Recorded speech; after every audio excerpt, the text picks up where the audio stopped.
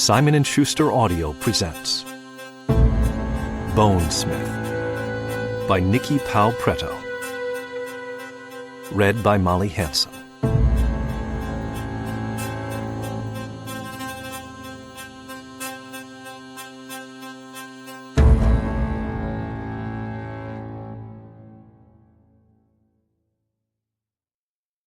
Chapter 1.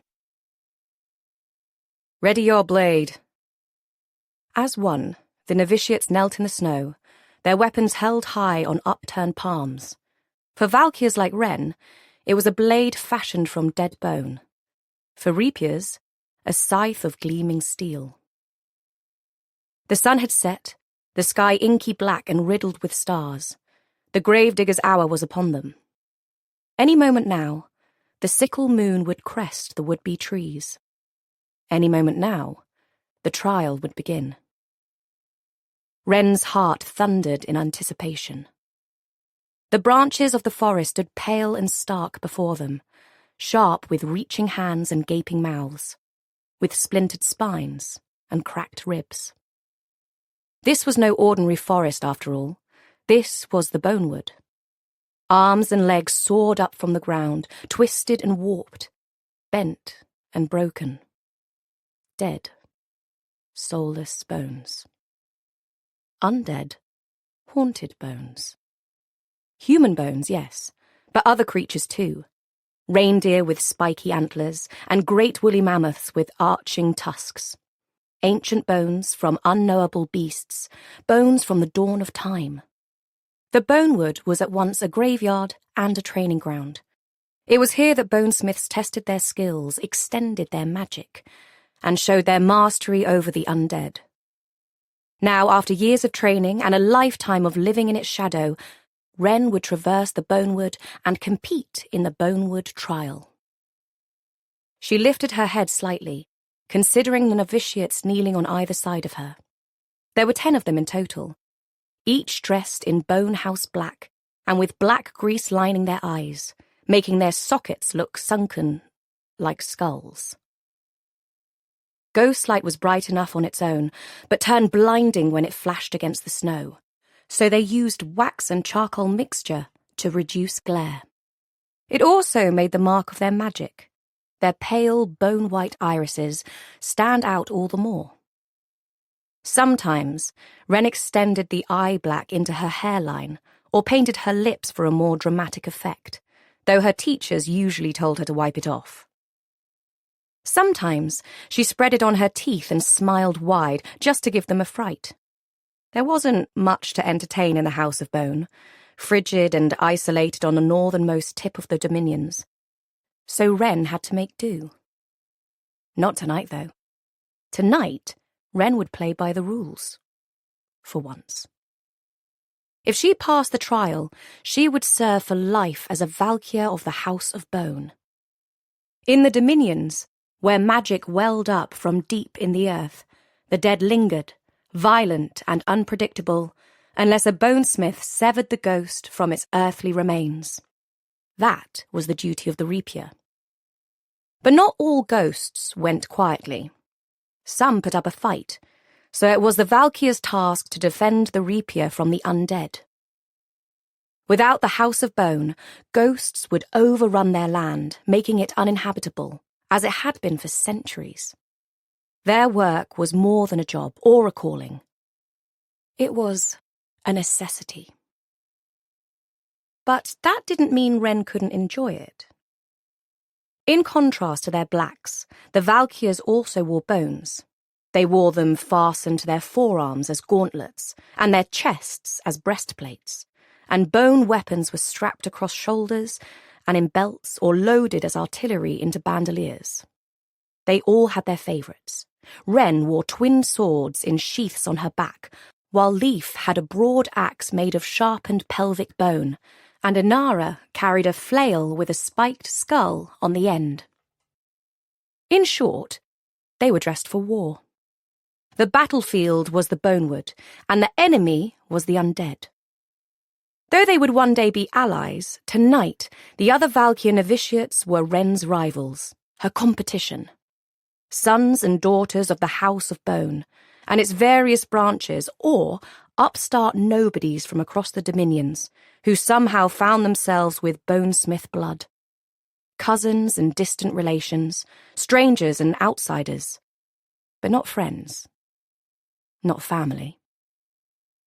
Her father had explained it to her during one of their rare conversations. They were linked by magic, not love, duty, not affection. That was the way of the House of Bone. Wren had worked hard, had scraped and clawed to get here. She was the best damn valkyr novitiate her house had seen in years, and tonight she would prove it in front of everyone. Her teachers and instructors. Lady Smith Svetlana Graven, head of the House of Bone, and most of all, her father. "Psst," whispered a voice from her right. Inara. Of all Wren's cousins, Inara Fell was the biggest threat to her superiority among the Valkyrs, and her only worthy adversary. They were of an age and had comparable height and build, so they were often paired together for lessons and exercises, though the similarities ended there. Inara had coarse black hair, carefully arranged in rows of tight braids, while her ivory Bonesmith eyes stood out starkly against her brown skin. Wren, meanwhile, had wild bone-white hair, always tangled and unkempt, and eyes to match, her skin equally pale and colourless.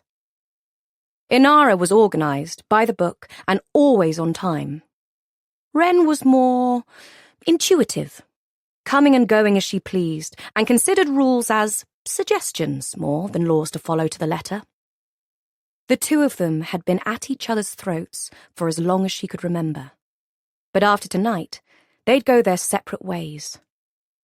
Once they passed their trial, they'd each be paired with a rapier and sent to travel the dominions, performing death rites and battling dangerous ghosts, ensuring all the dead were reaped. Elsewise, they might be lost and forgotten for centuries until some hapless fool dug them back up and unleashed an undead horde. Like what had happened at the breach, the darkest challenge the Bonesmiths had ever faced. But it was in such times that heroes were forged and legends were made, like Wren's uncle Loch Graven.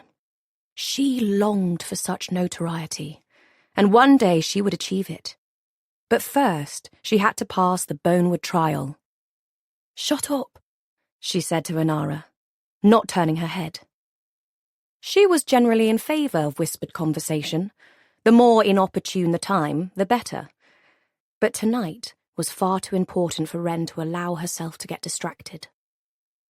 The terms of the trial were simple. Each valkyr and rapier pair must pass safely through the Bonewood, reaping 3 ghosts along the way. They had until dawn. But the Bonewood did not suffer travellers lightly. There were ghosts there that did not sleep, undead that would never find peace. And that was to say nothing of the living. Wren had to protect her rapier from violent ghosts and contend with the other valkyrs making their way through the trees. Valkyrs like Inara, who would love nothing more than to see her fail. "Want to make things interesting?" Inara pressed. For someone who loved to toe the line, she was being surprisingly insistent tonight. "I'm talking to you," Wren drawled. "I'm not sure that's possible." Yes, Inara was worthy competition, but she was also a constant thorn in Wren's side, and always nipping at her heels. Second place in everything, except rule-breaking. In that regard, Wren had no equal. Inara was unfazed. "You might make things more interesting for him, then," she said softly. She spoke to the ground. The pair of them still poised on their knees in the snow. But Wren heard the words clearly. There was only one him she could mean. She glanced up at her father. Lord Smith Vance Graven stood next to his mother, Svetlana, atop the podium with the rest of the trial's judges. As heir to the House of Bone, he was required to witness certain events, whether his only child participated in them or not. He gave her the subtlest of nods. Acknowledgement, yes, but also a reminder. "I'm counting on you today," he had said to her mere hours before. They'd stood inside the training grounds of Marrow Hall, bone-white pillars arching over them, and black sand underfoot. "Make me proud." To Wren, it sounded like a challenge. She hadn't seen him for 3 months, and she was determined to make him more than proud.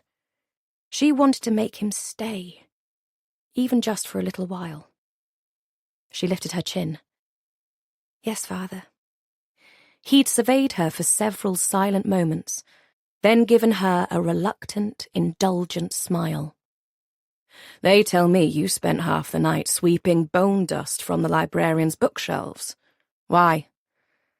Wren couldn't help but smirk back at him. She shrugged. "I was bored." Technically true. She'd climbed the bookshelves on a dare because she'd been bored during lessons.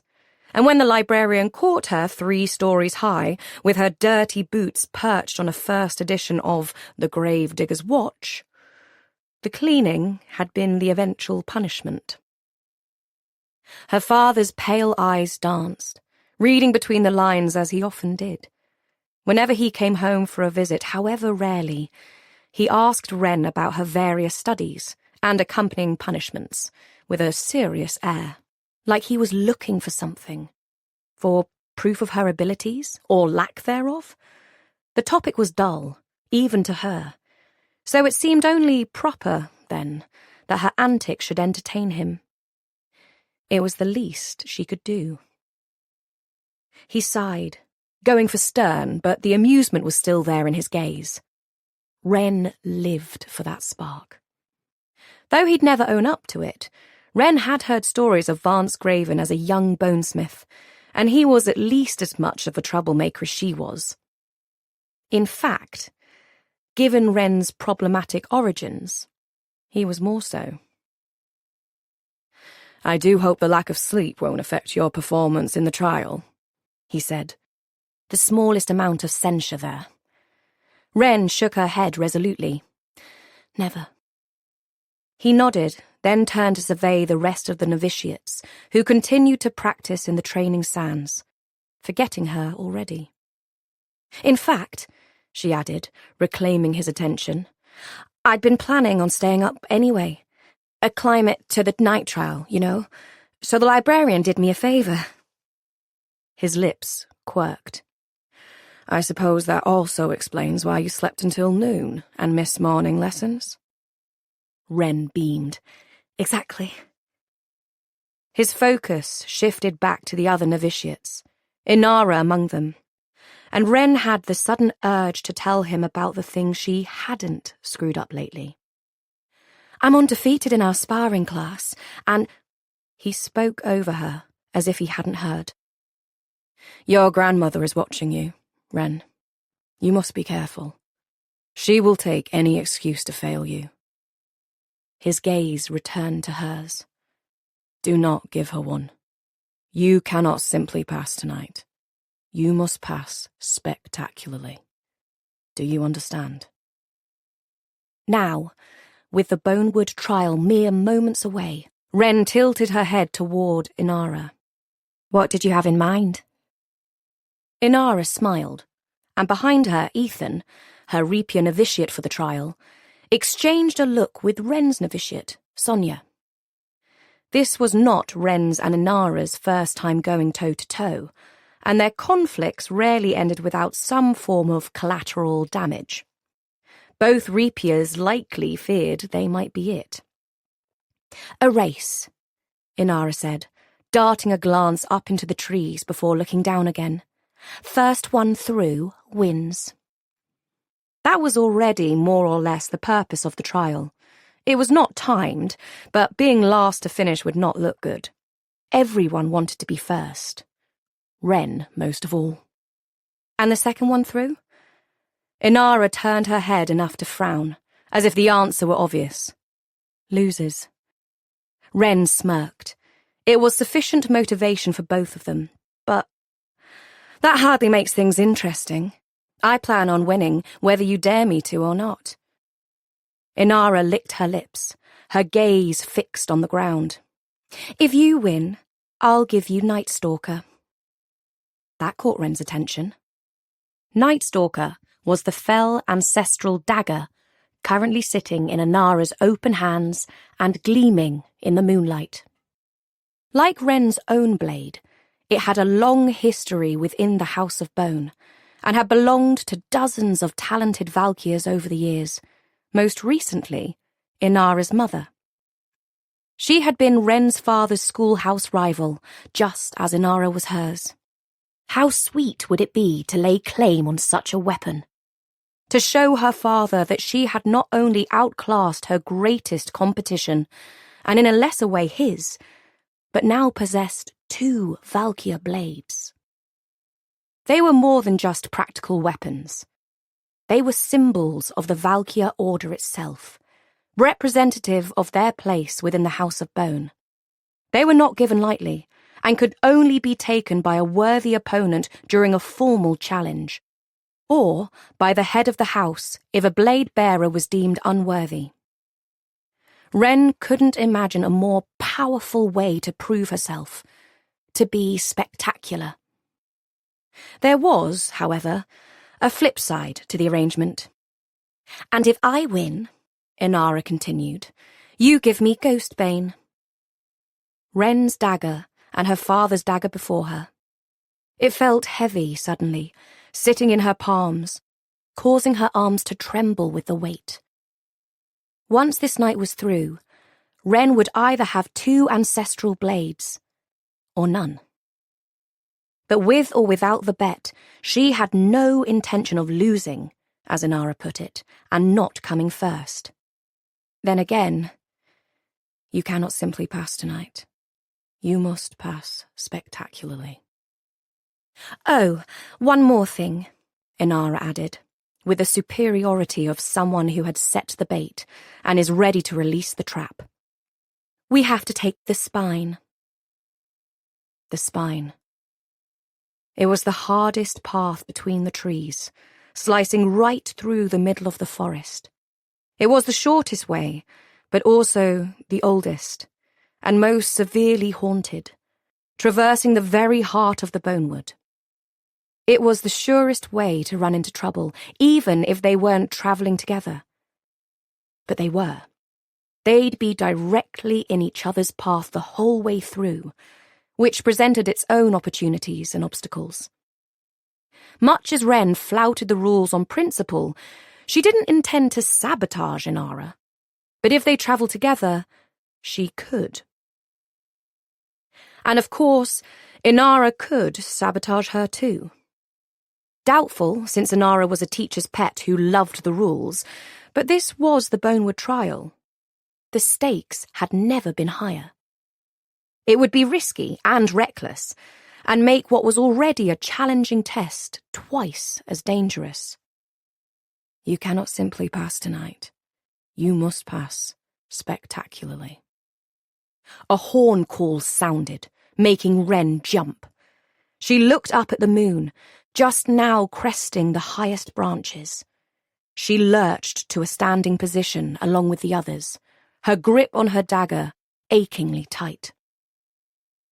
She glanced at her father once more, then her gaze shifted to Inara. You're on. The moon cleared the bone trees. All eyes fell on Lady Smith Svetlana. It was she who had called them to arms in the first place. Ready your blade.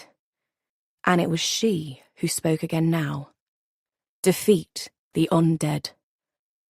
The Bonewood trial had begun. Chapter 2. The forest was 10 miles wide and another 10 deep. Some said the ancient bonesmiths had been giants, their limbs as long as Wren was tall. But it was more likely that they had stretched and distorted the bone trees, making them narrow and spindly or thick as oaks. That was the magic of the bonesmiths, the ability to sense, move, and manipulate dead bones without touch. Within a 10-foot radius, bonesmiths could summon a bone to their hand, guide its movements in midair, or heft bones much heavier than their muscles alone could bear. Valkyrs like Wren carried bone weapons, their magic lending them extra speed and strength, as well as pinpoint accuracy. Bonesmiths could also see spiritual tethers, the fibres that connected the ghost to its bones, that were indistinguishable to the non-bonesmith eye. If Wren was totally honest, they were often invisible to her eye as well. It came down to training and natural talent, the former of which Wren hadn't bothered with, knowing that it was the realm of the Rapiers, and she was meant to be a valkyr, and the latter she'd simply been born without.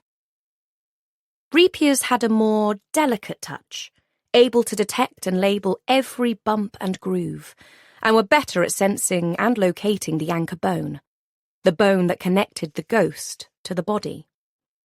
While all bones in a dead body contained some trace of the spirit, the anchor bone was the strongest.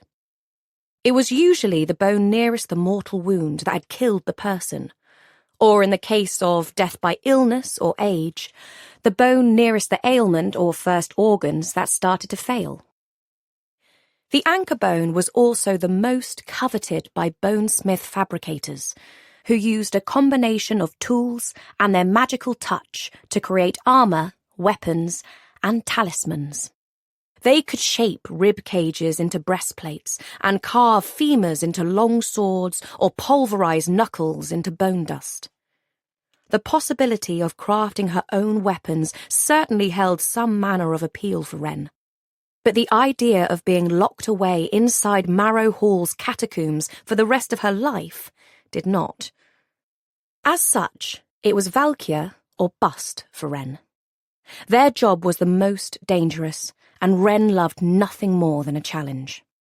And for Valkyr novitiates, there was no greater challenge than the Bonewood. It was filled with undead bones, haunted by ghosts and beyond a bonesmith's magical reach. Only by fighting back their spirits and allowing the Rapier to cut the tether to their bodies could the bonesmiths use and manipulate their bones. In one swift move, bonesmiths made the world safe from ghosts and acquired the materials to do so. After all, there was nothing that ghosts hated more than dead bone. It was the bonesmith's first and best protection against them. It was a tough job, but somebody had to do it, and Wren was only too happy to oblige. But the Bonewood was more than a haunted forest. It was a maze, dense and confusing. Marking the barrier to the House of Bones lands, the Bonewood doubled as a line of defence and was filled with the bodies of would-be attackers and trespassers. And just because there were trails through the wood did not mean those routes were safe. Stray off the path to find a shorter road, or one less haunted, and risk never finding your way again. Many novitiates would rather travel twice as far and take twice as long than have to encounter a ghost higher than a 2 on the undead scale. But not Wren. She smiled fiercely at Inara before striding toward the bone trees. Her Rapier followed, while Inara and her Rapier, as well as the other pairs on either side, did the same.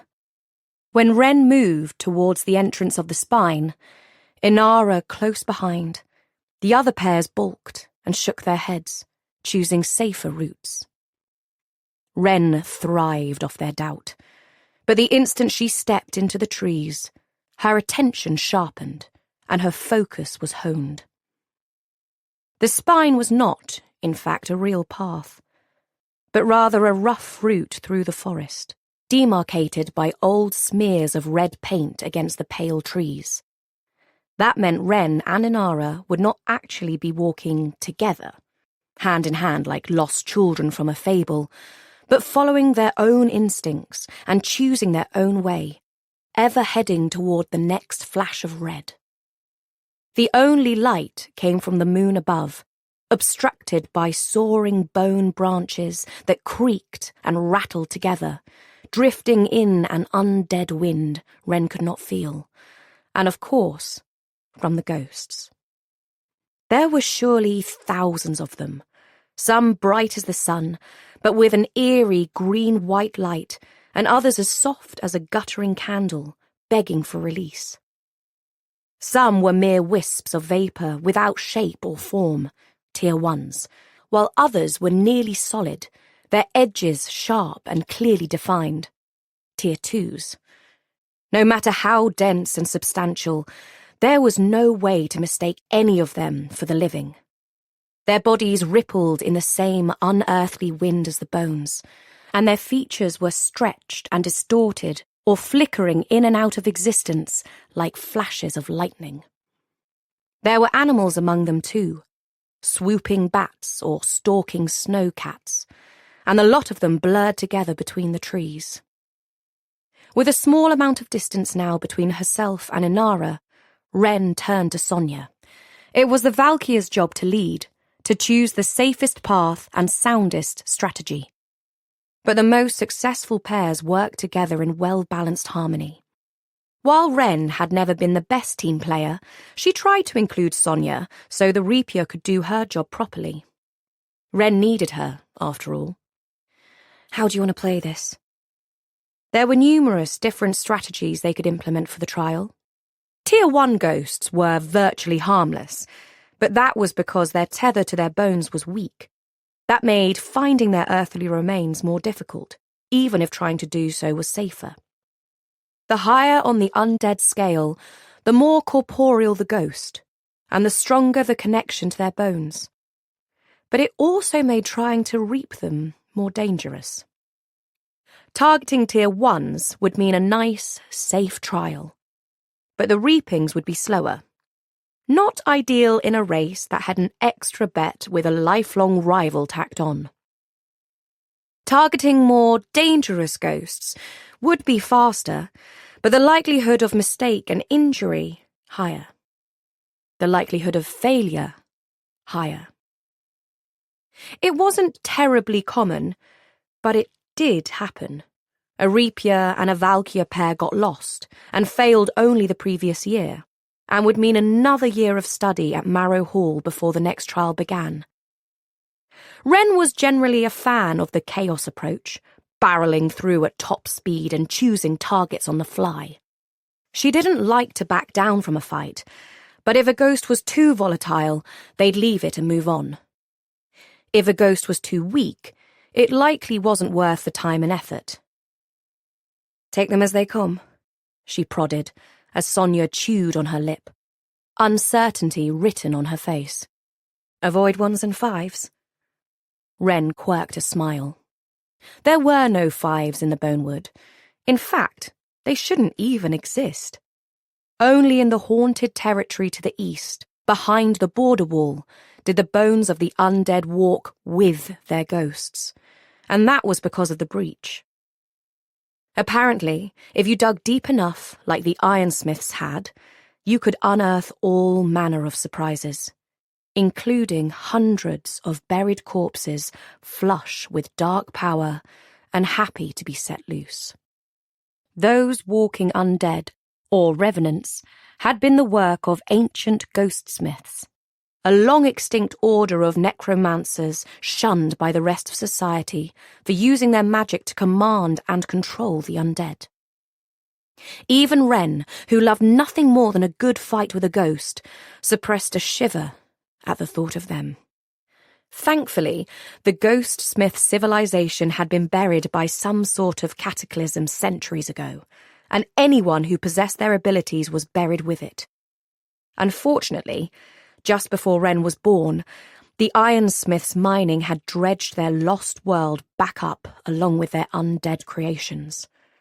It was because of the breach that Bonesmiths had to come up with the undead scale in the first place. While the idea of Tier 5s in the Bonewood might make her smile, Wren had no desire to face one tonight. Sonia's gaze flicked over Wren's shoulder in the direction of Inara and Ethan, and she nodded. Sure, what you said. Take them as they come. Like the valkyr novitiates, the rapiers also dressed in black. But while Wren's blacks consisted of form-fitting leather and thick, padded layers, the rapiers wore long, sweeping robes that dragged across the snow. A bit dramatic, honestly. They bore no weapons, save for the scythe, the curved, handheld blade used to make the final cut. Each bone in a body contained a complex web of ley lines. These were the seams, the places where ghost met bone, the junctures that could hold the two together, or the fissures that could wrench them apart. It was the rapier's business to identify the ley lines and sever them, releasing the spirit.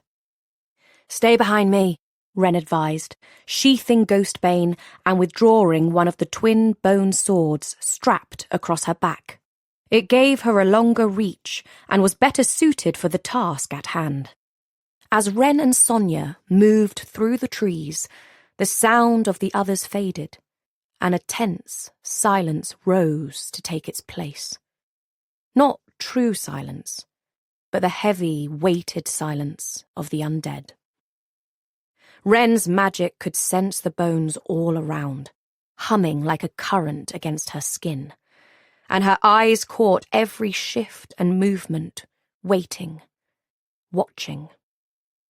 When a bowed arms, twisted and fused together with 3 or 4 elbows, leaned precariously over their path, Wren held out her sword to stop their forward progress.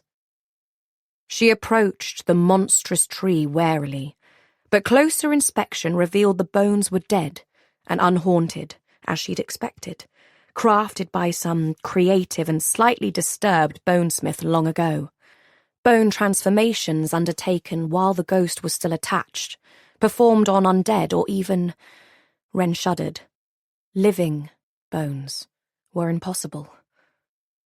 "Don't tell me you're afraid of a few extra elbows," called Inara, who was closer than Wren realized, and watching them through the trees. Wren smiled stiffly, and used both hands to bring her sword down in a flashy move, cutting through the many-elbowed tree with one fell swoop. Her blade might have been made from the same material as the tree, but it had been sharpened and hardened under a fabricator's careful touch, and was almost as strong as steel. Splintered bits of bone littered the ground at her feet, combining with the fresh snow to create a pale and brittle forest floor that crunched and crackled underfoot. A cloud of bone dust settled onto Sonia's pristine black robes. "Whoops," Wren murmured in false concern, reaching out a hand to swipe at it. Sonia stepped out of reach and rolled her eyes, flicking her wrist and causing the dust to rise from the fabric and disperse in an instant. It was the kind of delicate work Wren could never have achieved, and that characterized a rapier's talent. Wren was fairly average for a bonesmith in terms of magical ability, and while she was capable of powerful bursts, she was not much good at subtlety or finesse. Sonia wasn't a friend, exactly, but hardly anyone in the House of Bone really was. Wren had enemies, like Inara, and then people who tolerated her, like Sonia. Her father was her only emotional touchstone, and he was never there. It was tempting to wish for more, and certainly she had when she was younger, looking for a mother who was alive or a father who would stay. But any time someone started to fill the hole her parents left behind, her father would turn up again, and she'd forget whatever surrogate she'd attached herself to. The truth was, she wanted something real, even if it was painful. That was the point of all this. Pass spectacularly, and be named a valkyr. Then she'd actually get to leave Marrow Hall, and travel sometimes with her father, fighting ghosts in every corner of the Dominions, from Giltmoor to Granite Gate, and everywhere in between. They were about to press on when something raised her hackles. She whirled around just in time to see a silver-green mist rise. a ghost, floating mere feet away, and with a direct path to Sonia, called into existence thanks to their presence and drawn, as all undead were, to the living. The disfigured arm had been keeping the ghost at bay, but now that it lay in broken pieces upon the ground, perhaps Wren shouldn't have hacked that arm to bits just to show off for Inara. The spirit had free rein to move across the path. Wren didn't wait to see what it would do next. She jerked Sonia aside and stepped forward, reaching into the bandolier across her chest, releasing a handful of knuckle bones. They shot out in a small burst of magic, piercing the vaporous form and causing it to slow its pace, swirling and undulating in the air. It was probably a Tier 1 ghost, incorporeal to the point of almost being no threat at all, but Wren couldn't risk being fooled by a 2 or 3 that had yet to take its shape. She waited a second more to see what it would do, and much to her satisfaction, it began to coalesce into something human-shaped. Or at least, it had a face with a wide gaping mouth, stretched and distorted, and long trailing limbs. "What do you think?" she called over her shoulder. While Wren's attention was on the ghost itself, Sonia's attention was lower, on the ground, seeking the body the spirit was still tethered to. She dropped onto her knees in the snow, a small spade in her hands. The shovel hit the dirt below with a soft thump and scrape, but it wasn't long until Sonia was scrabbling through the snow and soil with her bare hands, relying upon touch and magical senses as she sought the ghost's bones. Wren watched, itching to help dig and speed things along, but that went against a cardinal rule of valkyr training. No matter how seemingly benign, never turn your back on the ghost. Never let your guard down. It was also why she didn't just slash at the spectre as she had that many-elbowed arm.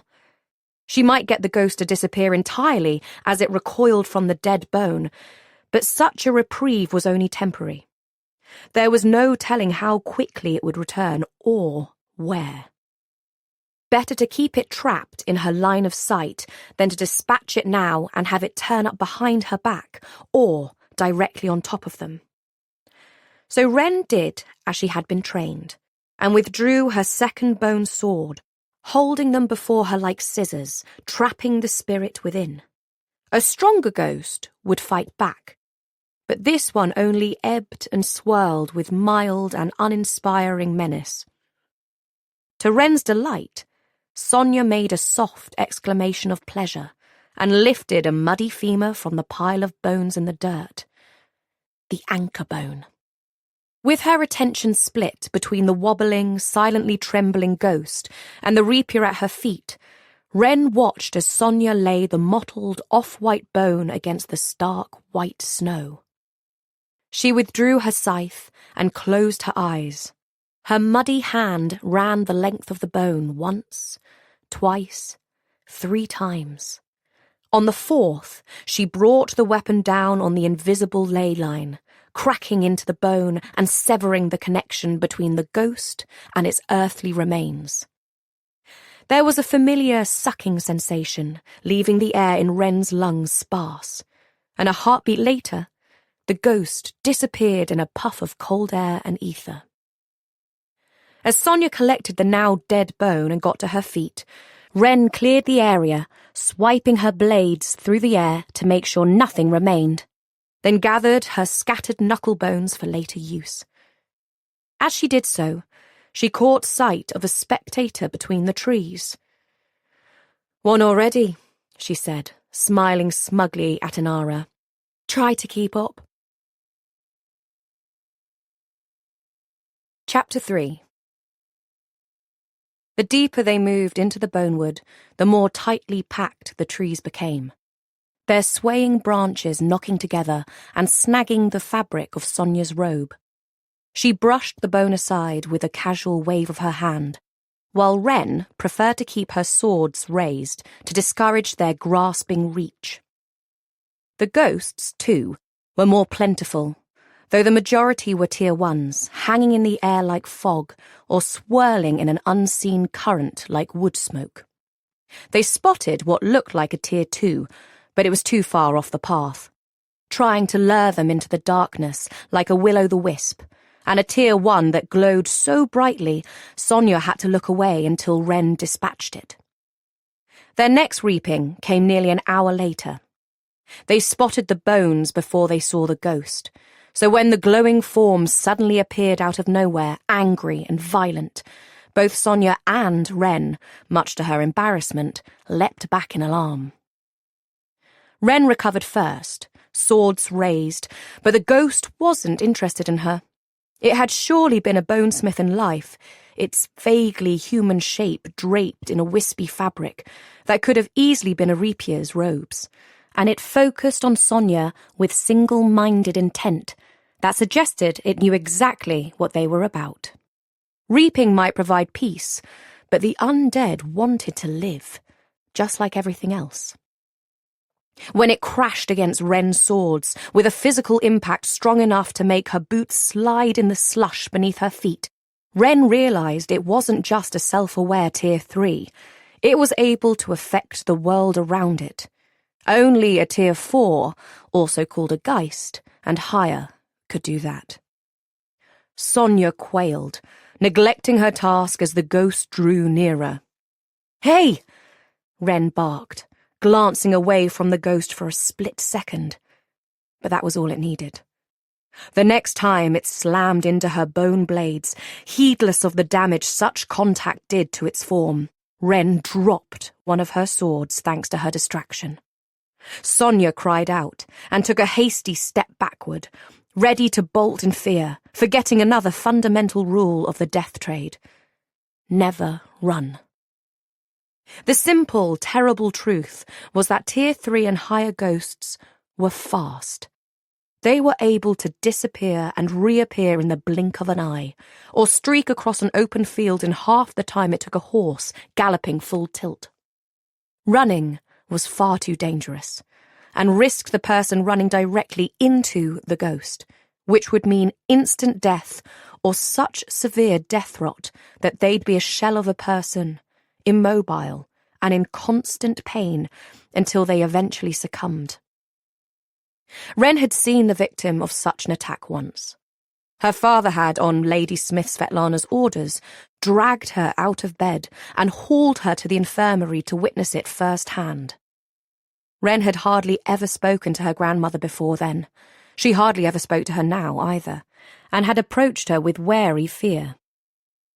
"I'm not sure," her father had said, trying perhaps to protect Wren, but Svetlana quickly shut him down. Then he just stood there, silent and unflinching, while the woman's claw-like hands gripped Wren's narrow 6-year-old shoulders and forced her to hover next to the bed until the dying man's last choking breath. After her father's voice had seemed kind, almost gentle, as he said, "This is the price of failure in the House of Bone."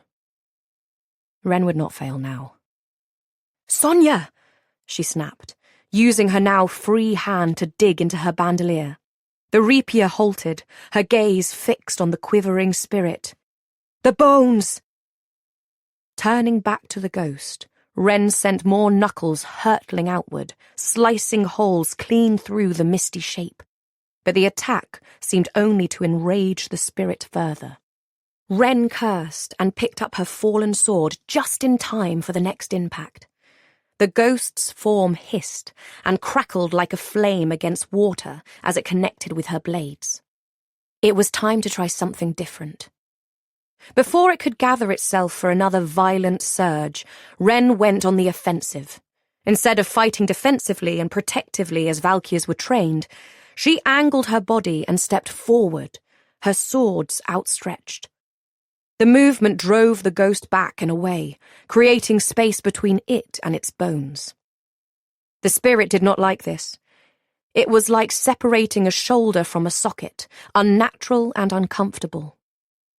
In response, the ghost fought harder and more erratically, but Wren could take it. She drew its rage and attention, not her rapier, allowing Sonia to work. The move was risky, of course. There could be other ghosts nearby, waiting to pounce, and valkyrs were taught to never let their rapier out of arm's reach. But it worked. Sonia gripped the haunted bone, the clavicle in this case, and performed the cut with a somewhat shaky hand. The scythe fractured the bone and severed the ley line, and the ghost disappeared. Wren whooped in delight. Sonia looked like she wanted to be sick. "Almost there," Wren said cheerfully, already imagining Inara's sour expression when she handed over Nightstalker. Then she thought of her father's face, glowing with pride when Wren held 2 blades before Lady Smith Svetlana and swore her fealty. She had lost sight of Inara and Ethan, but she and Sonia were already 2/3 of the way through their task, and they'd yet to hit the midway point of their journey, or their timeline. Judging by the moon above, they had at least 3 hours left until dawn, and they'd been at it for about 2. To her surprise, it was Sonia who pushed hard to find their next reaping, foregoing Wren's offer to take a short break. Not that Wren minded. The sooner they had Sonia's task done, the sooner they could focus on speed. Wren would go all night if it were up to her, and she was eager to reach the centre of the forest. She had heard all manner of rumours about the deepest parts of the Bonewood. Cook said the very first bone in the entire forest was planted there by the grave digger himself, founder of the House of Bone, and the first ever Bonesmith. And the hostler swore there was a dragon skeleton deep in the trees, the ghost unreaped, though Wren's father insisted that was nothing more than peasant superstition. No one had ever seen such a creature, nor was there an official record of one. The largest bones they had were from mammoths or whales. Still, Wren imagined fighting some great beast spirit and carrying that skull back to her father as their 3rd and final reaping, and swelled at the thought. As it turned out, their 3rd reaping was an animal, but nothing so fantastic as a dragon. The elk had impressive antlers, though, jutting from the ground where Sonia had unearthed it. The deer's spirit was utterly peaceful in comparison to the Bonesmith ghost they just reaped, and while Wren enjoyed fighting human spirits, she found the animal undead almost soothing. They didn't understand life and death like people, and seemed to exist much as they did when they were alive, without all the angst and torment. It also meant their spirits didn't linger long in this world. Most animal ghosts would disappear on their own over time. Even those that had been domesticated or kept as pets would rarely last longer than a few months after their corpse had decayed. And since they provided little threat to the living, they were rarely properly reaped by a bonesmith. Instead, they could be found scattered across the dominions in forests and fields, like fireflies, carefully avoided by the living until they eventually winked out. As such, the reaping was swift, and while an animal was as easy to deal with as a standard Tier 1, it still counted toward the trial, and Wren wasn't about to be picky. Not with so much on the line. She helped Sonia load their 3rd and final bone, the long, narrow-faced skull complete with antlers attached, into the rapier's satchel, and they pressed on. Triumphant and flushed with adrenaline, Wren perked up when they reached a clearing. Could it be the centre of the Bonewood? The entire place was hazy and lit with the barest hint of ghostlight, as if whatever undead lurked here was so incredibly ancient that they existed only as the tiniest of molecules, barely discernible to the naked eye. They approached a gigantic rib cage, the cartilage gone and the bones open and gaping like some monstrous flower, reaching for the moon. It must have belonged to a mammoth, each individual rib longer than Wren was tall. And standing in the middle of it was Inara. Ethan was next to her, sitting on a moss-covered stone, and they both had pieces of dark bread in hand. At Wren and Sonia's approach, Ethan leapt to his feet, his wary gaze flicking to his valkyr. A knot Wren hadn't realised was there eased at the sight of them. She was relieved to know that Inara hadn't managed to get far ahead, and better yet, judging from the 2 bones poking out from Ethan's satchel, they had yet to finish their 3rd reaping. "Come on, Sonia," Wren said, smiling victoriously, as if she had already won. Forget the dragon. This was their chance to make some headway. They could eat as they walked. She made for the far trees without a backward glance. Footsteps crunched behind her, but it took Wren a second to realise they were moving away from her, not toward. She whirled back around. Inara had taken several steps toward Sonia, though she halted well short of her. "Did you get them?" Inara asked the rapier. Sonia nodded, gaze fixed on the ground. "Sonia?" Wren said, brow furrowed in confusion. Sonia ignored her. "Come on then," Inara said. Then, to Wren's surprise, Sonia obeyed.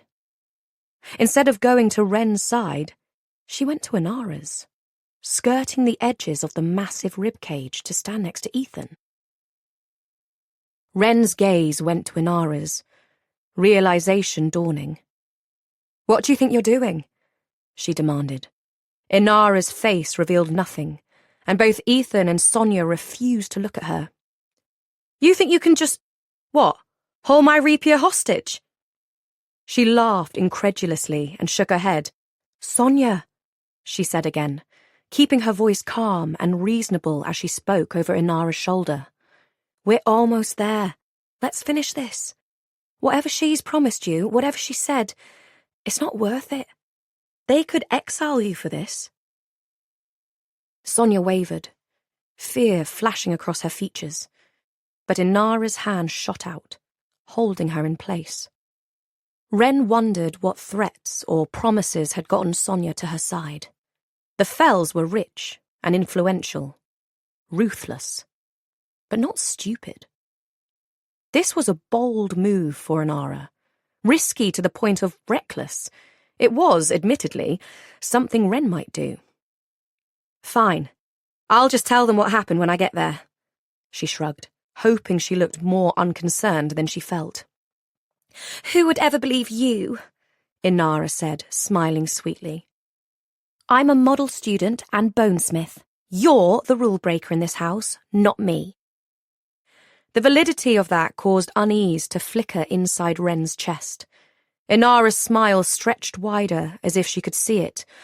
"Poor Wren," she said with mock sympathy. "Daddy will be so disappointed in you. Not only will you fail, but you'll have bargained away his precious ancestral blade, the one thing in this house he actually cares about." "Shut your mouth," Wren snapped, her heart pounding. She withdrew Ghostbane and took an angry step toward her cousin. "You want this blade? You'll have to pry it from my cold, dead hands." "It would be my pleasure," Inara said, her hand dropping to the hilt of Night Stalker. Inara was goading her, that much was plain. They were several feet apart, and it was taking all Wren had not to attack her. But while Inara's sabotage left no visual evidence that Wren could discern, if Inara returned with a bloody nose or worse, it would be far too easy to point the finger at Wren. Backstabbing happened all the time in the Bonewood trial, but those who did it were smart enough not to actually stab anyone in the back.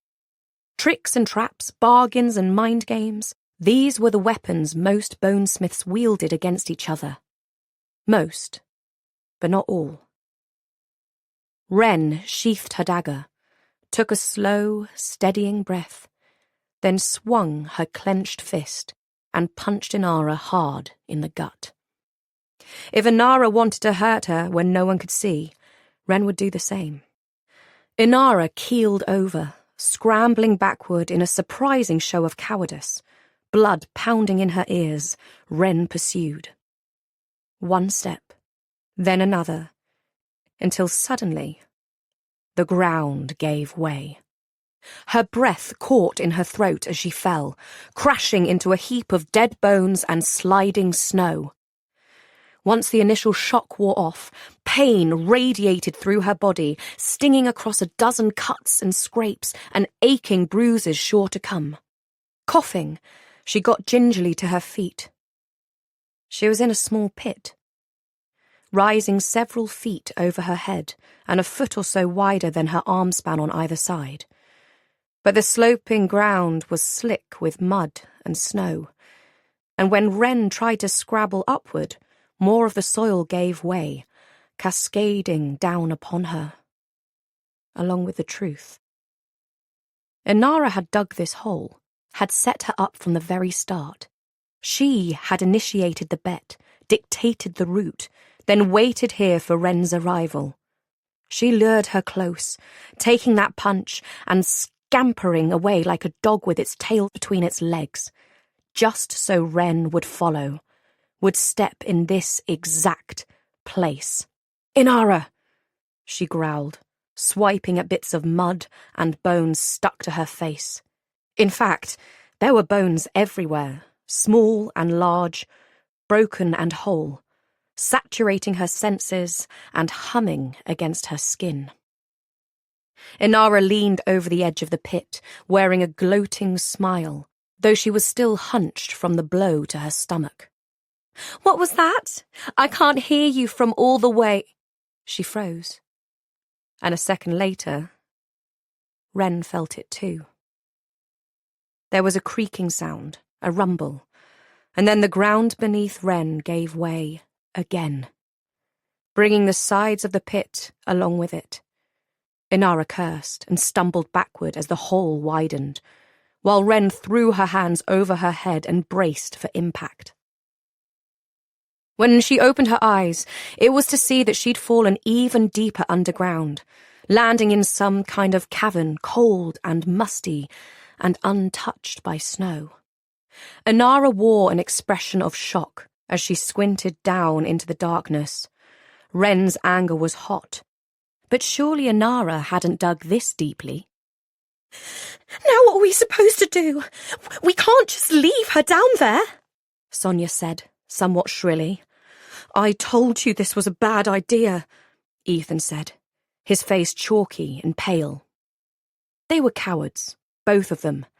At least Inara had the stomach for what she was doing. "She'll be fine," Inara said, though her voice was slightly breathless. "Won't you, Graven? Best valkyr of our generation, aren't you?" Wren bared her teeth in frustration. She had said that dozens of times to anyone who would listen, and often to Inara's face.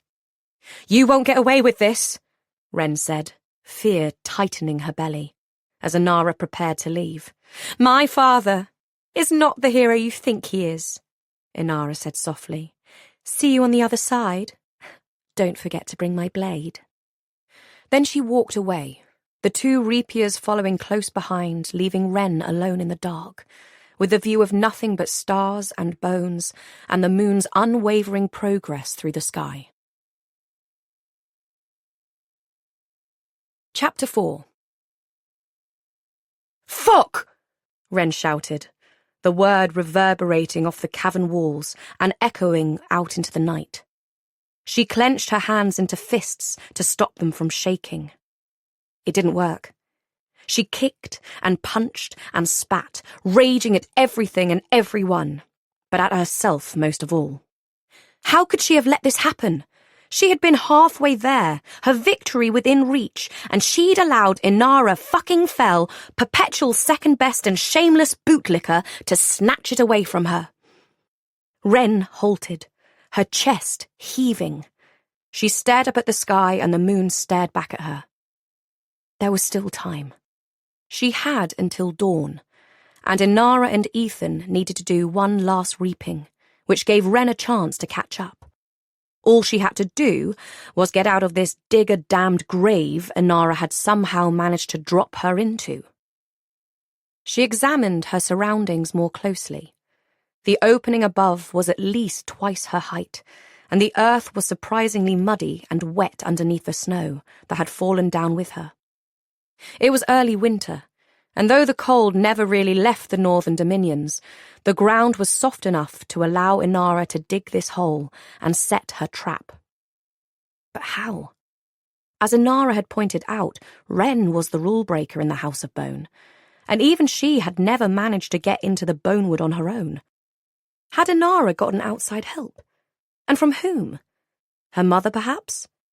Ingridfell hated Wren's father and had been vying for power and influence alongside him for most of their lives.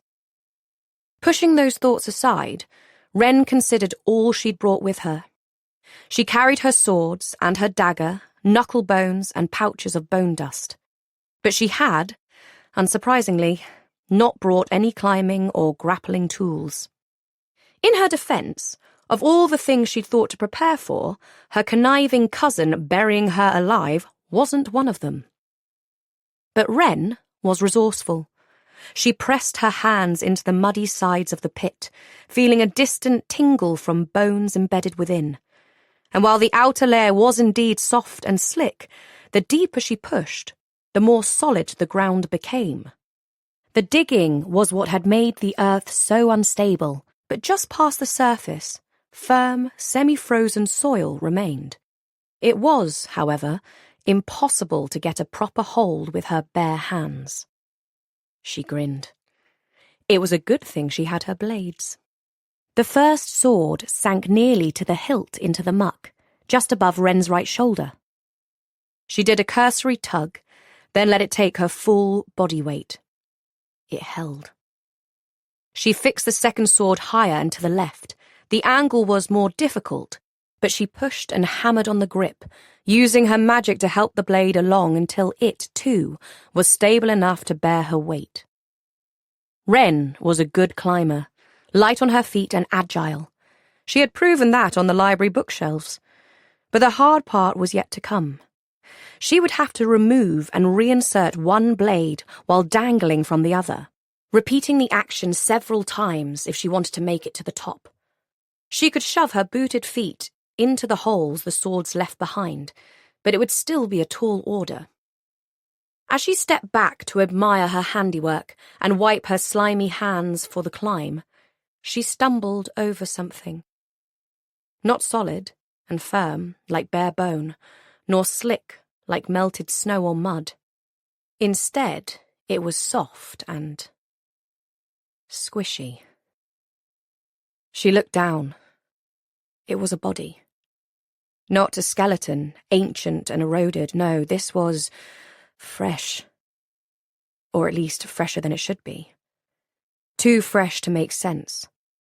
They'd stopped disposing of bodies in the Bonewood decades ago. It had originated as a way to defend their borders and ward off attack, but that was in the time before the Dominions, when dozens of rulers vied for power and controlled over these lands.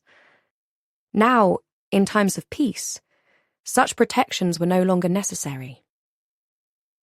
The corpse Wren was looking at now, though partially preserved thanks to the cold, could not have been there much longer than a few years. 5, tops. The flesh was mottled, the features gaunt but not fully decomposed. Even the clothing was well preserved. The thick layers of wool and leather and mud-spattered boots telling her this person had undertaken a long journey before they'd arrived here. Had they been a wayward traveller? A messenger? There was nothing else to indicate who they were or how they'd wound up here. Well, that wasn't true. There was one piece of evidence that pointed to how this person had wound up dead in the Bonewood. The back of their head was caved in. It was certainly the death blow, but the more Wren looked, the more unease she felt. This person had not wandered into the wood and gotten lost. The crushed skull was proof of that. They had been killed and disposed of in the one place in the Bonelands where a dead body might go unnoticed.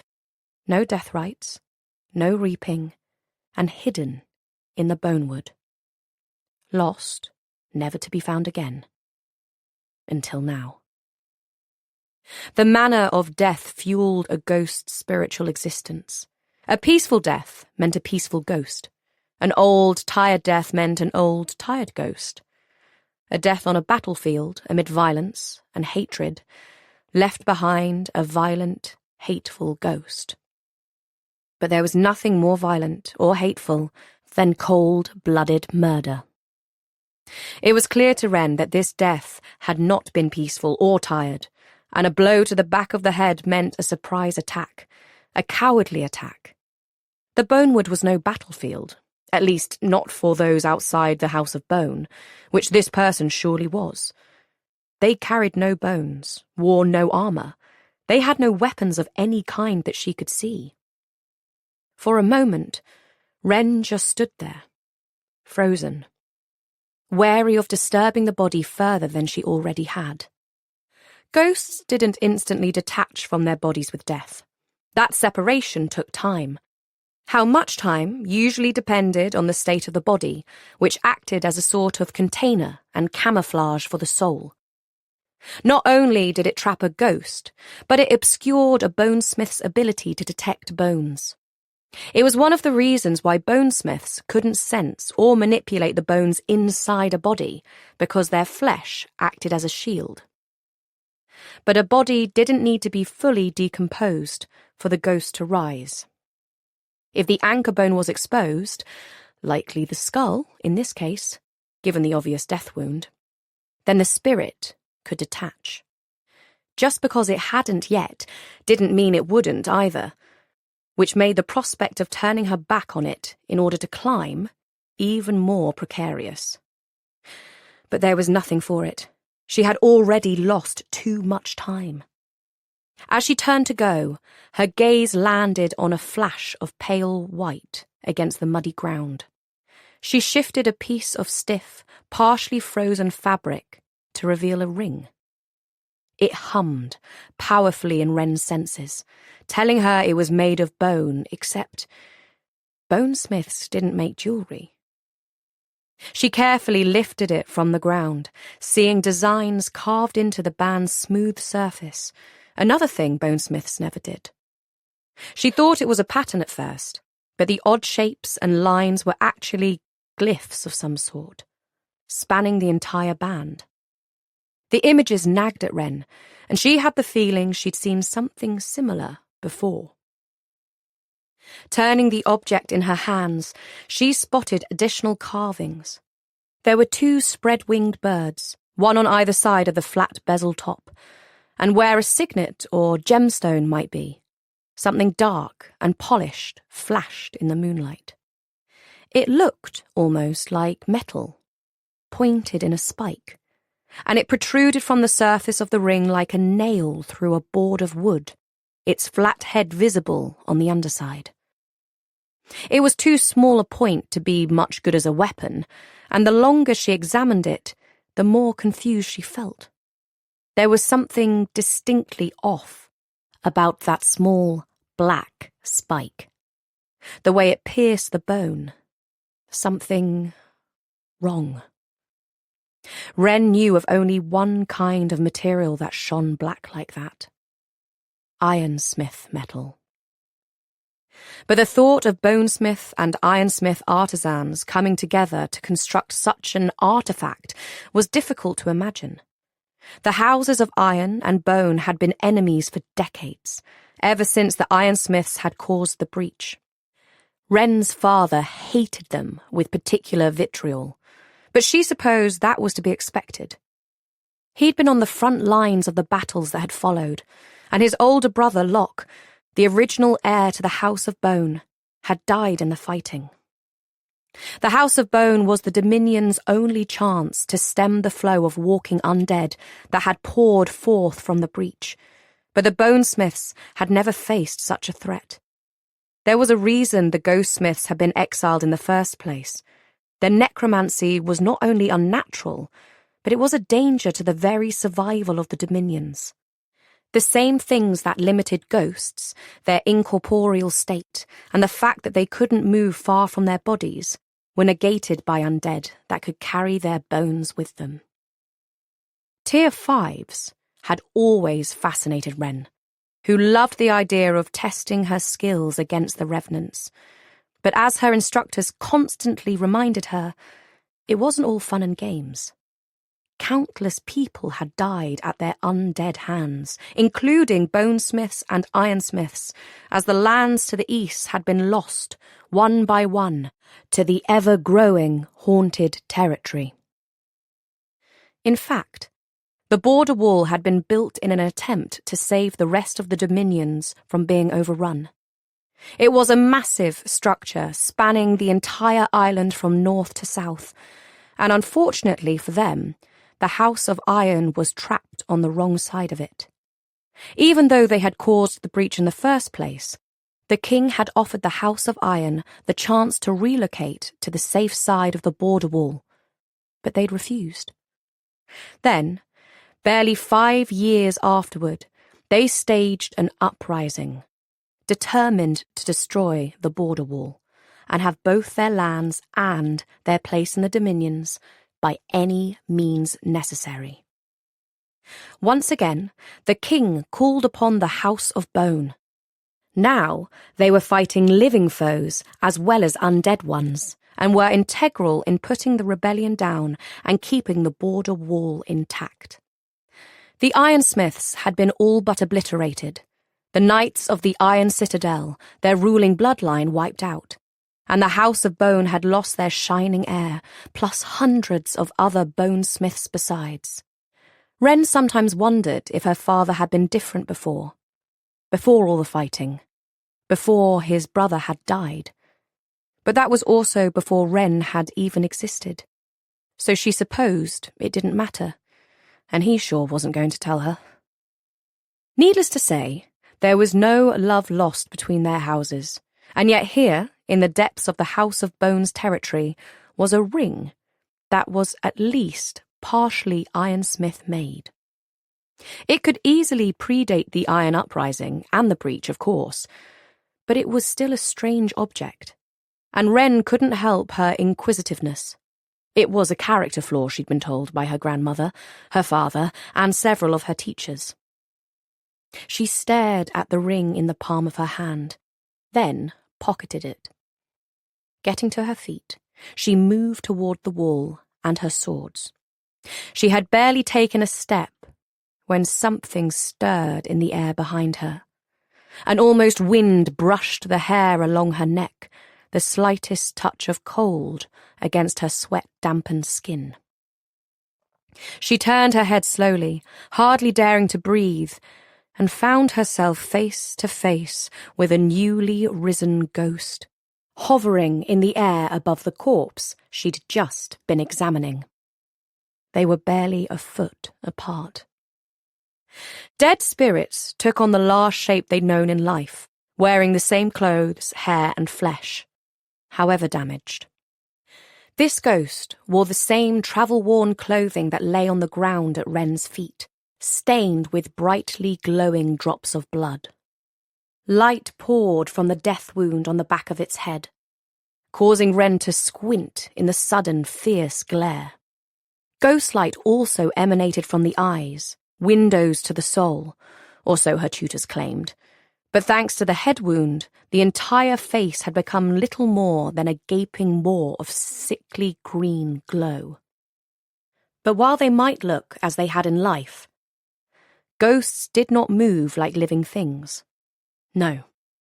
They streaked and exploded into motion, only to halt suddenly, trembling with agitation and pent-up aggression. In many ways, ghosts behaved like fire buffeted in the breeze, just as likely to flicker out as to be stoked to blazing brightness. Wren blinked furiously, cursing herself for her foolishness, both in exploring the corpse and in leaving her bone blade several feet away and out of reach. She gave several hard tugs with her magic, but they were just at the edge of her range, and the mud held them hostage. Some ghosts, once unleashed, took time to acclimate to the living world. This ghost did not. After a breathless, still moment, it set upon its nearest living target, Wren, with rapid, malicious intent streaking forward in a terrifying blur. Wren did the only thing she could do. She cried out and fell backward. The spirit swooped toward her, over her, missing her body by inches as it ripped past. The momentum took it careening toward her swords, cutting Wren off from her best weapons. She scrambled to her knees, jostling more bones. No, not just bones. Bodies. There were others there, in the mud. With a sinking feeling, Wren realized that, of course, this giant hole hadn't been dug to bury a single body. It had been dug to bury many. Then years later, this fresh one had been unceremoniously thrown on top. She had stumbled into a mass grave. Panic seared her chest. Surely Inara hadn't meant to kill her. Not that it mattered. Whether Inara had intended it or not, Wren was in a fight for her life. There were 5 at least, maybe closer to 10, though it was difficult to tell with all the random bones that had shifted during her slide down here. Their bodies were older than the first, their bones broken and scattered, but their ghosts would be no less malevolent. Hand shaking, she withdrew Ghostbane, but it would be of little use. Already the other undead were rising, filling the cavern with light. Wren might have had a chance against one ghost, or a handful of tier 1s or even 2s, but judging by the attentive, violent stares of the undead she had uncovered, they were tier 3s, at least. She'd managed to get into a crouch, putting the wall of the cavern behind her, but she was trapped. To her left were her abandoned weapons and the first ghost. To her right, the rest of the steadily rising undead. Her knuckle bones would not stop the ghosts, only anger them, and her bone dust, while having the same ghost-repelling properties as any intact bone, was less powerful. The dust dissipated in the air, making a flimsier barrier than true bone, and was best used in a fight as a distraction or deterrent. It was, however, more versatile, and it did have other uses. While the undead continued to swirl and coalesce into more glowing spectres, the first ghost flared brightly, growing in strength. It was ready for a second attack, which was both good and bad. Bad because, well, it was a ghost, and one touch would be enough to land her with death rot and a slow, agonizing death. Good, because it meant the undead would move away from her swords and her best chance for escape. When it came streaking at her again, its features blurred and distorted. Wren threw herself forward into a roll, avoiding it once again, but only just. The movement also brought her dangerously close to the other ghosts that were stirring, but had not yet taken full form. Staggering to her feet, she made for the newly vacated space across the cavern near her swords. For all their speed and supernatural movements, ghosts couldn't fly or climb. They were tethered to the earth the way they had been in life. She just had to get out of their reach, to climb high enough that they couldn't touch her. So what she needed wasn't to defeat the 10 or so undead she was trapped with. She merely needed to stall them, to buy herself time and space to climb. And her bone dust could give her that. Keeping her eyes on the ghosts before her, Wren withdrew a pouch and poured a hasty half-circle in the mud, creating a protective ring around herself.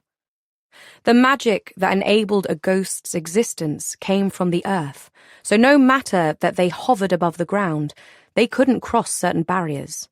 Water, for one, and bones, for another.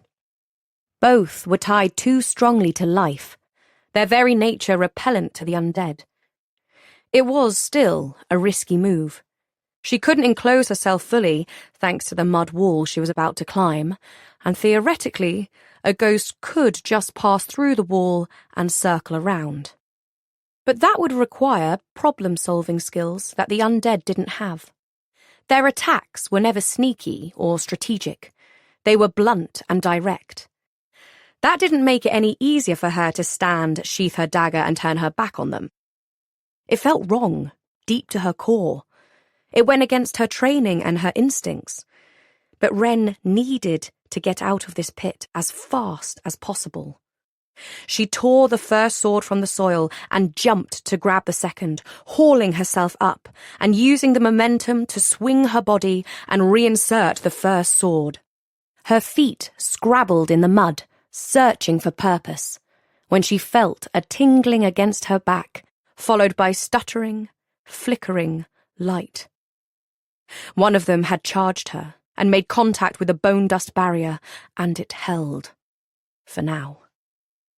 Everything inside her wanted to turn, to look, but she feared what she might see.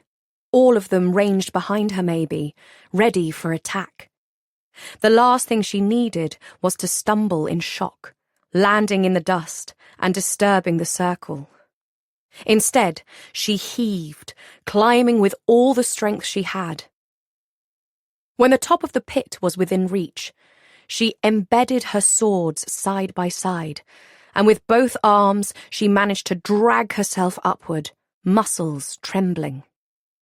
Her left toe found one of the vacated sword holes, and it was the leverage she needed. She pulled and then pushed, climbing up and over the swords and cresting the edge. She gasped, flopping onto her back. With one last shuddering breath, she crawled back to the pit. It was as she'd imagined. The lot of them clustered together just outside the ring of bone dust, ghostlight crackling in agitation as they charged and recoiled again and again. With shaking hands, she reached over the edge and yanked out her blades, then got wearily to her feet. She glanced up at the moon, making its relentless progress across the sky. Time was running out, and she had her rapier to find. Chapter 5. When Wren finally emerged from the bonewood, filthy and exhausted, dawn was a not-too-distant promise on the horizon. She stepped from the trees, a pair of torches marking the finish line and burning too bright after hours of ghostly darkness. Wren was the last to cross, and she had to cross alone. Silence descended as she approached the judge's podium, every novitiate from the trial, including Inara, Ethan and Sonia, standing there except for her. Wren's heart pounded in the base of her throat. While everyone stared at her, Wren stared unblinkingly at Inara. She had ruined everything, and yet she met Wren's gaze shamelessly, her hand settling almost absently on the hilt of Night Stalker. Wren bared her teeth. She wanted to lash out, to strike her, but she knew her situation was far too tenuous. Panic threatened to overwhelm her, but she squashed it. It wasn't over. She could still fix this. She strode to the front of the group, ignoring the whispers and stares that followed her. She undoubtedly looked a mess, and while several of the others were spattered in mud or bore shallow scrapes, Wren looked like she'd been swallowed by the bonewood and spat back out. She lifted her attention to the judge's table. Her father looked alarmed by her appearance, though he'd schooled his features into an approximation of his usual confident expression. The others studied her with more open and obvious rebuke. Their disapproval was, unfortunately, something Wren was quite used to, so she blocked them out and focused entirely on the person whose opinion mattered most. "My lady," she began. Her mouth was suddenly as dry as bone dust, while her palms and the back of her neck were damp with cold sweat. Everyone turned at the sound of her voice, Inara among them, eager to hear what she would say. Svetlana ignored her and got to her feet. "Reapier novitiates, come forward and present your bones." The reapiers opened their satchels and laid their reaped bones at the foot of the podium for inspection, counted the offerings and looked for skill and accuracy in the scythe's cut, but also checked to ensure the bone was recently reaped and not scavenged from the forest floor or smuggled into the trial. Afterward, all the novitiates ranged themselves in a line and stood at attention.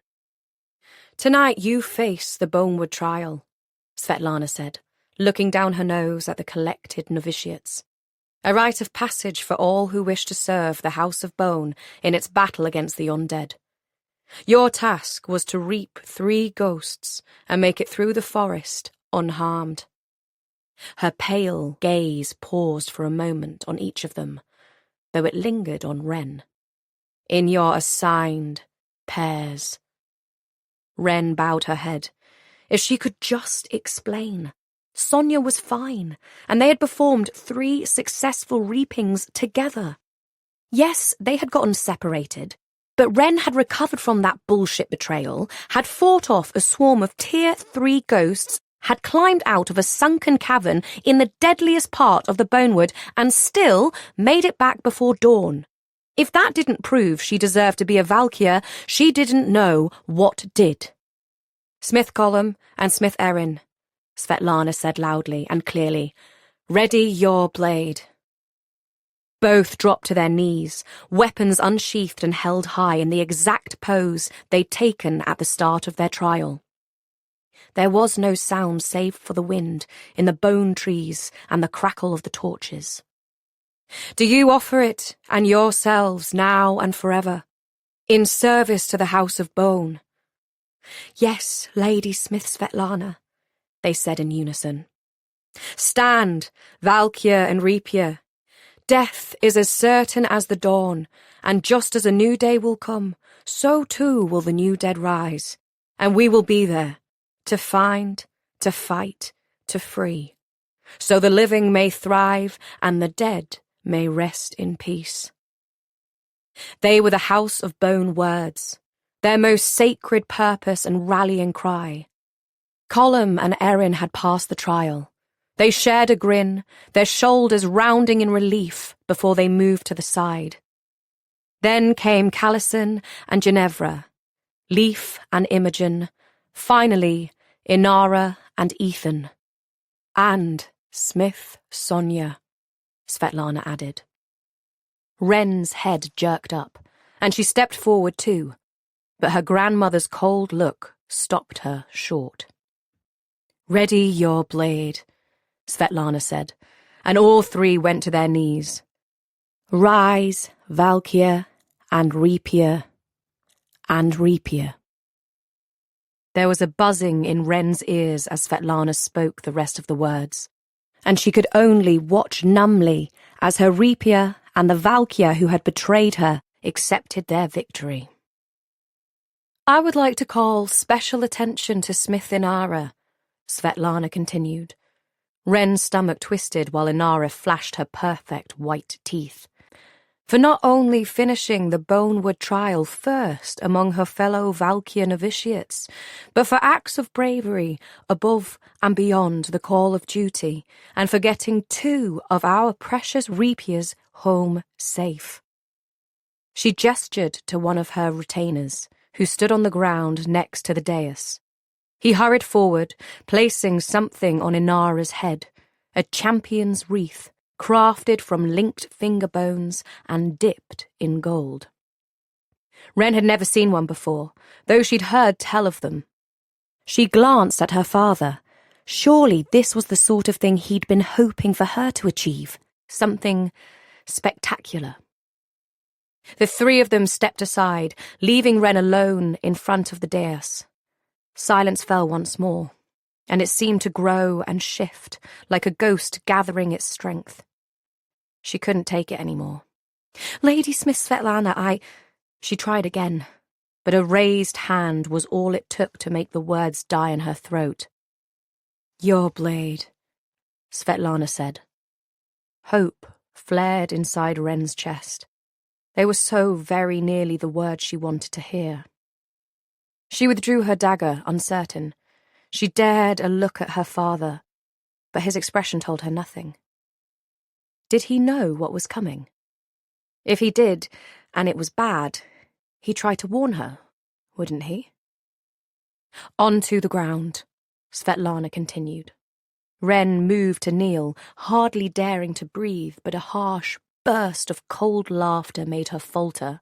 Oh no, not you, Svetlana said, whatever humour had flickered there, already gone from her face. The blade. Wren's fingers clenched convulsively on the hilt of Ghostbane. She glanced at Inara. Even she looked uncertain about what would come next. Despite their bet, Wren had never really intended to part with the dagger, because she had never intended to lose. Ghostbane was her most prized possession, the only gift her father had ever given to her. But Wren pushed past that sentimental attachment to consider what Svetlana's words truly meant. Every valkyr had a bone blade dagger, either inherited from a family member or gifted to them by the House of Bone when they began their training. Without it, Wren wasn't a valkyr, or a valkyr novitiate. But I need it, Wren said blankly, still clutching the weapon. Ladysmith Svetlana was unmoved. No, you don't. Those words woke Wren up. Yes, I do, she said, taking a step forward. My lady, please, you have to let me explain. Wren, came her father's voice, sharp, with warning. Wren ignored him. Grandmother, she said, daringly, desperately. She had never addressed the head of her house so informally before, and certainly not in public. But Svetlana was her father's mother, her blood, and Wren needed the woman to remember that.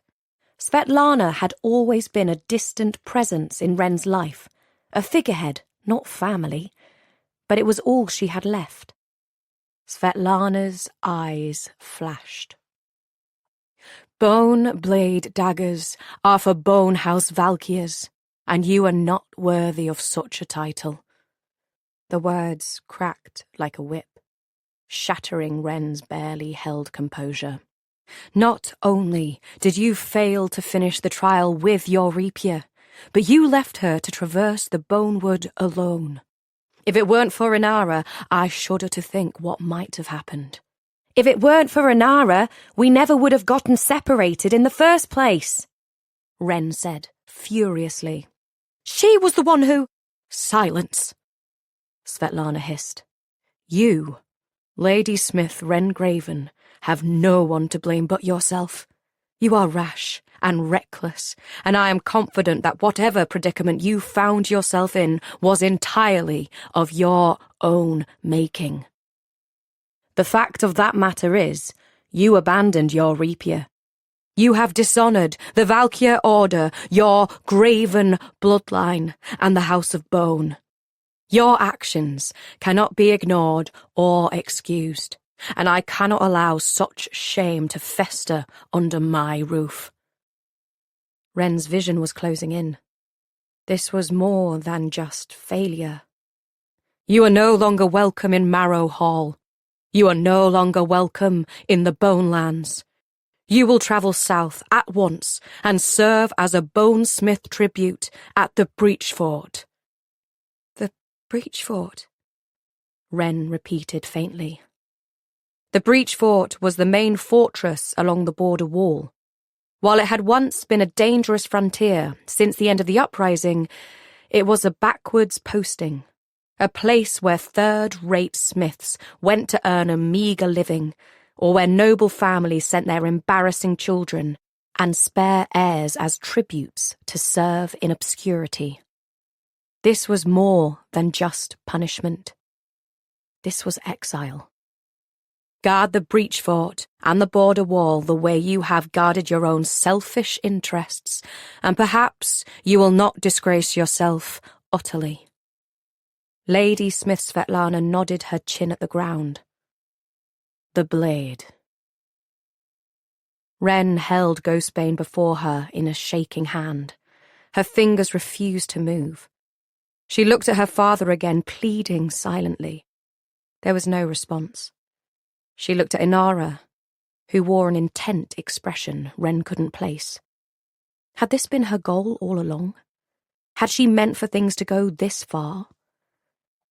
The blade landed with a thump onto the snow. New-made valkyrs and rapiers stood on either side of her, but Wren remained standing alone. She refused to pack, even though the ship would leave first thing the following morning. It was called Castaway, and Wren couldn't help but wonder if it was the universe laughing at her in general, or her grandmother laughing at her in particular. She had always known Svetlana had no love for her, as a granddaughter or as a Bonesmith novitiate. She had been cold, bordering on cruel for all of Wren's life, never really looking at her unless it was to call out or criticize. Still, a part of Wren had believed her father would shield her from the worst of it, but he hadn't. His own place in his mother's heart was tenuous. It seemed that no one was good enough for her, save for the dead. She was pacing when a soft knock came at her door, and she whirled. She knew who it would be. "I can explain," she said, hands raised in placation as her father strode into the room. His face was darker than Wren had ever seen it, the spark in his eyes gone. "I told you to be careful." Her mouth fell open in outrage. Despite her fear, "You also told me to be spectacular. I told you to pass. Spectacularly, not to fail so." Wren's mouth snapped shut. Her father looked around the small room. He decided not to comment on the mess she had made, her clothes strewn about and her bags open and unpacked. "You let a fell best you for the first time ever during the most important test of your life." Wren swallowed. "She tricked me. There was a pit, a cavern, really, and she set a trap. Then they just left me there. She trailed off. In truth, she'd barely survived. But that seemed unimportant now. "Sabotage and subterfuge have always been a part of the Bonewood trial." He straightened, his gaze roving her critically. "I thought with all the nonsense you pull, you'd be well equipped to handle such hijinks." "Hijinks?" Wren spluttered. "I fell into a 15-foot deep mass grave, filled with at least 10 corpses and their Tier 3 ghosts. I am the only valkyr novitiate that could have made it out of there alive, and I barely did." He was unimpressed. "You are not a valkyr novitiate anymore." A surge of impotent frustration rose up. "Father, please. You have to talk to her for me. It's too late, Wren," he said simply. "I told you Lady Smith Svetlana was looking for any reason to fail you. You have never been your grandmother's favourite." The bluntness of it hurt more than it should have. It was no surprise to her, but it was unfair nonetheless. After all, the circumstances of Wren's birth weren't her fault. Wren was conceived during the Iron Uprising. Apparently her father had dallied with a fellow soldier while defending the border wall, and Wren was born as the war came to a close. Her mother had died in childbirth, and Vance had returned home to Marrow Hall with Wren in his arms. That in and of itself might not be enough to earn her grandmother's ire, except for the fact that he'd been betrothed to the king's daughter at the time. The resultant scandal brought their engagement to a swift and bitter end, along with her father's, or more accurately, Wren suspected her grandmother's, royal ambitions. Everything Lady Smith Svetlana Graven did was for the glory and prestige of the House of Bone, and Wren's existence was a strike against that. A constant reminder of it. Vance had disappointed his mother, first by coming home without Locke, heir to their house and her obvious favourite, and second by having an affair that resulted in fathering a bastard child on a random soldier. It was no wonder her father rarely discussed his time serving at the border wall or anything to do with Wren's mother. It was no wonder he'd wanted her to do particularly well tonight. And she'd been exiled instead. She crossed her arms, jutting out her chin petulantly. "You're heir of our house. One day you'll be head. Surely you have a say." "You know it's not that simple," he said, looking away. "I have a responsibility to the entire House of Bone. Not just you. I can't break the rules whenever it serves me." She gave him a look that said quite plainly, "Clearly you can and have. I'm living proof." "And look where that got me," he said, quietly, correctly interpreting her expression. "Living in the shadow of a dead man, without the authority to stand up for my own daughter." Despair welled up inside her. It felt as though the conversation was over, and she searched desperately for a way to extend it. "I found a fresh body down there," she blurted. He stilled. "A fresh body?" "Well, I mean, relatively fresh. No more than 5 years old." His gaze roved her face for a moment. She fidgeted under his stare. "Did you find anything else?" The ring in her pocket seemed to get heavier as soon as he said it. She wished she could show it to him, ask him about it, but she could already hear the reprimands and imagine the blame he might lay at her feet. Was this why she'd taken so long? Might she have saved the situation if she'd not dallied? No, she lied smoothly. This wasn't her first interrogation. "No," he repeated, dragging out the word. When she didn't contradict him, he finally turned away and shrugged. "I'll look into it. A mistake by a new digger, perhaps, or the body was just extremely well preserved." "I know how to date a body," she snapped, arms crossed. She might have failed the Bonewood trial, but she had been studying dead bodies in various states of decomposition since she was 8, when her Bonesmith training had begun. "As you say," Wren scowled. "Are you determined to fight? I came to say goodbye, not argue." How did he always do that? Make her feel like she was the one being unreasonable, like she'd started all this, when he was the one who refused to listen. When she didn't respond, or remove the frown from her face, he laughed. He put his large hands on her shoulders and squeezed. They were almost at eye level, but the gesture made her feel small. "Come now, little bird. I don't want us to part in anger." She clenched her jaw, refusing to look at him as sudden moisture pricked her eyes. Little bird. He'd not called her that in a very long time. She was leaving, and she didn't know when she'd see her father again. She never really knew, with the way he was always coming and going from Marrow Hall. But this time, things were far more precarious. Her assignment as tribute at the Breach Fort had no end date. It could be 2 years, 2 months, or the rest of her life. She caved, uncrossing her arms and meeting his gaze. "Atta girl," he said, nodding his approval. Wren hated the way her chest glowed with it. "Now, do your duty and serve honourably at the Breach Fort." "Serve honourably," she repeated flatly. "Yes, that means no more mischief, Wren.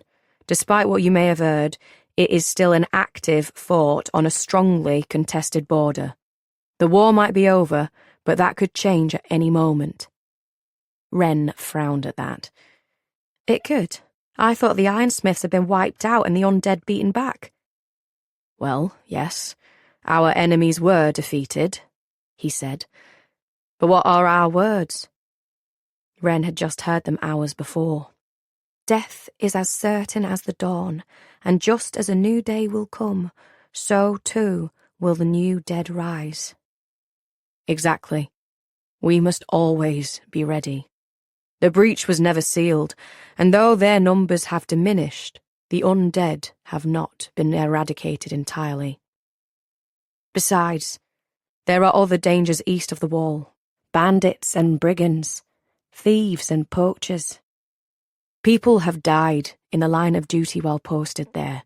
Your uncle died while posted there. He paused, as he always did whenever his brother came up. Your name, your position. They will not be able to protect you. I will not be able to protect you. Do you understand? Wren nodded, fighting back a rush of emotion. It was a relief to know that he did care, despite his lack of reaction after the trial and his insistence that there was nothing he could do to help her, that he wanted to protect her, even if he couldn't.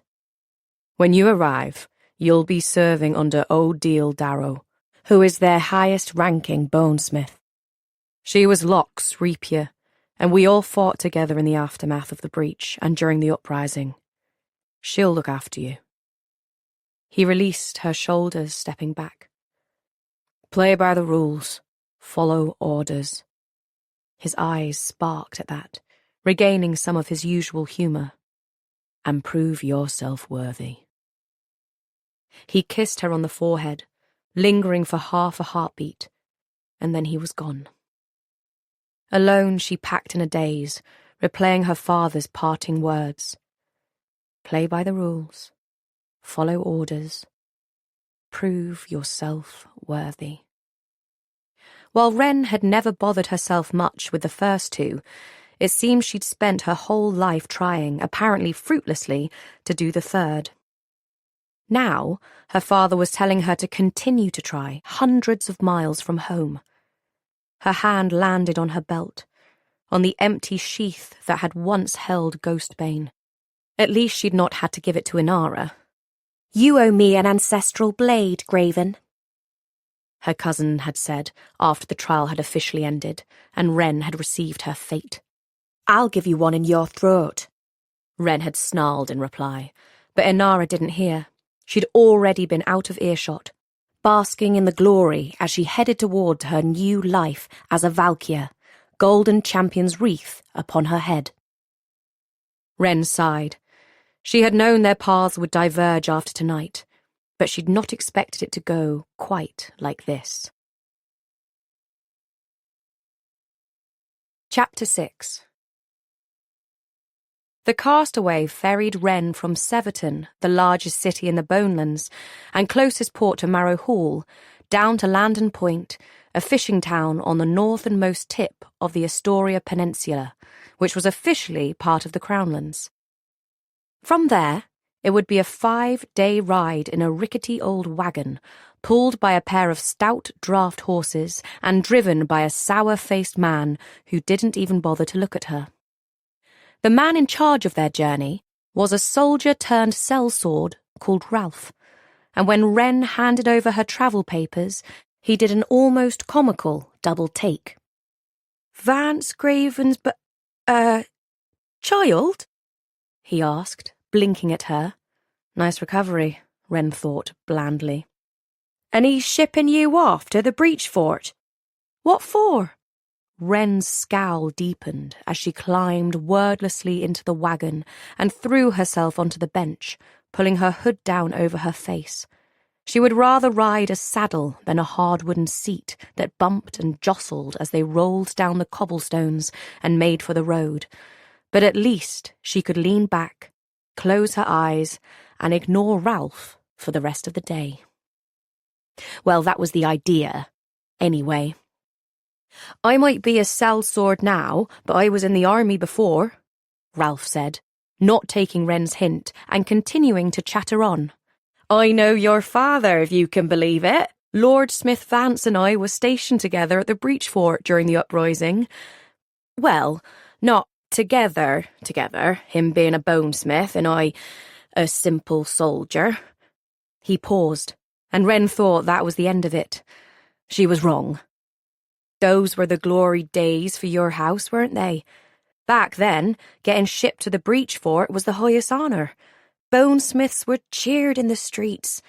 Now, though, well, unless there's a second uprising, I'm afraid your lot is back to funeral rites and village hauntings, aren't you? Not much renown to be found in that, is there? Of course, work is work. Why, just the other day... While Wren let most of his words go in one ear and out the other for the next few hours, she did at one point catch the phrase, first passenger, which meant they would be travelling with others. Indeed, Ralph journeyed to the breach fort 4 times a year, or so he shouted as they made their way down the busy road, which Wren assumed must be for her benefit, though she hadn't asked. Travelling from Lantern Point down through several smaller villages and towns before circling Brighton in the Silverlands to the south and then making for the breach fort to the east, gathering up tributes along the way. Brighton was where the House of Silver trained their smiths, and besides Marrow Hall, they sent the most tributes to the fort. Silversmiths were primarily healers, and therefore always in demand at military postings. Silver was antibacterial, so besides using it to clean wells or keep casks of wine fresh and free from germs, it had long been used in medicine. They used silver thread in bandages to wrap wounds, silver sutures to close deep cuts, and silver instruments to perform surgeries. Wren had even heard they could use silver to stabilise broken bones while they mended. The stonesmiths, on the other hand, had helped build the border wall and often did contract work in its maintenance, but they weren't a formally recognised smith house, so they didn't send tributes. Decades ago, they had allied with the southern kings during the conflicts that eventually saw the northern Valorians gain sole rule over the dominions, and had lost everything in the aftermath. Now, there were only a handful of families scattered across the dominions who maintained the traditions, but they had no central house or lands. Still, the castle at Stonespear, built 2 centuries ago, was said to be the most magnificent in the dominions, even grander than the gold-encrusted monstrosity that was Giltmoor, seat of the House of Gold. Wren had long wanted to see Stonespear for herself, after she finished her training and became a valkyr. Now that she was exiled, she realised with a pang that she might never get the chance. Goldsmiths had little to offer in wartime, so they didn't bother with tributes and just sent gold instead, while ironsmiths were all but extinct. Thanks to the breach, their craft had been outlawed and their schools shut down, though they certainly weren't the only smiths to receive such treatment. The ghostsmiths had been the first smiths to be exiled. Wren tuned back into Ralph's incessant chatter in time to learn he wasn't the only person to make a business of transporting tributes. Indeed, before long, he was disparaging the competition. They might have cheap steel and horses and know the roads, but they never saw war. I'm the best protection money can buy, Ralph said proudly. He had decided, much to Wren's dismay, to ride beside the wagon rather than in front, so he could more easily speak to her. He smiled down at her expectantly. Did he want praise? And there was no pretending she hadn't heard, as she had done several times before. Is this road so very dangerous? She asked uncertainly. She didn't really care. She wanted to stew in silence and self-pity. She still couldn't believe she'd allowed herself to be tricked and trapped and carted off to the edge of the world by a man named Ralph who didn't know when to shut up. Any road that cuts through the wilderness is dangerous, he warned. Outlaws roam the riverlands to the south, no matter how hard His Majesty tries to keep them in check, and pickpockets and thieves will lay traps outside the cities, setting upon weary travellers, not to mention other soldiers who've not found honest work after the war. or decided never to bother to try. Wren perked up slightly. Have you often had to fight? A highway robbery would certainly shake things up. Never, the driver chimed in helpfully, causing Ralph's puffed-up chest to deflate. Not yet, he clarified, peering around ominously. Wren sank back into her seat. Like most in the Dominions, Ralph refused to travel after dark, misunderstanding the undead. They could rise and attack in daylight as well as at night, even though they preferred the darkness. It had to do with the warmth of the sun, which made it difficult for their ghosts, cold in nature, to take shape. Like cool morning mist, their spirits would be steadily burned away by the heat of the day. Regardless, all the major roads had Bonesmith-installed protections anyway. They would be totally safe, especially since Wren was with them. But when they arrived at a small roadside village, she was told to exit the wagon and sleep in the stables Ralph had secured for the night. So she did, with distaste. Backwoods places like this would be unable to afford to keep a bonesmith in residence, so they had likely paid for one to see to their protections. Wren could sense the bones that surrounded the village, as well as the additional talismans that had been set into several of the larger buildings, including the stables. Perhaps they'd had a ghost attack their expensive horses at some point, making them wary. Or perhaps this allowed them to house visitors in a place with no inn. When they departed the following day, they had 3 additional passengers. They stopped several more times in smaller villages before they reached Aspen Ridge, a large town with a full bone palisade outside the stone walls that enclosed it. It was a highly frequented crossing, with a dedicated bonesmith temple. Homes and villages could erect whatever protections they wished to guard themselves from what lay beyond their borders, but they did nothing against the undead within. All it took was one citizen too poor to pay for proper burial rites, or a tavern brawl gone awry, and an unchecked body in a gutter, and there could be a ghost haunting their streets.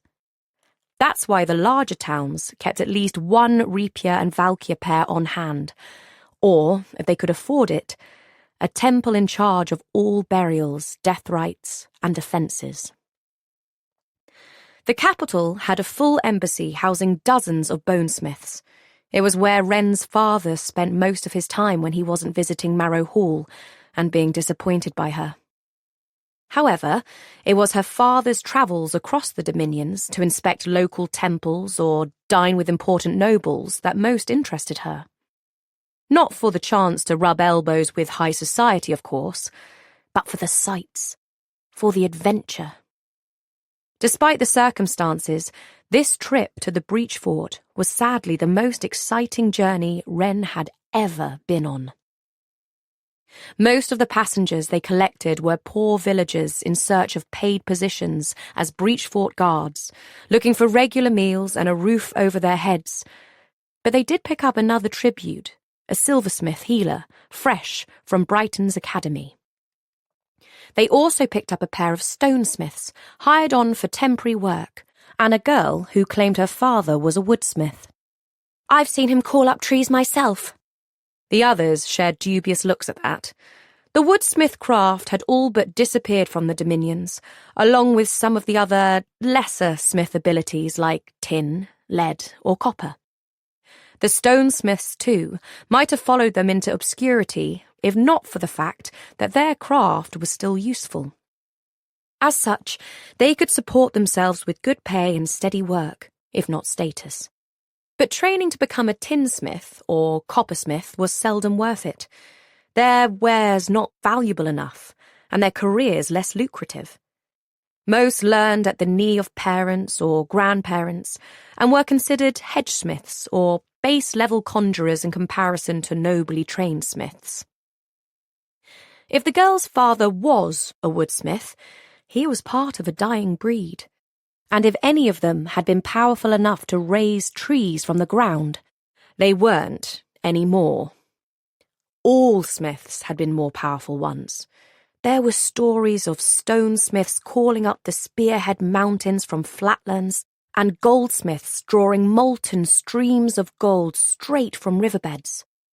The librarian at Marrow Hall said the gravedigger could sense bones from miles away. But apparently, magic faded over time. Bloodlines watered down, and abilities weakened generation after generation. In the case of the woodsmiths, there wasn't a lot of forest in the dominions to begin with, so it was probably difficult to maintain the connection to the material their magic required.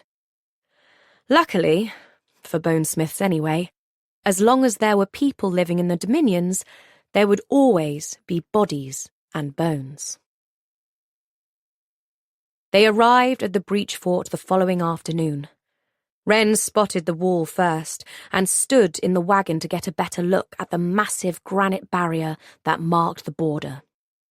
It snaked across the landscape, over steep hills and rocky ground, disappearing in both directions. As they grew closer, the fort itself became visible, nestled against the base of the wall, and made of the same grey stone.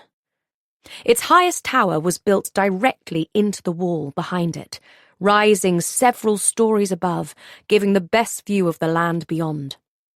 Matching towers were spread along the rest of the wall, acting as lookout points and housing smaller garrisons. There was a gate within the breach fort, allowing crossing to the other side, and another farther south called the Silver Gate, though the accompanying fortress was small and more lightly guarded.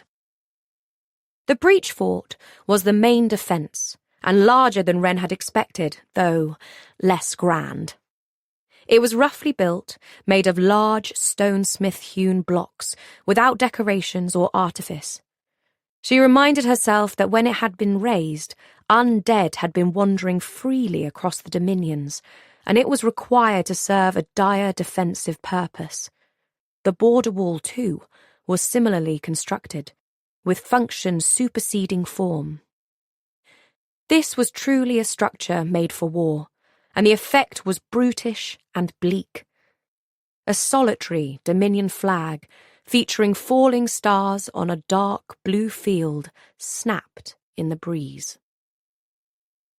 Guards ranged along the fort's battlements as Wren's party rode through the western gate, though it was too high for her to see which way they looked, east, toward the breachlands and the haunted territory beyond, or west, at the newcomers. The courtyard, however, was a different story. Breach fort servants and stable hands milled about, staring openly at the arriving wagon, while guards halted in their training exercises or paused on the way to their postings. Wren raised her chin instinctually. It wasn't her first time being openly stared at, and busied herself leaping from the wagon and unloading her bags. She hadn't gotten far before she and the others were directed to stand at the foot of the wide steps that led to the main hall and await Commander Duncan, the breach fort's leader. Ralph and the wagon driver cleared out, and panic, sudden and fierce, pinned Wren to the spot. She had the mad urge to chase after them. Maybe she hadn't tried hard enough to convince her father to let her stay. Maybe if she really begged, he'd take pity on her. Commander Duncan descended the steps, an older man dressed as a steward standing beside him. The commander was a tall, broad man with ruddy brown skin, who looked like he might have made an impressive warrior once. Now, his shoulders were rounded, his hair receding, and his belly straining against the buttons of his jerkin. He still dressed as a soldier, but one who was off-duty, with tall boots, thick gloves, and a sword at his waist. Wren doubted he had seen any real action in years. He didn't bother with welcomes or pleasantries. The steward, a pale, reedy man with white hair, handed over a list, and Commander Duncan called out assignments. The villagers would be heading to the guard captain to start their basic training, while the silversmith would report to the infirmary and the stonesmiths to maintenance. Ladysmith Wren Graven of Housebone, he called out finally, easily identifying her in the crowd. "Your report to Smith Odile Darrow at Bonesmith Temple." Ah, yes. Odile Darrow, highest-ranking Breachfort Bonesmith and former Reapier of Lochraven. Also, Wren was quite certain, her new babysitter. Chapter 7. The Bonesmith Temple was underground, at the bottom of a flight of stone steps. It consisted of a single workroom with a long table, its surface smooth black stone and scattered with various bone weapons in need of repair, jars of bone dust, and a couple of scythes with dulled edges or rusted grips. Guttering candles were set in sconces or shoved into darkened recesses. The entire place was unnecessarily spooky, even for a bonesmith, and Wren tripped over several stacked chairs that were impossible to see in the darkness. She realised this space had likely once been a meeting room or council chamber, the long table meant to seat at least a dozen bonesmiths. Closed doors led into additional chambers, though she suspected they were no longer in use. Only one door was open, a faint glow spilling out into the main room. Wren edged around the remaining chairs, dumped her bags on the ground, and knocked hesitantly on the open door frame. "Yes," came a woman's distracted reply. Wren could just see her seated behind a desk, head bowed, her nose in a book. Wren sighed, speculating how far Ralph had made it at this point, and wondering again if her father would take her back if she pleaded hard enough. Instead, she squared her shoulders and lifted her chin. "Commander Duncan sent me. I'm your new Bonesmith tribute." There was a pause, and finally the woman, surely Odile, looked up. Her pale-eyed gaze raked over Wren with surprising intensity. She blinked, then seemed to come back to herself. "Of course. Come in." Wren strode into the room, which was set up like an office, with a desk in the centre where Odile was seated, the surface littered with papers and leather folders. The walls were lined with shelves stacked with books, bones, and more candles, and there was a fireplace, darkened with soot and burning low. Wren paused before the desk, the woman's gaze still unnerving as it took her in. Finally, Odile smiled, but it seemed a resigned sort of expression, like she was amused at her own expense. She leaned back in her chair, hands steepled across her stomach. She was around Wren's father's age, her copper-coloured hair sleek and cut in a severe line at her chin. "Lady Smith Wren-Graven, I presume," she said. Wren nodded. "Call me Wren." "You certainly look like him." "Like Vance?" Wren asked, assuming Odile meant her father. The woman's smile tightened, and Wren recalled that while her father had said they'd served together at the fort, he'd never said they were friends. "I was thinking of Locke, actually." Her expression softened, turning almost wistful before she continued. "But I'm sure there is a resemblance to Vance in there too. Somewhere." "If you find it, you'll have to let me know," Wren said. "And my grandmother while you're at it. When she looks at me, all she sees is my mother, though she never even met her." While Wren had the same eyes as her father, with pale bonesmith irises and stern, straight brows, it seemed that there was little else to connect them. His hair was a light ash brown, thick with curls, his nose proud and prominent, and his olive skin easily tanned. Wren's hair, meanwhile, was silvery blonde and scraggly, her nose small and delicate, her skin more likely to burn than brown. Odile's lips quirked. Ladysmith Svetlana is better at seeing faults, I think, than family traits, though the two are often one and the same. Had that been a joke? My father said you were my uncle's rapier, that all of you served together here at the fort. Is that all he said about us? She asked. About me? Wren shrugged. He said you'd look after me. Odile looked disappointed for a moment, before she snorted. Forgive me, she said, seeing Wren's startled expression. Odile shook her head, again with that same rueful smile. I assumed you'd be expecting me, Wren said awkwardly. How else had she known Wren's name? Oh, I was. Your father sent me a letter. She paused. It's just so very typical of him. Charging me with your care when he's done such a piss-poor job of it himself. Wren reared back in surprise, but Odile wasn't done. The man spends half his time gallivanting across the dominions, leaving his only child behind in that frigid, barren crypt they call Marrow Hall. And then, when the time comes to see you safely settled in your career, he lets his mother ship you off to the breach fort, the only child of the heir of the House of Bone. I failed the Do you want to know who else failed the Bonewood trial?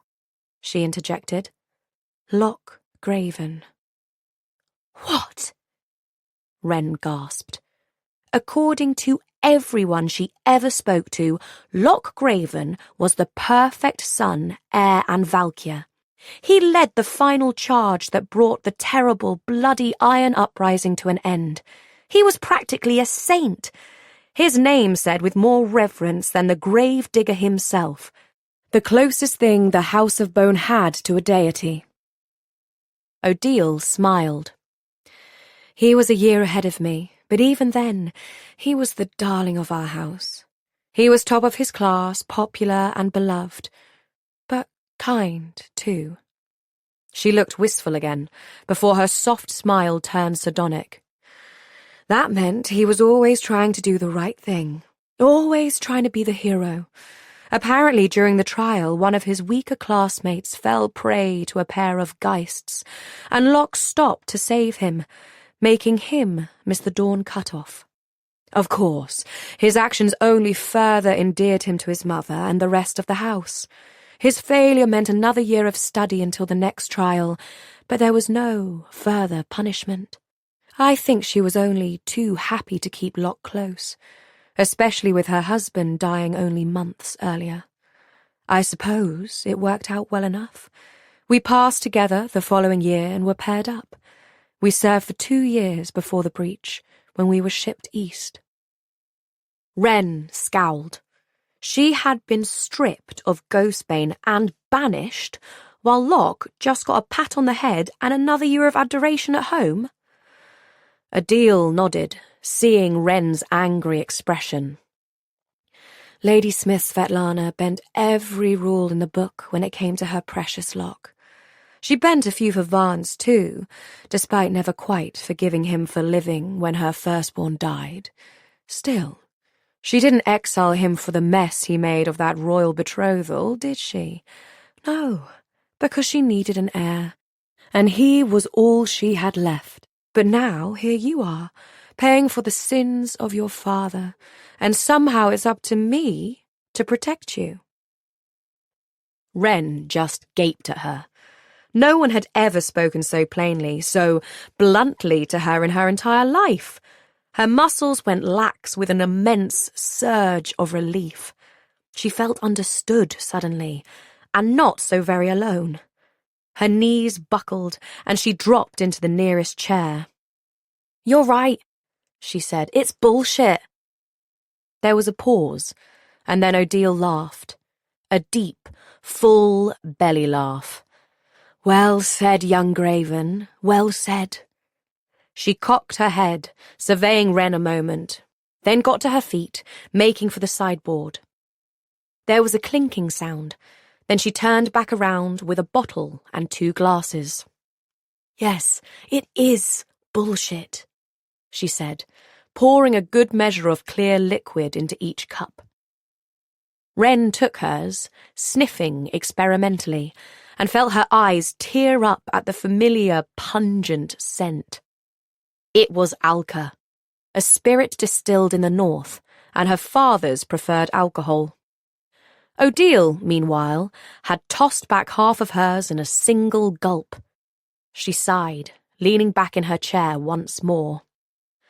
But who are we if not loyal servants to our house, So I will do my duty. I will look after you and keep you as safe as I— But that's the thing, Wren said, cutting her off. She took a quick sip of alka and gasped as it lit a fiery track down her throat. She coughed, but the words still came out as little more than a croak.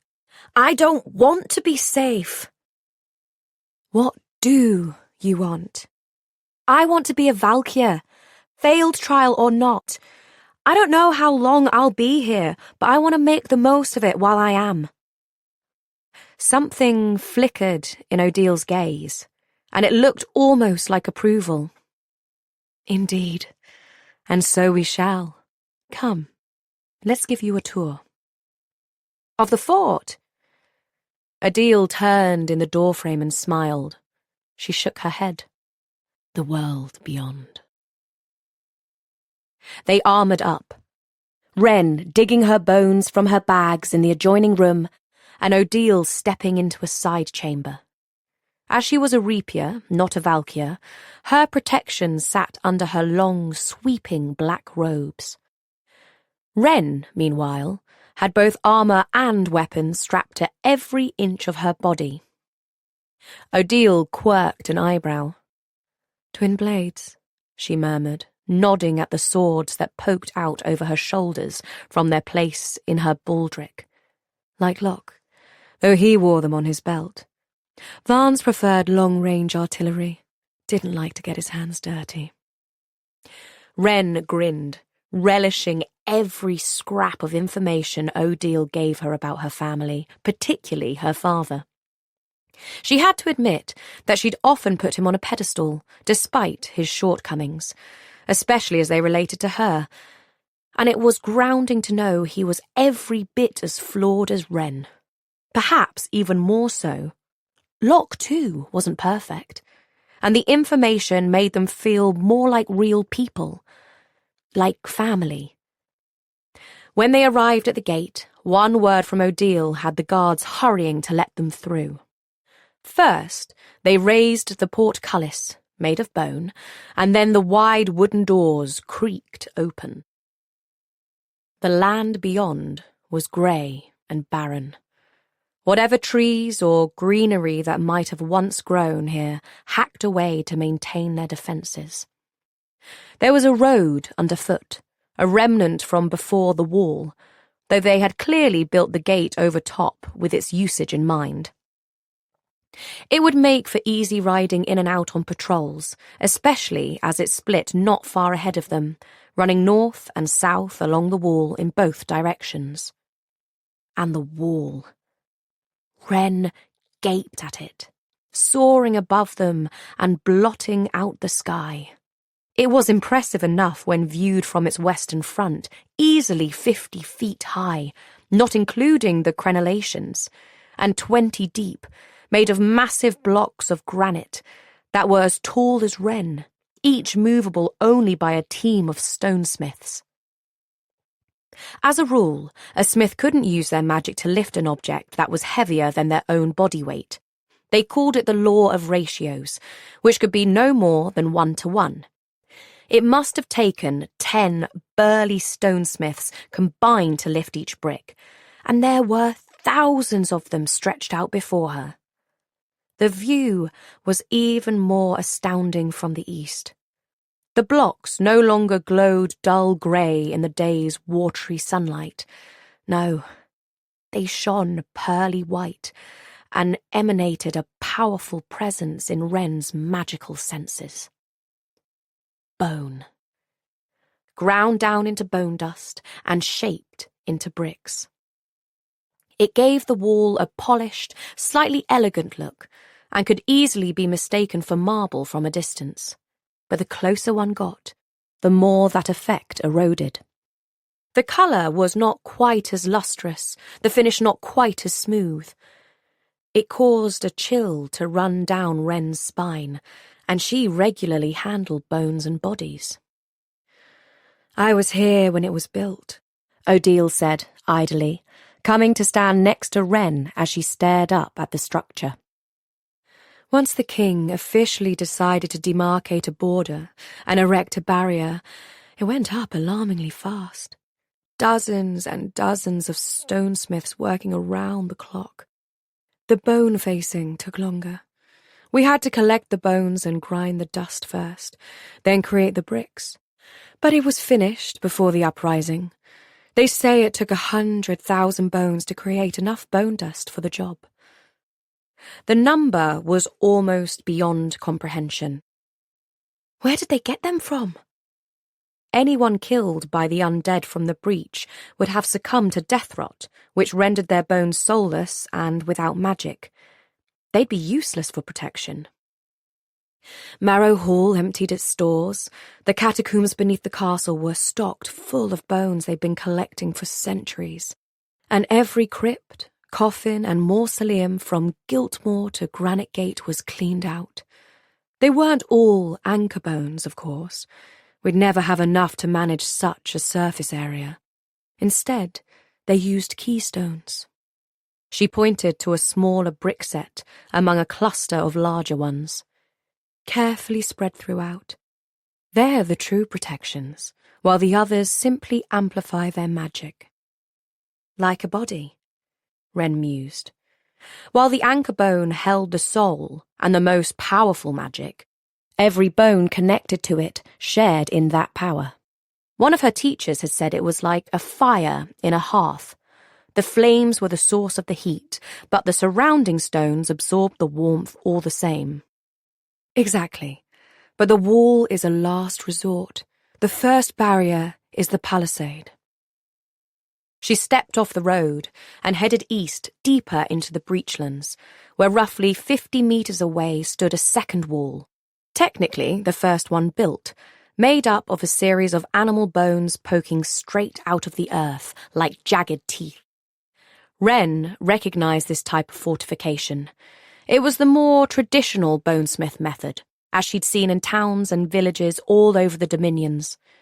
Each bone, depending on size, provided a certain radius of protection, and the bonesmith fabricators who built these structures had it down to an exact science. Massive bones, not unlike the rib cage Wren had seen in the bonewood, protruded from the soil every 10 feet, with smaller bones used to bridge the gap between the harder to find and much more valuable mammoth and whale bones. It was a truly haunting sight, more primal and unnerving than the stone and bone border wall behind it. Wilder and less civilized, maybe. It harkened back to simpler times. Unfortunately, it didn't hold up on its own, Odile said.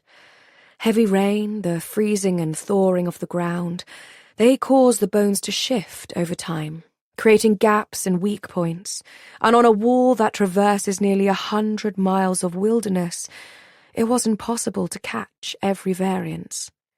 Now it acts more as a deterrent than an actual barrier. Stronger undead can sense the holes and pass right through, and tier 5s, some of them can even touch it.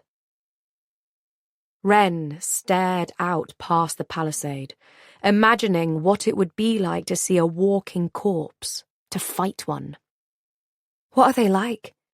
she asked. "The tier 5s, the revenants." Odile cocked her head at Wren, considering. "Didn't your father—" Wren shrugged, kicking at a stone on the ground. "He doesn't talk much about the war, about any of it." When she looked up again, Odile had glanced away. "I suppose not," she sighed. "It's difficult to explain. Some of them look almost human, fully intact, moving with the lingering familiarity of the living. Those are the hardest to deal with." She cleared her throat. "Others, They're so badly decomposed, the spirit shines through their bones, and barely there scraps of flesh, turning them into something more akin to a puppet on strings. Either way, our usual methods don't work against them. She reached up and tapped Wren's temple. Use this, if ever you should face one. And this. She lowered her hand, and Wren thought she was going for her chest. My heart? Odile rolled her eyes, and then used the back of her hand to smack Wren in the stomach. Your gut, Wrengraven. Listen to your gut. Your instincts will know what to do, even if your training fails you. The tour didn't last long after that. Odile pointed out the distant towers, how far Silvergate was, and various other features. You said if... Wren began as they strode back to the fort. A distant patrol could be seen riding from the south back toward the gate. Does that mean... Do you not see any action here anymore? It's what she'd heard, but better to find out firsthand. Her father seemed to believe things could go bad again at any moment, and she wanted to know if there was merit in that, or if he was just being paranoid. Not of the sort you're imagining. Our patrols, she gestured to the riders who'd beaten them to the gate up ahead, are more likely to encounter living problems than undead ones. What about the haunted territory? We haven't journeyed past the palisade for 10 years, and no one has entered the haunted territory since the uprising. Since the final battle, when her uncle and hundreds of others had died. You look disappointed, Odile observed. When I first arrived at the temporary camp that would become the breach fort, it was with a dozen other Bonesmith tributes. Only half of us survived the week. Wren looked up, shocked. Odile nodded sadly. This was in the immediate aftermath of the breach, back when we used to send patrols deep into the haunted territory. We were still trying to understand what had happened, what we were dealing with. It's just, Wren began, hating the whine in her voice, but unable to master it. He told me, my father, he told me to come here and play by the rules, follow orders and prove myself. But if we don't patrol beyond the palisade, if there's no real danger from the undead, I won't get the chance. I never said there was no real danger, Odile clarified, merely that we no longer patrol beyond the palisade. Ignorance is bliss, as they say, and Commander Duncan is only too pleased to report the lack of activity on his watch. Wren considered that, frustration building inside her. So it doesn't matter either way. Even if there is danger beyond this border, I'll never see it. Not necessarily, Odile said carefully. Besides, there are other ways to prove oneself than in combat. How? Wren asked desperately. Odile laughed, shaking her head. Gravens, she muttered. I'm certain you'll have your chance. She continued, expression growing more serious. Then she smiled. And in the meantime, I'm the one who reports back to your father. We'll make a hero of you yet. But why? Wren asked, totally taken aback. Why help me? Odile looked at her for a long time, but it wasn't her father's measuring stare or her grandmother's cold evaluation. It was soft and gentle, and maybe a little sad. Because somebody should. Chapter 8. Despite Odile's promise of other ways to prove herself, Wren's first weeks at the fort passed in a blur of boredom, and no undead. She didn't know what Odile wrote to her father in her reports, but unless she invented tales of intrigue and danger, The details of Wren's activities at the fort would be very dull indeed. Still, she tried. She did as she was told, played by the rules, followed orders, showed up for training, was never late for patrol, and stayed out of every kind of trouble. For all the good it did her. She was doing everything right for the first time in her life, and it didn't matter. They weren't soldiers in the midst of a battle for their lives. They were security guards, watching a boundary line that nobody crossed. It was a far cry from the glory days her escort Ralph had talked about. Wren and Odile were the only two permanent Bonesmith tributes at the breach fort. Any others were there on temporary contracts, and all of them were fabricators, meant to repair damages and move on. As such, Wren went out on every patrol, though she supposed if they actually found any undead, they'd have to send for Odile to finish the job. But of course, they never did. There were no run-ins with the undead, no skirmishes with the promised bandits and raiders. They were more likely to run into regular people who lived east of the wall, trying to sneak over the border or buying and selling contraband. Some of the guards will do business with them to supplement their wages, Odile explained, when Wren returned from patrol one night after turning away a group of breach-side locals and their wagon filled to the brim with items for trade. She was standing in the main workroom, organising jars of bone dust and other smithing supplies. Whether Commander Duncan likes it or not. I didn't realise there were so many people living east of the wall, Wren admitted, leaning against the table. Or that they had anything of value to trade. Oh, they have items of value, Odile said, without looking up from her task. There are whole towns along the coast. They are not thriving as they once were, but they are surviving, at any rate. Not everyone got out when the wall went up, as you well know. The haunted territory that surrounds the breach spans less than half of the region trapped behind the border. She indicated a large map mounted on the wall, depicting the dominions and the land beyond the border wall. Wiping her hands on her robes, she walked over to the map, indicating each region in turn. The Adamantine Mountains, the Serpentine River. There are natural barriers that keep the worst of the undead activity trapped in the northeast. The coastal towns are relatively safe if isolated. Their shallow shores and dangerous currents make it impossible for ships to dock, not that any would dare, given the state of things. They struggle more for food and supplies. That's what they trade the guards for than against undead, though they are troubled by them often enough.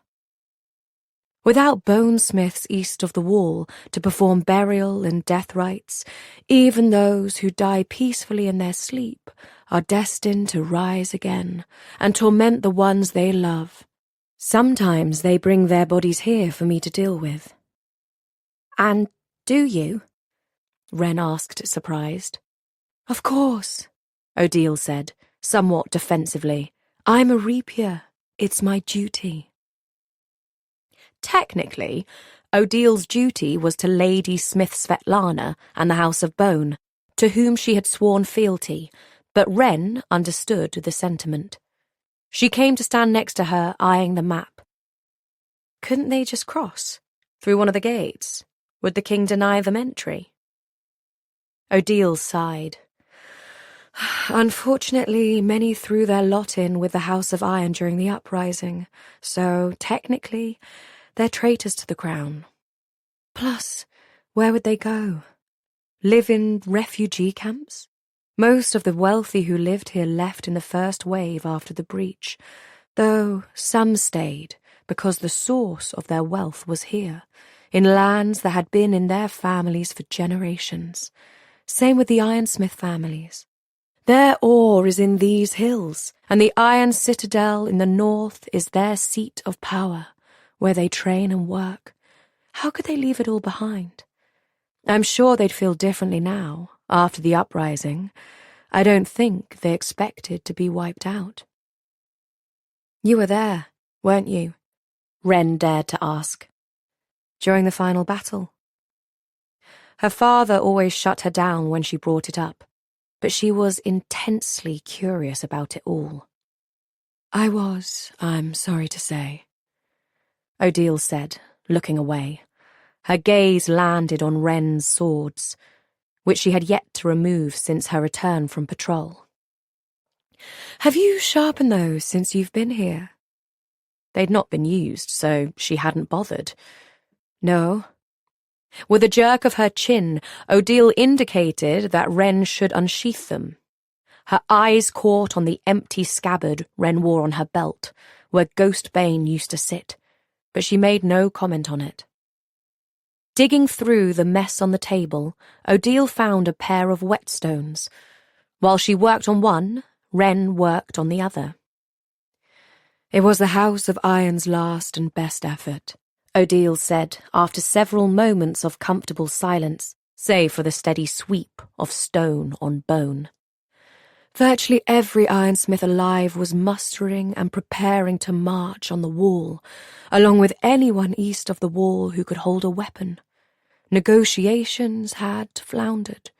The king refused to risk foreign trade, which had only just started to pick up again after the breach, for the sake of the House of Iron. You see, the ironsmiths didn't want rescuing. They wanted help in their war against the breach. They wanted to reclaim their lands, not leave them to the undead. They wanted us, Bonesmiths. But the king refused to give us to them. Now they were ready to march in force, to tear the wall down, to hell with the consequences.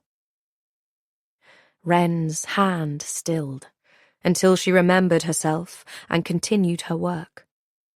She didn't want to draw Odile's attention and end the story. She knew only the very basics of what had happened nearly 20 years ago.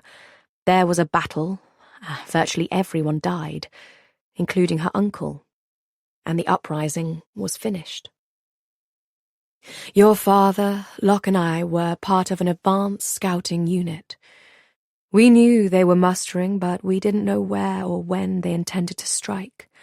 The wall is long, and there are various vulnerable points. So along with a contingent of soldiers, we attempted to sneak up on them.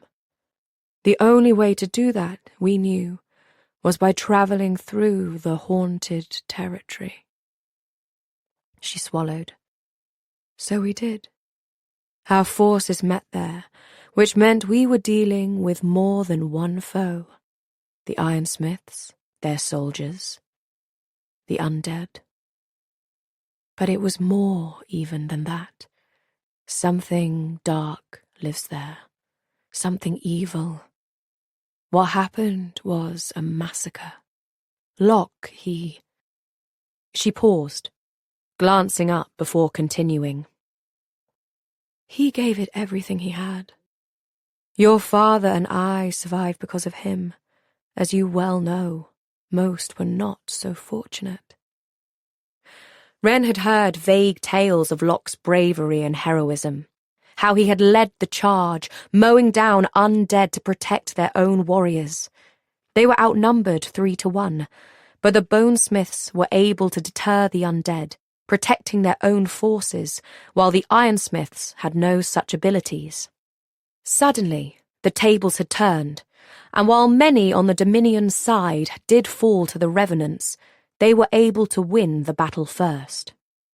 It must have been terrible, Wren said, trying to imagine a battle with the undead on such a scale. A battle with the living. It was like being torn in two, Odile said, barely above a whisper. I am a Bonesmith, but the town where I was born is on the very edge of the haunted territory. You were born in the Breachlands? Wren asked, surprised. Well, they weren't the Breachlands back then. They were called the Ironlands. But yes. Were you born to an ironsmith family? Smith abilities generally followed bloodlines, but when two Smith bloodlines were crossed, one ability became dominant and the other recessive. There was no way to guarantee which would manifest most strongly, and recessive traits could pop up generations down the line. It was why most marriages within Smith houses were carefully curated to ensure their magic persevered. Lucky Wren had turned out a Bonesmith, or her grandmother might not have accepted her at all. No, but my father and older brothers worked in the mines. Wren's stomach plummeted to the floor. Did they die in the breach? Yes. I'm sorry, Wren said quietly. Adil waved her off, but her gaze had grown distant, almost cold. I'm not sure it mattered in the end. If they'd not died during the initial incursion, they'd undoubtedly have fought and died in the uprising afterward. Perhaps it was a mercy that I'd not had to face them while fighting on the other side. Silence filled the workroom. Adil looked down, then handed Wren her sharpened blade. Suddenly, Wren's dreams of glory, of making a name and proving herself felt petty and low. A messenger arrived then, interrupting the tense quiet. He bore a folded letter marked with the breach fort's own seal. That'll be Commander Duncan, Odile said, taking the letter and dismissing the boy. She broke the seal as she made for her study, and not being told otherwise, Wren followed. As Adil settled behind her desk, Wren sank into her usual seat in front. The fire was burning brightly, banishing some of the chill that lingered in the outer chamber. Adil's eyes flew across the page. Her expression was grim, or maybe it simply remained grim after their conversation about the war. Her eyes fluttered, closed for a moment, as if she was stealing or recentering herself, and then she dropped the letter and grinned. I think we've found your chance. To prove myself? Wren asked eagerly. Does this mean you haven't been singing my praises on every report? As she'd hoped, Adil's smile widened. The gravedigger will be nothing compared to the tales I've told of you. Still grinning, she handed Wren the letter. Wren took it hastily, scanning the page. A royal visit? Odile nodded. The third Prince Leopold shall grace us with his presence, drain our meagre resources, then continue on his grand tour of the dominions. There will be meetings, dinners, inspections of the fort and its defences. Wren frowned. You think I can prove myself to him? A prince? Odile tilted her head. Can you think of anyone better? Besides her father, no, she couldn't. How? Leave that to me. Chapter 9. Over the following days, Odile's mood fluctuated between her normal wry humour and something detached and forlorn. Wren blamed herself for asking about the uprising, for bringing up painful memories. Whatever Odile thought of Vance, Locke had been her valkyr. They had obviously been close, judging from the way her gaze turned distant and her mouth soft whenever she spoke of Locke, and losing him had to have been difficult. Between him and her family, who knew how many others she mourned? Despite her less-than-sunny disposition, Odile was true to her word. She kept Wren abreast of the prince's upcoming visit and ensured Wren was properly informed when it came to the royal family history. The Gravens of House Bone are the most recent Smith bloodline to join the ranks of the nobility, thanks, of course, to the integral role Bonesmiths played in defending the dominions against the breach. The Iron Uprising continued that relevance, though now that both those threats have waned, we are enjoying less power and influence. It seems the darker the hour for the Dominions, the brighter the light shining upon the House of Bone, she said, wearing her familiar smirk. Speaking of threats, the Knights of House Iron were the first ennobled bloodline. Wren knew this much. The Valorians, outworld immigrants determined to take control of the Dominions for the rich trade potential, sought out the ironsmiths and paid them handsomely, promising lands, a title, and a wealth of other benefits, if they would swear fealty to their would-be king and help them take over. There was nobody more dangerous on a battlefield than an ironsmith, and no weapons as strong as ironsmith metal. As such, few dared to stand against the mighty Valorians and their Iron Legion, the rest of the local lords and petty kings succumbing to their iron blades or bending the knee one by one. It was a landmark move, Odile continued, feet up on her desk as she lectured Wren, glass of alka in hand, making her the most unorthodox teacher she'd ever had. It helped the Valorians secure their throne and the present-day dominions take shape. House Silver came next. They were elevated after they single-handedly put an end to the cholera epidemic that struck several of the larger coastal cities, including Port Valor. They had saved the capital city from ruin, and the Queen's life, if the rumours are true, and soon there were silversmith healers in every town. But the veins of House Gold were the first to rise above all others and get a Smith bloodline in the royal family, the ultimate status symbol. Wren thought of her father, who had failed to do the same for their own house. It was King Augustus's grandfather, King Gaius, who decided to marry his daughter to a goldsmith. Not for their magic, of course, but for their money. House Gold has always been wealthy thanks to their thriving mints and healthy foreign trade, but none are richer than the Vanes. They could buy anything they wanted, and it was only a matter of time before they set their sights on a throne. The crown had nearly bankrupted itself fighting off a Rayland invasion, so it seemed an easy solution to the king. He elevated the Vane family to the status of nobility, so there could be no complaints about suitability, then married his daughter and heir, Emmeline, to their eldest son, Henry, a powerful goldsmith. The result is goldsmiths occasionally dotting the royal family line.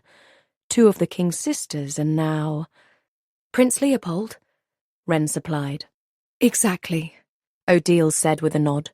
The Gold Prince, by all accounts. He is clever, handsome, and bored. Just my type, Wren muttered before she could stop herself. Odile barked a laugh. Indeed, but he still has influence. She stared down at her now empty cup, her mood turning sombre again. He may be able to help you. Wren nodded, though she had a hard time believing it. If not, at least I've got you. She smiled, and after a heartbeat, Odile did too. Then Odile got abruptly to her feet. Oh, are we done for the night? Wren asked, standing as well. Not quite. Follow me. As they emerged from the lower-level temple, Wren thought they were heading for the courtyard and gate, but Odile gave a short whistle and steered her in the opposite direction, toward another basement passage on the other side of the keep. It was late, and the fort was quiet, their footsteps echoing softly. I've never been down here before, Wren said, as they started their descent. That's because this passage leads to the dungeons. Odile said, leading the way down the stone stairs, which were sporadically lit by flickering torchlight. Confusion bloomed in Wren's mind. Why was Odile taking her into the dungeons? The staircase spiraled down into darkness until they entered the detention levels. There are 3 holding areas, Odile explained. The top level is for important prisoners. Officers, nobility, people with wealth and position. They get braziers and furniture and other creature comforts, while the second level is for more dangerous captives. Enemy soldiers, raiders, smiths. As they came to the next level, the hall was definitely less pleasant-looking than the one above, which still held some of the trappings of the upper floors, like carpets and windows. This one was all stone, cold and draughty and dark. It was also empty, as the floor above it had been, without guards or prisoners. To Wren's surprise, they'd reached the end of the stairs. Hadn't Odile mentioned 3 holding areas? But the woman only smiled faintly and walked around the bend in the spiral staircase, as if expecting the steps to continue right through the brick wall. Only, it wasn't a wall. As Wren accompanied her, she spotted a lock embedded in the surface, and it was made of bone. Odile produced a matching bone key from a chain inside her robes and fitted it into the hole. There were 2 clicks before the door opened with a blast of frigid air. It was a common bit of smith magic, fashioning a key that required 2 turns, one with your hand, the other inside the lock with your magic. Bracing herself, Wren followed Odile down another flight of stairs, taking a torch from the bracket next to the door at Odile's instruction.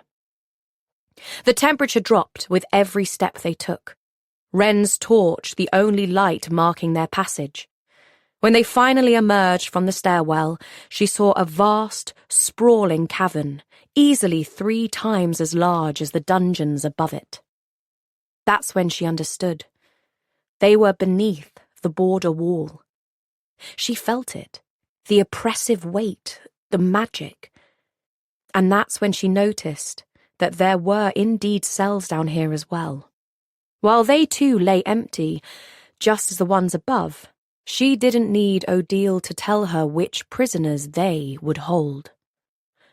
"For our undead captives," she said softly, gesturing to the row of bone-barred holding areas, their grotesque shapes producing shadows that danced in the torchlight.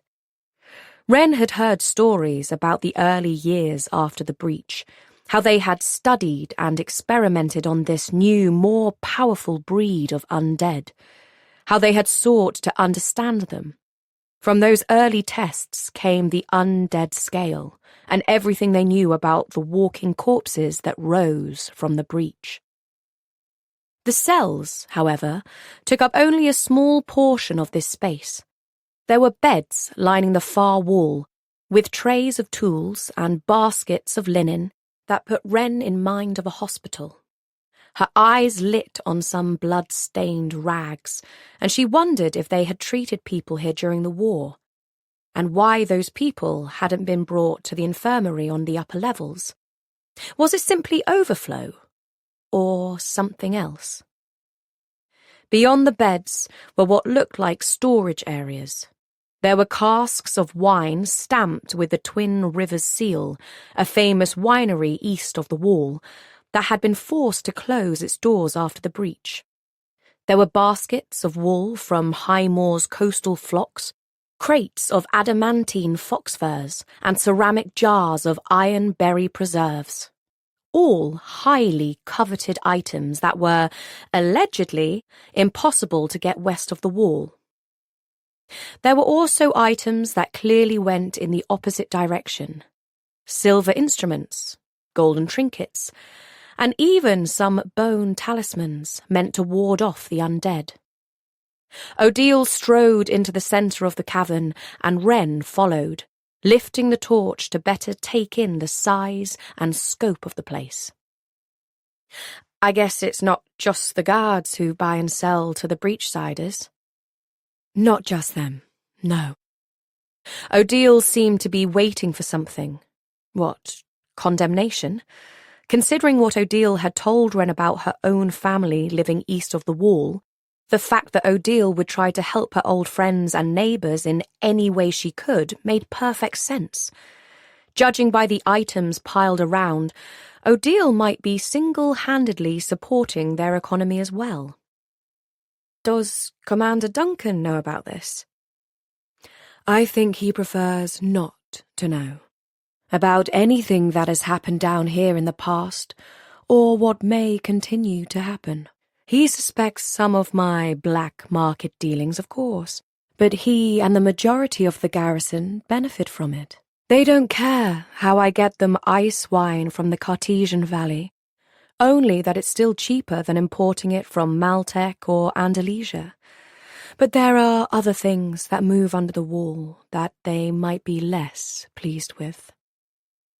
Wren looked at the infirmary-style beds again, and at the bags of apples, packets of saltfish, and sacks of grain. People, you mean? Odile inclined her head. People, objects, information. It's important that we don't entirely lose touch with what's happening east of the wall, so I make sure to keep on top of rumours and gossip. Like what? Wren asked, eagerly. Not all of it bears repeating, but with undead roaming freely across their lands, I'm sure you can imagine the sort of thing. Some of it is nonsense, and some of it is intriguing, but some of it is dangerous, too. Until I know fact from fiction, I prefer to keep most of it to myself. That makes you, what, some kind of gatekeeper? I guess you could say that. Information is harder to control, but as for everything else, I have the only key, and am the only person who can manage the lock. Well, myself, and now you. Wren returned her attention to the woman. Why are you showing me this? Odile shrugged. A determinedly nonchalant gesture, but there was tension in her shoulders. If anything should ever happen to me, it's important somebody knows their way around. And now, you know more than one way out of the fort, just in case. Wren frowned, but nodded, getting the distinct impression she was missing something, but afraid to pry lest Odile shut down again. I'm supposed to be staying out of trouble, she said instead, trying to lighten the mood. Odile's serious expression didn't change. Sometimes trouble finds us, whether we're looking for it or not. Finally, after weeks of anticipation, His Highness arrived. Excitement thrummed in Wren's veins as she returned from patrol, the sunset casting dark shadows over them as they passed under the gate. She had never met a prince before, thanks to her years of intensive valkyr training and the fact that the Valorians rarely deigned to make the trip north to Marrow Hall. The last time they had done so was to honour her uncle Locke after the uprising, when Wren had been a baby. Typically, her father and grandmother journeyed to their seat in Port Valor instead. The odds of her proving anything to a puffed-up, spoilt royal were long indeed, but it was the most interesting thing to happen since she'd arrived. "You're late," snapped the steward. They had barely dismounted before he was on them. "Make yourselves presentable. We head for the dining hall at once." The guards tugged and straightened their uniforms as best they could. Wren hadn't gotten dirty, exactly, but she was still armed and armoured, with black smeared around her eyes and on her lips. She was a Bonesmith, after all. She might as well look the part. If only she had a Repier's robes, then she would be everyone's worst idea of the House of Bone. The steward hustled them toward the servants' entrance to the dining hall, intending for the latecomers to sneak in unnoticed. But when Wren moved to follow them, he halted her progress. "You'll be sitting at the high table," he informed her, waving a letter in her face. She thought she spotted Odil's spiky signature near the bottom. "The commander requires a representative from each branch of the fort's defences to demonstrate our full capabilities to the prince, and Odile has fallen ill. As you are the only other Bonesmith in residence, you shall take her place." Fallen ill? She'd looked perfectly fine that morning, when she'd informed Wren that the prince should be arriving sometime that day. Was this her way of giving Wren some face time with the prince? A chance to prove herself? Right, Wren said, straightening her shoulders slightly. Yes, she could do it. Bow and nod, and answer questions about the fort's ghostly defences. "Ready?" the steward pressed, gesturing for the main double doors to be opened for her. Before she could answer, he clamped his hand around her arm and guided her firmly down the main aisle toward the dais at the back of the room. The tables had been scrubbed, the flagstones mopped, the walls wiped, and the tapestries knocked free of dust. And there, seated beneath them, was the prince. He looked every bit the royal, dressed in rich black velvet, with shiny leather boots and a delicate woven circlet atop his head. But he looked every bit the goldsmith too. The thread in his jacket, the rings on his fingers, even his eyes were as golden as a cat's, glinting with amusement as Wren approached. The steward bowed to the prince before bending to whisper in Commander Duncan's ear. His face, which was lit with a false, jovial smile, flashed with alarm. He evidently hadn't heard about Odile's absence until now. Seated on either side of him were representatives from the prince's retinue and senior members of the commander's staff, people with at least 10 years of experience serving at the fort, including the silversmith who ran the infirmary, the stonesmith who oversaw maintenance, and the captain of the guard.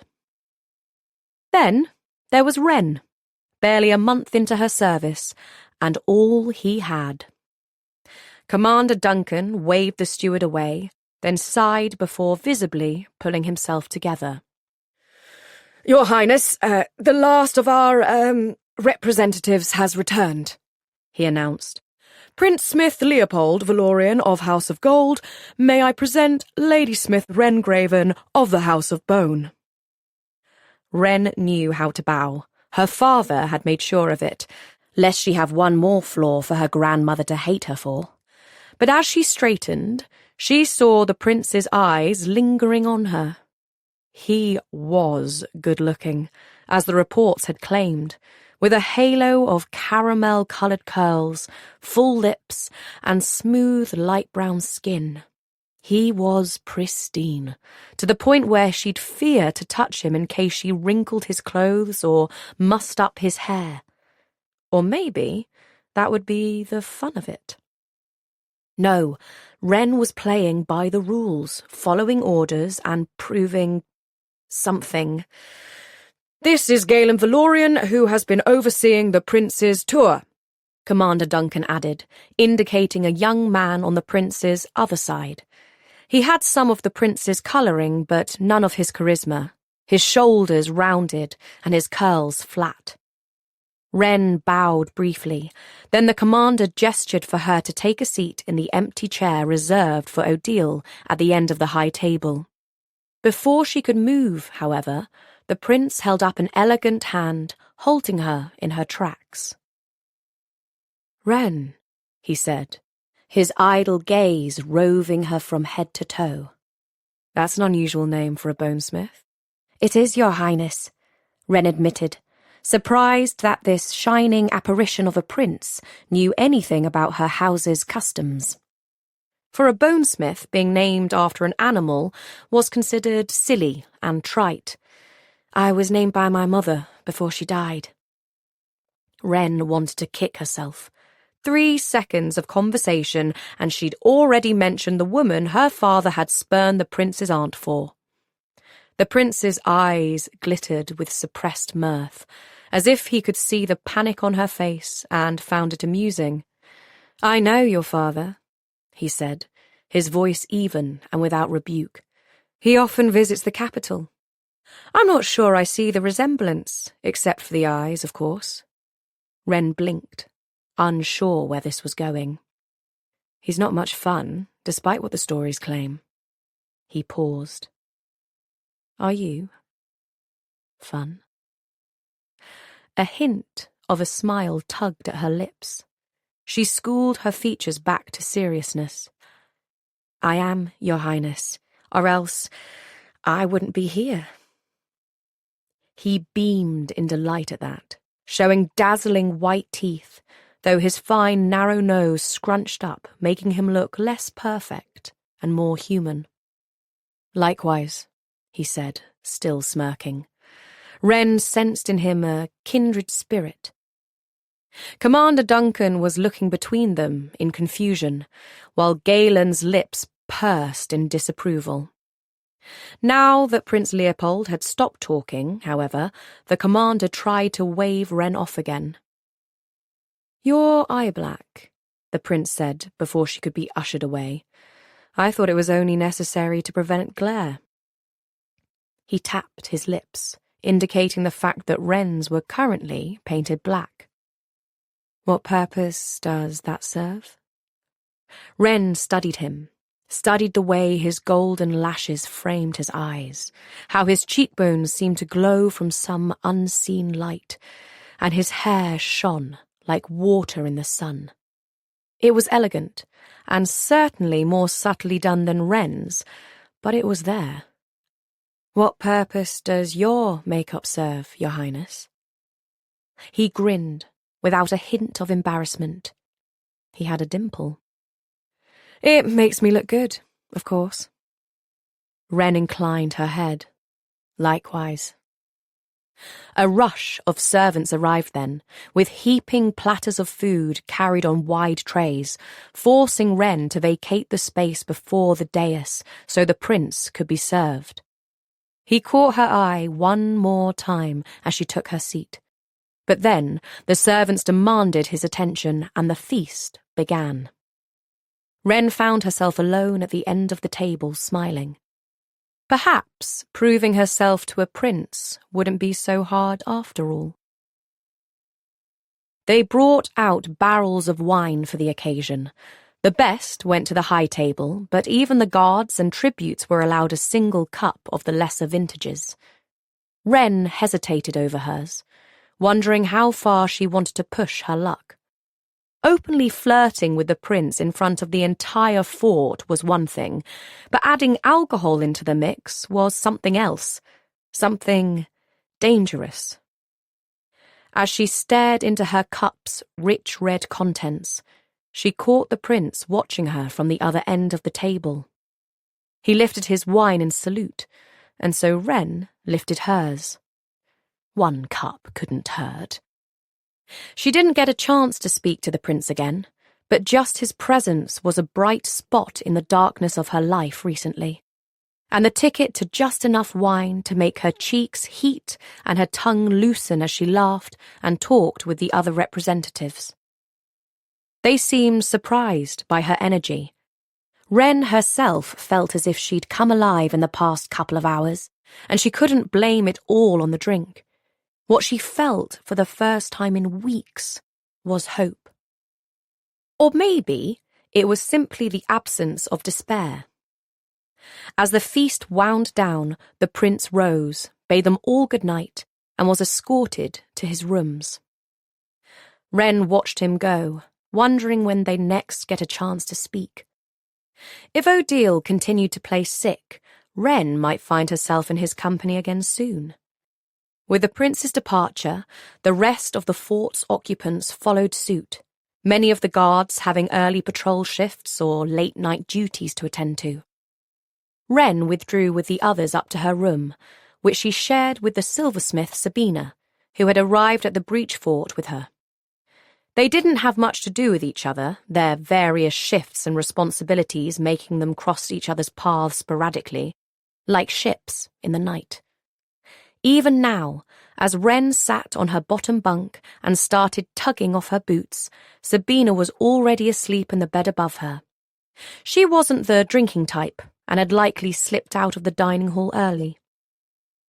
Wren was just kicking her boots aside when a noise drew her to her feet. Something by the window. "Was that?" mumbled Sabina, sitting upright, her curtain of black hair covering her face. Wren threw open the shutters, letting in a blast of frigid air. She stared out across the courtyard and then up at the battlements before a gasping sound drew her attention immediately downward. There, hanging from her window ledge, was Prince Leopold. "Gravedigger!" Wren swore, taking hold of his wrist to help haul him up. Her room was technically on the first floor, but it was elevated to account for the uneven ground below, making it a good deal higher than a first floor should be. It wouldn't be a fatal drop, but it wouldn't be a pleasant one either. Regardless, it wasn't something she'd want to test after however many cups the prince had imbibed at dinner. "What the?" Sabina said, before Wren managed to drag the prince over the ledge and onto their cold stone floor. "Oof, you're quite strong, aren't you?" he mumbled, smiling up at Wren from his heap on the ground. He was a good deal drunker than Wren had initially guessed, withdrawing a golden flask from his breast pocket, proving that he'd kept the party going long after he'd left the dining hall. "Healers and helpmates," Sabina muttered. "Is that the prince?" She sent a suspicious, silver-eyed look at Wren. "Did you invite him up here?" Wren wished she'd thought of that, but she hadn't. "No," she said, at the exact same moment he said, "More or less." "Excuse me," Wren said, looking down at him, her arms crossed. He held up his hands in surrender, spilling some of whatever was in his flask. Wren snatched it. She took a sniff, nearly gagging, then decided to take a swig anyway. The wine from dinner was ages ago. "I'm not here for that," the prince reassured them, though Wren didn't think he'd be capable of doing anything remotely resembling that in his current state anyway. "I'm just looking for a bit of fun, and I knew you'd be the man." He hiccuped. "Woman for the job." "Just don't kill him," Sabina said, rolling over and putting her pillow over her head. The prince reached for his flask, rather feebly, before slumping against the wall. "May I please have my drink back, please?" he asked, with large puppy-dog eyes. "I'm parched." Wren took another sip, keeping the container out of reach. "You have 6 retainers and a personal guard. How did you ditch them, Your Highness?" The prince shrugged morosely. "Please, let's dispense with the pleasantries. It's after hours, and I'm in your bedroom. Call me Leo. As for my honor guard, they locked me in my room. Standard protocol these days, I'm afraid, and I climbed out the window." "Very enterprising of you. Now what? Surely someone will be checking on you, and when they don't find you, I'll be the one in trouble." He sighed, scrubbing a hand across his face, smearing some of the golden paint and mussing up his hair. "The guards like me well enough. They won't disturb me for the rest of the night. He, on the other hand..." He turned his head, squinting out the still-open window. Wren followed his gaze, seeing the commander's tower in the distance, the council room glowing brightly in the darkness. "Will check on me once he's finished." He clearly didn't mean Commander Duncan. "Who?" "My handler, Galen. He is a relentless social climber, distant cousin, and all-round cock. Wren snorted and handed him the flask. He took it, gratefully. As he drank, she peered out the window. If he's looking for an ass to kiss, Commander Duncan will oblige. The man burns the midnight oil even when he's alone. But with company to impress, and the wine flowing... She peered down at him, grinning. You've got a couple of hours at least. The prince perked up. Hours, you say? How shall we fill them? He waggled his eyebrows. Don't even think about it, Sabina said from under her pillow. Wren reached out a hand and hauled the prince to his feet. He was surprisingly steady, though shorter than she thought he'd be, standing an inch or so beneath her. Come on, she said, heading for the door. I've got an idea. Chapter 10. With Wren in the lead, they darted between the shadows to avoid the guards, climbing up the ramparts, which themselves offered a wide view of the area. But she had something better in mind.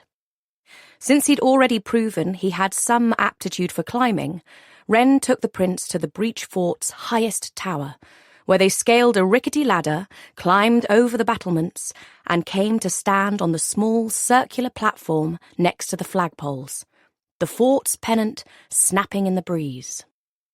The crenellated walls protected them from the worst of the cold, but still allowed them to take in the stunning view for miles in all directions and keep an eye on Commander Duncan's tower. Impressive, Leo said, leaning out between a gap in the stones and taking it all in. Can you see the breach from here? No, Wren said with a sigh. Sadly, I haven't seen so much as a wisp of ghostlight since I arrived. No sign of the undead? How very sad indeed, the prince said teasingly. The cold air seemed to be sobering him up slightly, cooling his flushed cheeks and making his eyes shine. Does that make you a zealot, then? Doing the illustrious gravedigger's good work? What do you know about the gravedigger? Wren asked dubiously. Even after the breach and all the House of Bone had done to make the Dominion safe, most regarded Bonesmiths with wary superstition. Leo looked affronted. I am a prince of the realm, he said. I know everything. Really? Wren said, grinning. The gravedigger is the first recognised smith in Dominion history, Leo spouted, rising to the challenge.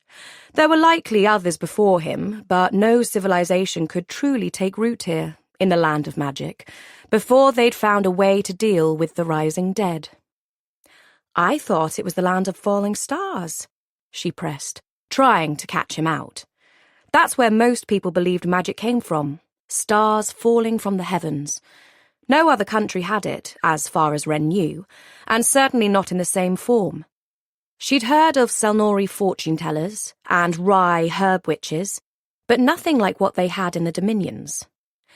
It depends who you ask, Leo said without a hitch. The Maltics called it Margeland, and the Andalesians called it Estelle Isle. The first settlers called it Smithland, back when everyone who lived here had magic. But now, thanks to my ambitious ancestors, it's called the New Dominions, named for a place that no longer exists. The Valorians came from a country called the Northern Dominions, but civil war had since seen it splintered into several smaller nations. Their country was officially called the New Dominions, but most dropped the prefix. I'm impressed, Wren conceded. History had never been her favourite subject, but despite his roguish behaviour, Leo was obviously more studious than he let on. He beamed at her praise, tipping his head in gratitude before peering around once more. How long have you been here? A little over a month. And how are you enjoying it? I'm not, Wren said flatly. I'm bored. Fighting ghosts is all I'm good at. And as previously stated, there aren't any. Boredom. Now that is something I completely understand. Wren turned away from the view to lean her back against the wall, staring at him. Being a prince not all it's cracked up to be? Oh, it has its charms, he conceded. But while first and second sons have duties and responsibilities in addition to the usual bits, like money and power, Wren asked, wryly. Yes, exactly, he said without skipping a beat. A third son, on the other hand, often finds himself without much to do. You have the heir, the spare, me, then the daughter, youngest and favourite, I might add. So, you're the second spare? The spare's spare. Wren laughed. But you're the only goldsmith, right? Surely that counts for something. Besides an extra name in my official title that people rarely bother to use. Not really. They won't let me actually use my ability. Princes don't work, Wrengraven, not even Prince Smiths. Surely you know that, he said with a smirk. Once I'd finished my education, he shrugged. No expectations, no responsibility, hence the Breachfort visit. It's one of a dozen stops I've made in the past few weeks, tours and inspections, all to keep me busy. And behaving? Wren asked.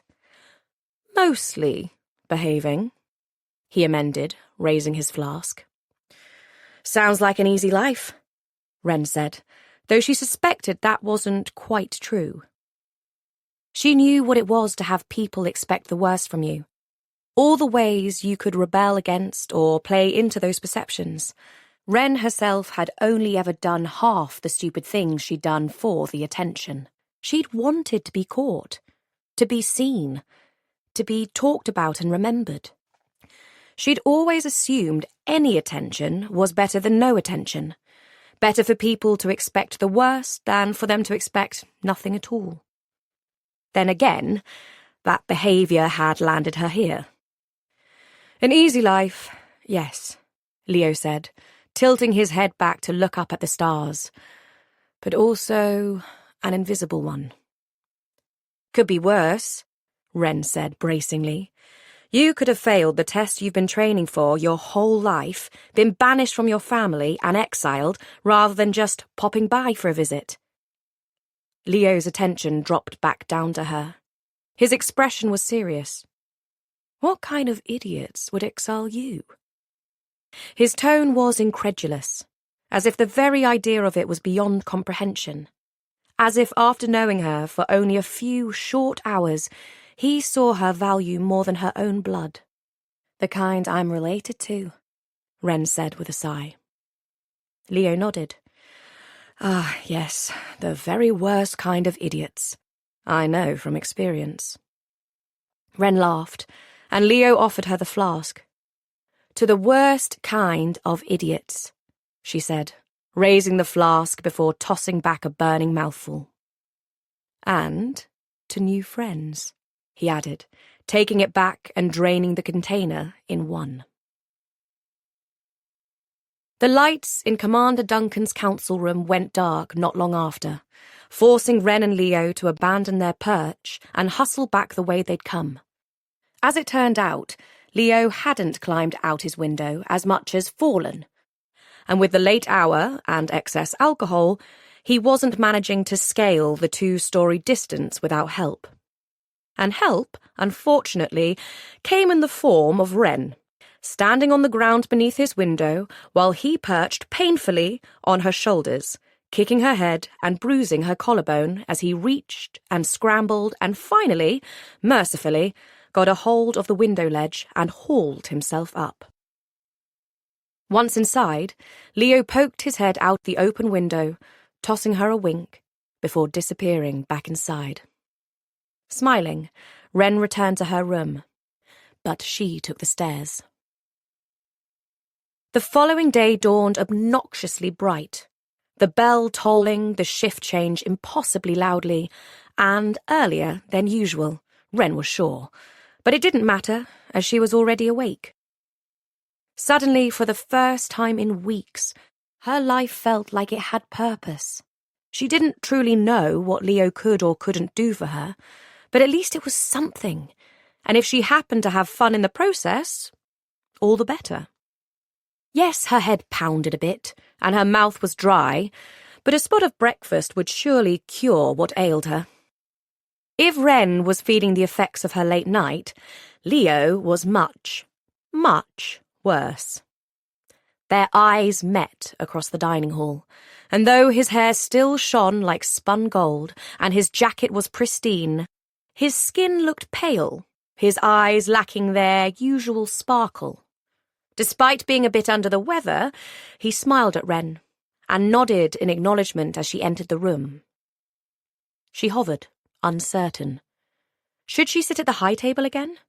Odile was absent once more, and the other representatives were there, but this was definitely a less formal affair than the welcoming feast. Wren was needed to perform Odile's duties, not to warm her seat. When no one called her over, she decided to slide onto a bench and eat with the rest of the tributes. Still, she watched the high table as breakfast wore on. Leo sat, perfectly straight, not a button or hair out of place, head resting elegantly on his hand, though his eyes were closed. Despite this fact, he managed to flag down a servant for more coffee without needing to open them, his empty mug held aloft until someone had the presence of mind to fill it. The Breach Fort did not usually serve coffee, an expensive import from Selna, but as the prince downed his third cup, Wren could only assume Leo had brought the beans himself. Finally, Commander Duncan stood, and the room fell silent. Leo's eyes opened. As a part of his official inspection, Prince Leopold will accompany me and a small party east of the wall so he may examine our defences in greater detail and ensure they meet with royal approval. Leo nodded imperiously, but there was new tension in him that hadn't been there before. Perhaps he was nervous to go beyond the border, or maybe he was just anxious to perform his royal duties correctly. If you are not assigned to our escort, Commander Duncan continued, your regular patrols will go on as scheduled. There was a collective groan and screech of benches against stone as the others got to their feet to report for their usual duties, while Wren waited, hoping. Commander Duncan's searching gaze found her in the tumult, and he waved her over. Her heart leapt. She joined the group of people milling in front of the high table while the rest of the guards and tributes cleared out. She caught Leo's eye and grinned, hoping her presence might ease his worries somewhat. He smiled tightly and waved for another cup of coffee. Commander Duncan announced that the patrol party would be made up of a team of Prince Leo's own guards, his cousin and retainer, Galen, the commander himself, and a handful of the Breach Fort garrison, in addition to Wren. When it was time to depart later that afternoon, Wren and the others filed into the courtyard, where horses milled, saddled and ready to be mounted, and the prince's carriage sat, awaiting its royal passenger. She checked her armour and weapons, knowing they would not be used, but wanting to make sure she represented her order proudly. She also ran through everything she knew of the fort's undead defences. Surely Odile knew more, but she doubted the prince would require a full treatise on the subject. Just a few highlights would do. Besides, she wasn't going to dazzle him with her knowledge. Her winning personality was her best chance at securing favour. Where it would lead, Wren didn't know. But she allowed herself to envision a letter arriving at Marrow Hall, stamped with the prince's seal, raving about Vance Graven's exiled daughter and her skills at the Breach Fort. Maybe he'd even request to take her on himself, have her join his travelling party full-time. It wasn't unheard of, and was almost a requirement when travelling to some regions of the Dominions, where bonesmiths were less common. Wren was heading toward one of the horses when Leo hooked her arm. "You'll be riding with me, Graven." Grinning, Wren turned back around and walked straight into Commander Duncan. "Mount your horse, Tribute. We're preparing to depart." "You know, Commander Duncan, I'd feel much safer with the Bonesmith by my side for the duration of the inspection. We are heading east of the wall." "Your Highness, we've not had an attack from the undead in 7 years. I assure you it is perfectly safe." "If it's perfectly safe, I wonder why the Crown spends so much gold on the wall's upkeep," Leo mused, glancing around. "Perhaps our resources would be better spent elsewhere, if the breach is no longer a threat." "The breach is still extremely dangerous," Commander Duncan said, changing tack at top speed. "To say nothing of the breachsiders who linger beyond our borders. I only meant that the specific section of the wall that you will inspect has not seen action, has been thoroughly tested, rigorous standards." "All the same," the prince cut in, "I'd feel safer with someone who is properly armed and trained to deal with such a threat, should it occur. I might be the twice bare heir, but I am still a prince of the Dominions." "Of course, Your Highness, of course. Anything to put your mind at ease. Your safety is our top priority, I assure you. Lady Smith," he barked, flapping his hand at Wren to indicate she should climb up. "You will ride alongside the prince." Wren climbed up, somewhat smugly. It was a strange feeling to be wanted, to be seen as a valued friend, rather than a last option or nagging burden. Better not get too attached to the feeling. She thought of Odile as they prepared to set out. She hadn't had a chance to check in with her all day, but perhaps it was best, as the woman was feigning an illness. Still, Wren wished she could see the look on her face when she saw how well her plan was turning out. The carriage was quite snug, with Wren and Leo on one bench and Galen and Commander Duncan opposite. But it was an open-air conveyance, which allowed them to better take in the landscape. While Galen's attention was fixed on the prince, Commander Duncan's beady gaze was trained on Wren. She smiled. "Ready to have some more fun?" she whispered into Leo's ear. Commander Duncan glared. Always. They passed through the main gate, taking a hard left to ride on the road, allowing the prince to see the breadth and scope of the border wall, its full height and impressive length disappearing over the horizon. Prince Leo's reaction to the gleaming bone-dust bricks was similar to most who laid eyes on such a sight. He tugged at his collar and muttered, "Is that what I think it is?" Wren smiled and recited some of the information Odile had given her, detailing the keystones and the palisade. As they continued toward the nearest tower, Commander Duncan pointed out other pertinent details, like how many guards garrisoned each of the forts and towers, and how the remnants of the old roads provided easier passage across the wild landscape, which was riddled with jagged cliffs, volcanic rock, and steaming geysers. There were deep caves and crevices gouging the landscape and making travel beyond the roads dangerous and unpredictable. Even the forest that ran alongside the wall to the north was twisted and dense and impossible to traverse, no matter how much they tried to cut it back. There was some decent farming land to the south, in the Cartesian Valley, but mostly the wealth of this region had always been in mining. As the carriage kept up a steady pace, Leo relaxed into the journey, asking questions about patrols and feigning interest at their responses.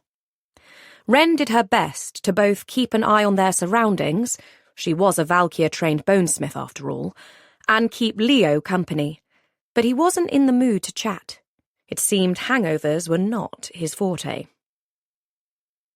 Commander Duncan had just been explaining how the towers operated when the carriage began to slow.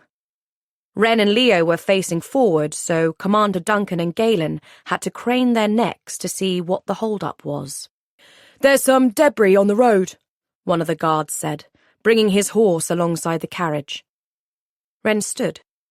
Several massive stones littered the path, along with a scattering of debris from an apparent rock slide. The road sliced through the rough landscape when it could, as it had done here, resulting in soaring cliffs and jagged outcrops on either side of them. The tower was just out of sight beyond the distant ridge, and coupled with the dense copse of trees that rose to the east, they were left in a bit of a blind spot.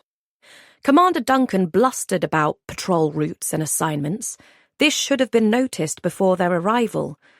Annoyed that the state of the road made him look inept in front of the prince, Galen too was talking loudly, commanding the prince's guards to clear the obstruction at once. Leo, meanwhile, was tense again, looking around the carriage uneasily. "Don't worry, you're safe," Wren promised, extending her senses just in case. But the palisade had done its job, and there were no undead to be found. "Come on, why don't we stretch our legs a bit while they sort this out?" Leo looked at her then, a strange expression in his eyes. Then he darted a glance at Galen. For the first time since they'd left the fort, the prince's retainer was paying him no mind. Wren saw it as an opportunity. She leapt from the carriage, and with a deep breath, Leo followed. His gaze continued to dart around them as they strolled along the road, soldiers mounted and alert on either side. "Are you okay?" Wren asked once they'd gotten a bit of distance from the wagon. "Of course," Leo said abruptly, but he was nothing like the smirking, laughing prince she'd met the night before. Had it all been the alcohol? He eventually did flash her a grin, but it was forced. "I'm always okay." "Well, maybe we—" A sudden, strange whistling sound brought Wren up short. She whirled around just in time to see one of the guards standing near the carriage drop to the ground, an arrow shaft protruding from his eye socket. There was a moment of shocked silence. Then to the north, a thunder of horses' hooves echoed down the road, followed by another volley of arrows. Several peppered the carriage and landed in the ground, though others found their targets, who dropped the same as the first one. Galen shouted for the prince, but then his eyes went wide. Wren turned to see more horses coming from the south. These were not Breachfort guards. These were attackers. They were surrounded. The debris on the road wasn't from some accidental rockslide. No, it was very much on purpose. Wren looked at Leo, at the strange mix of fear and resignation on his face. This was a trap, and they'd walked right into it, delivering Prince Leopold Valorian on a golden platter. Chapter 11. "Get down!" Wren shouted, throwing herself against Leo and tackling him to the ground. He looked at her with wide-eyed confusion, wariness etched into every feature. True, Wren was not a properly trained soldier or one of the prince's personal guards, but she was closest to him and surely had more combat training than him, even if it was mostly against the undead. "Into the trees!" she hissed, shoving him bodily, so that they staggered and crawled toward the side of the road. Shouts went up from the guards, preparing for a fight, while Galen looked around frantically. "To the prince!" he cried. "There, in the trees!" Wren cursed vehemently, wanting to strangle the man. There was still a chance this was a random breach-sider attack, that they didn't actually know there was a prince of the realm in their midst. Not only was Galen alerting them to that fact, but he was also giving away their position. Her brain scrambled, but there was nowhere else to go. No place to hide on the open road, as their attackers barreled down on them from two sides, and the Breachfort soldiers and Royal Guard hurried to take up arms. Those on foot ran to the carriage, the only protection available, while those who were mounted prepared a counter-strike. Then, amid the chaos, the smell of burning wood. The trees. Perhaps they intended to smoke them out. "We're under attack," Leo said blankly. Wren thought he was in shock. "Very observant, Your Highness," she muttered. She hesitated, looking back the way they'd come, then forward into the trees. The burning trees. It didn't matter. It was their only chance. The forest was dense, which provided good cover from the artillery coming their way, and it was their best route for escape. If they could make it through to the other side, they might be able to disappear into the wilderness, find a cave to hide in until they could return safely. Wren could protect them from whatever supernatural threat might be lurking out there, and surely reinforcements would come. Despite the tower being out of view, guards manned the wall, and eventually someone would see the smoke and raise the alarm. Whatever happened, she had to protect the prince. "Let's go," she said, jerking her chin toward the darkness of the trees. He didn't move. "They're here for me," he said. Around them echoed the clash of metal and the twang of bowstrings and, in the distance, the steadily growing roar of flames. "You don't know that," Wren countered, though she didn't really believe it. Everything had lined up too perfectly for this to be anything but a premeditated attack. He continued to stare at her, as if waiting for something, but eventually heeded her order and headed deeper into the forest. Wren split her focus between their forward progress and the sound of the battle behind them. The horses that came from the south had already passed them, and with the thick tree growth, she and Leo were currently out of sight. She just hoped they could remain so long enough to get out the other side. As branches snagged against clothes and thorns scraped exposed skin, Wren withdrew one of her swords. Her blades were designed to cut through ghosts, not trees, but she was nothing if not determined, and she hacked and tore and shoved her way through, Leo following close behind. He kept looking over his shoulder, fearful of pursuit, but thus far their passage went unnoticed. Eventually, each slash of Wren's sword caused flashes of daylight to spill through the shadow of the trees, revealing a patch of grass, a scrape of sky, and a booted foot. "Fuck," Wren breathed, halting mid-swing. But it was too late.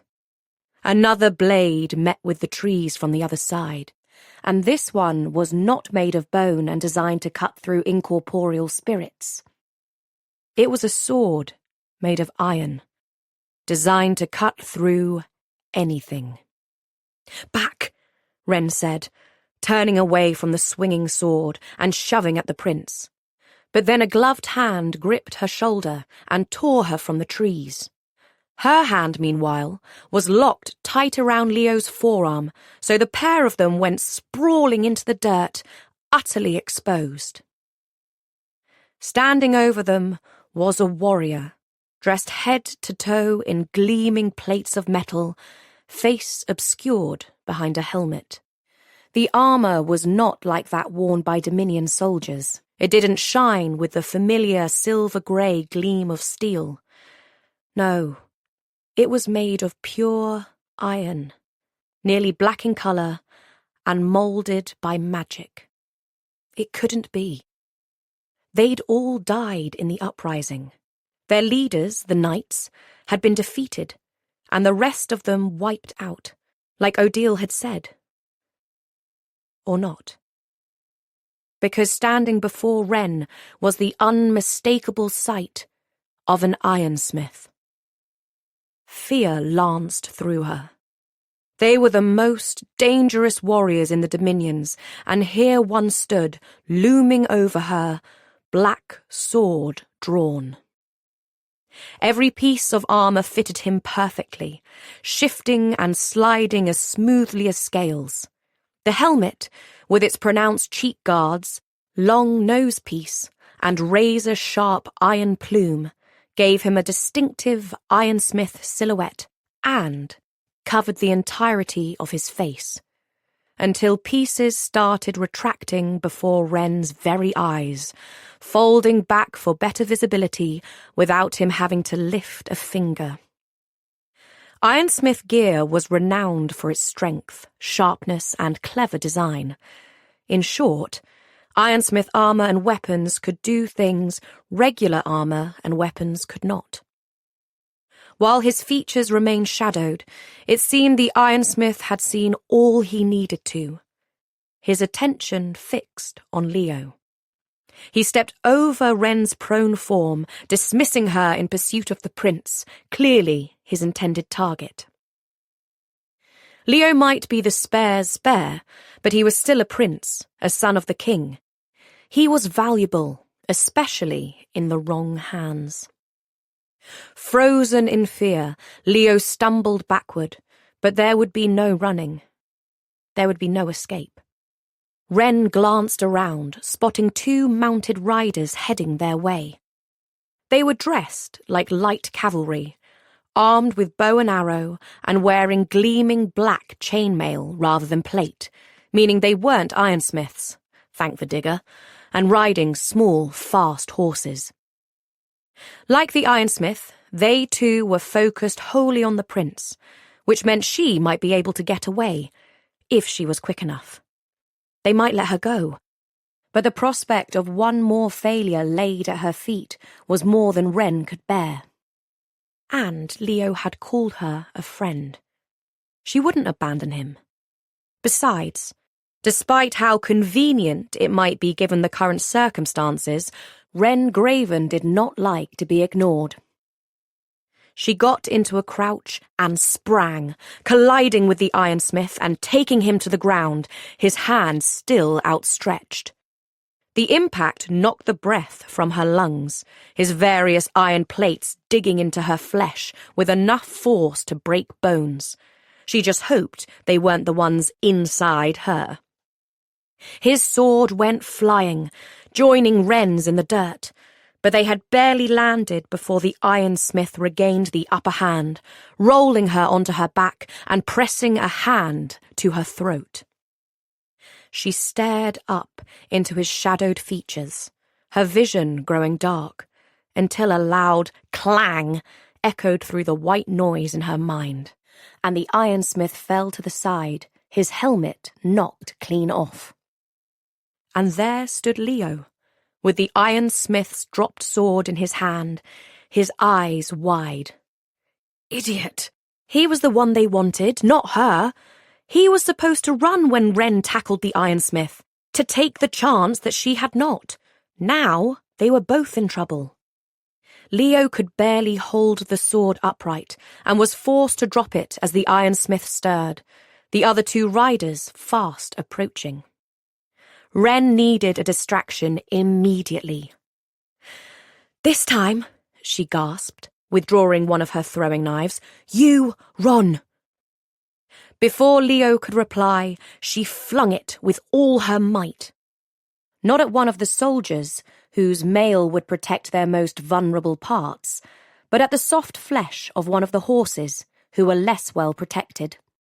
The knife landed true, settling in the nearer horse's foreleg, causing it to shriek and rear up. Wren felt a stab of guilt, quickly stifled. It wasn't a mortal wound, and pain was temporary, or so her father had always said. As the horse bucked, the rider struggled to remain seated, and the pair of them nearly collided with the other rider and his mount, slowing them down exponentially. "Go!" Wren yelled, reaching for another knife. But the next thing she knew, she was on her back again, the ironsmith glaring down at her with eyes black as night, his teeth bared. He was younger than she expected, his cheeks smooth and pale, his dark hair slicked away from his face. "Get him!" he barked, and Wren could only assume that Leo had in fact run, and the ironsmith was ordering the others to pursue. On horseback, they'd have him in moments, but Wren had other problems. Above her, the ironsmith raised a hand, palm open. His sword, which lay several feet away, heeded his magical call and soared into his grip. Then he angled the massive weapon across her neck.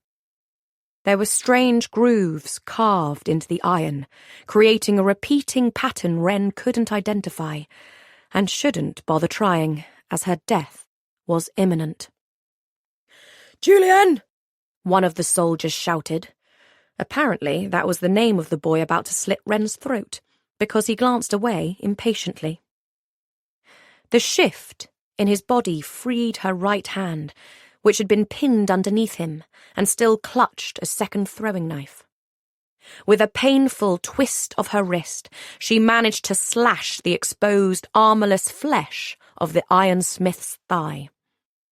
He grunted and flinched, and it gave her enough room to free her other hand and plunge it into the pouch at her waist. A cloud of bone dust filled the space between them, harmless against the living, but annoying all the same.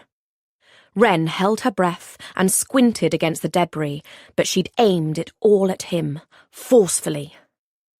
Coughing and choking, the ironsmith stumbled to his feet, wiping angrily at his streaming eyes. The weight that had been crushing Wren's chest eased, and she scrambled away. Seeking her sword, she copied the ironsmith and raised her hand, calling it to her open palm and sheathing her small dagger. They faced each other, both breathing hard, his face ashen and streaked with tears. For the first time, he really looked at her, at the bone weapons and armour, her black clothing and grease-smeared eyes.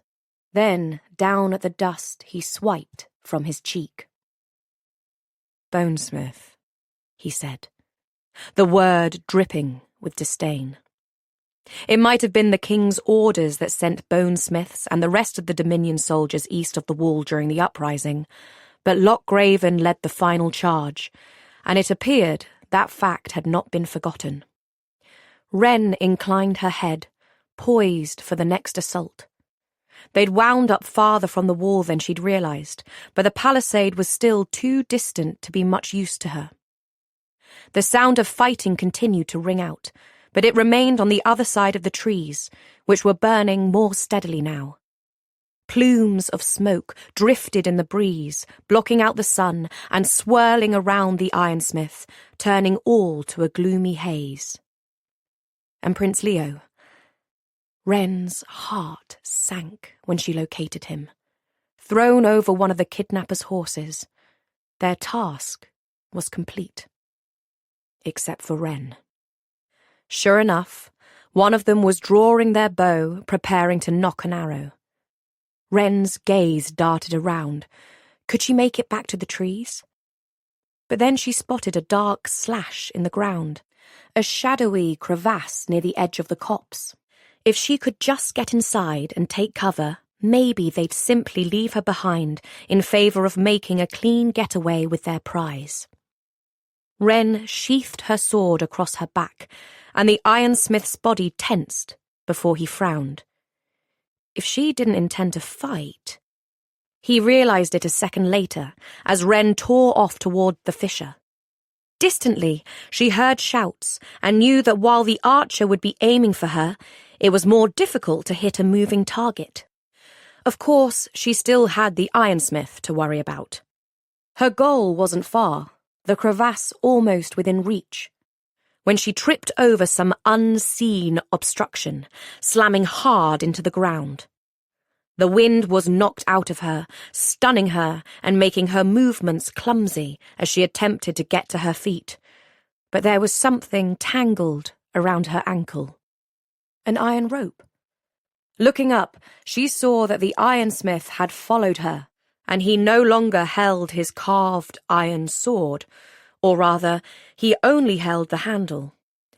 The blade had seemingly disappeared, the grooves she had seen up close, demarcating segments that could be separated, breaking the sword into dozens of pieces that spread along an iron cable that had been hidden within. It was a whip sword, a legendary ironsmith weapon she'd never thought to see in real life. The rippling iron cord was dotted with pieces of the blade, several of which were digging into her ankle. The only reason she hadn't been sliced to ribbons was because of her bone-armoured boot. As she looked down at it, the ironsmith flicked his wrist, and the whip wrapped itself tighter and tighter, cutting off her circulation. With a look of satisfaction on his face, he took slow, measured steps toward her. Wren, however, was more concerned with the arrow that was surely moments from sailing her way. She turned her back to him, pulling herself with her arms, the lip of the dark chasm just out of reach. With a hard tug, the ironsmith dragged her backward, and Wren knew she'd need to find a different strategy. She rolled onto her back to look up at him. Hesitantly, she raised her hands. She abhorred the idea of it, but maybe surrender would save her life. Or maybe she'd forfeited it when she'd thrown herself at this ironsmith in the first place. A smile tugged at his mouth. But then, Wren saw movement out of the corner of her eye. Apparently uninterested in her surrender, the distant rider let his arrow fly. It was as if time slowed, the air bending around the oncoming projectile as it barreled straight for her. No, not for her. The trajectory, the angle, it was all wrong. This arrow was meant for him. His back was to the others, and the ironsmith had no idea he was about to be shot.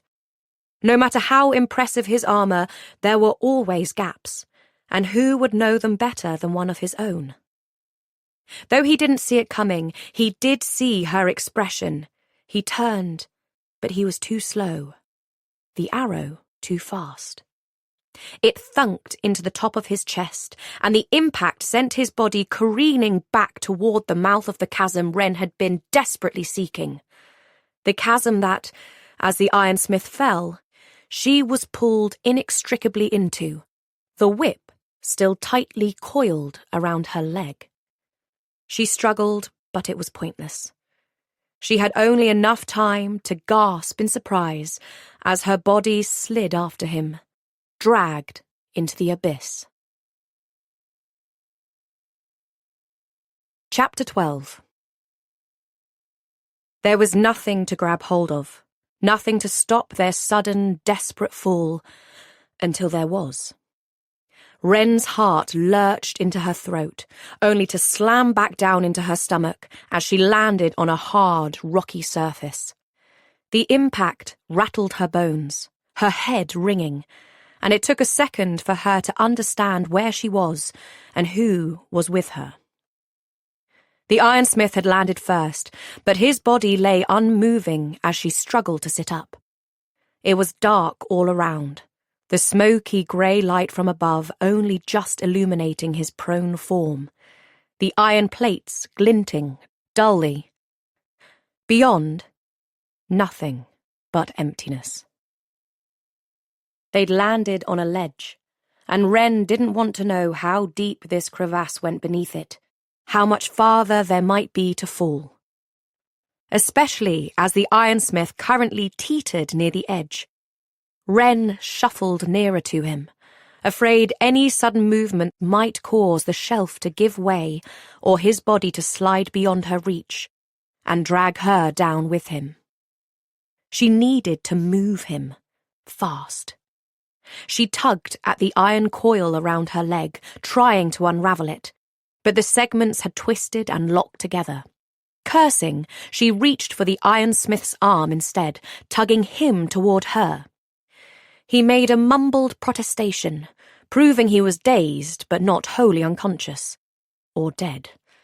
But he was out of it enough not to realize the danger he was in. The closer he got, the better Wren could see that the arrow had landed in his breastplate, right below his collarbone. But there wasn't any blood.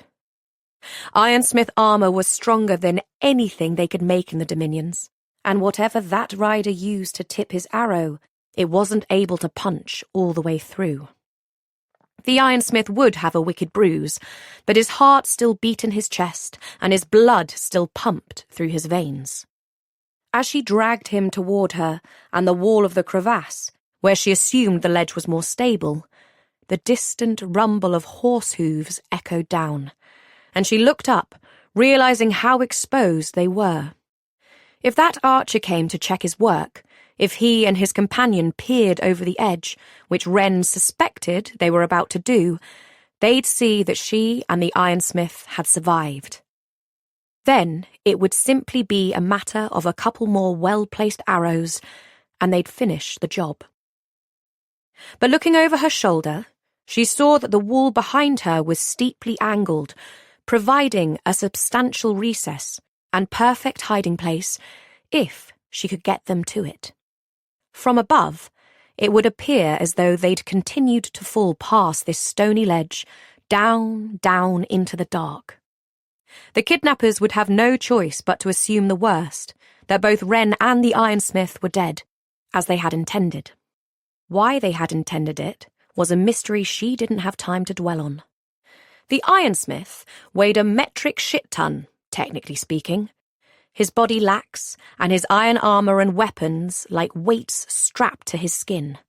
She only managed to move him at all because the ground sloped inward, allowing gravity to help. It was thanks to his own magic that he was able to move and fight under such heavy materials. The law of ratios was never much of an issue with bonesmiths, but ironsmiths monitored the equation with mathematical precision. Wren pulled with everything she had, gritting her teeth and using her legs for leverage, despite the searing pain lancing through her ankle, jostling the ironsmith roughly as she dragged his body across the ground. The pounding hooves stopped, and muffled voices reached them. Panic spiked Wren's adrenaline. One more good pull, and she was inside the recess. Another, and he joined her.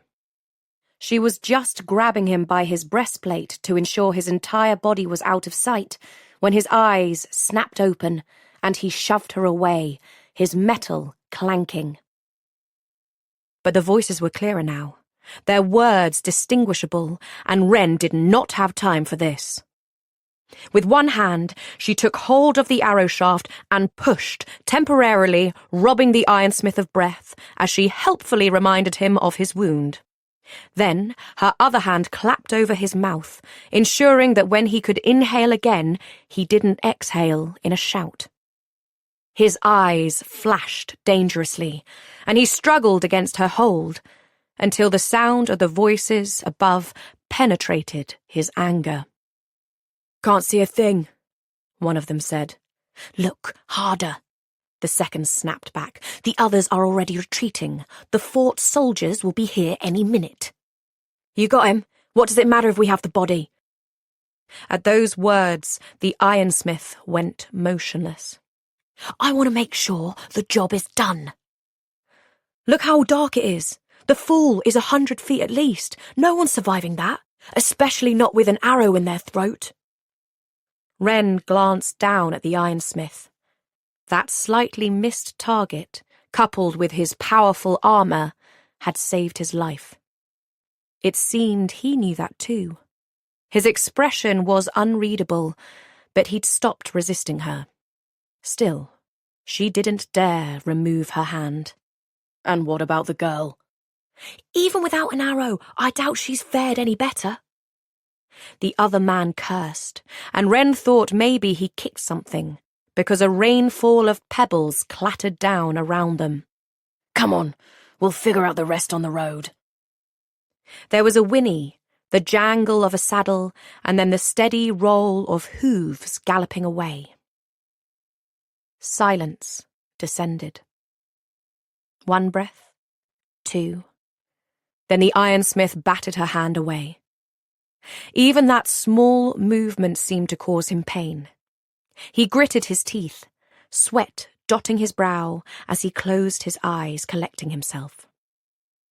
After several panting breaths, he stared down at his chest. Wren remained crouched beside him, on high alert despite the rough shape he was in. She watched closely, aware of every movement as he reached toward the wound.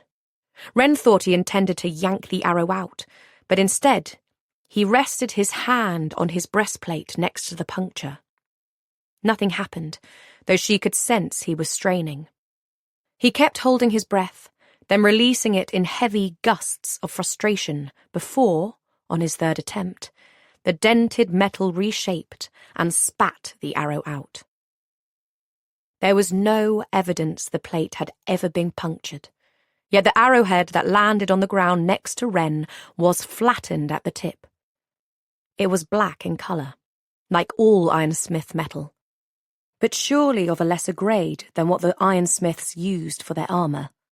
If she remembered correctly, ironsmiths didn't construct any weapons for sale or wide distribution that could puncture their own plate. The ironsmith warrior must always reign supreme. That done, the ironsmith attempted to pull himself into a seated position, but his arm caught on the whip sword wrapped around Wren's leg. She was shocked he still held the weapon, even after being unconscious.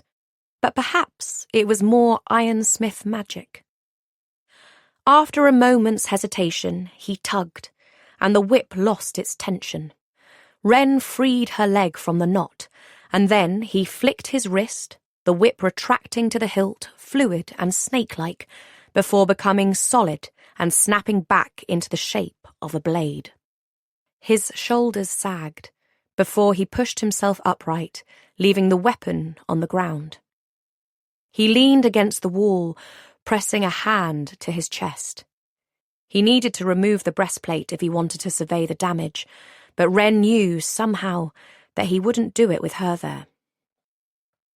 The quiet pressed in on them. Moments before, they'd been trying to kill each other, and now they were trapped here on this narrow ledge.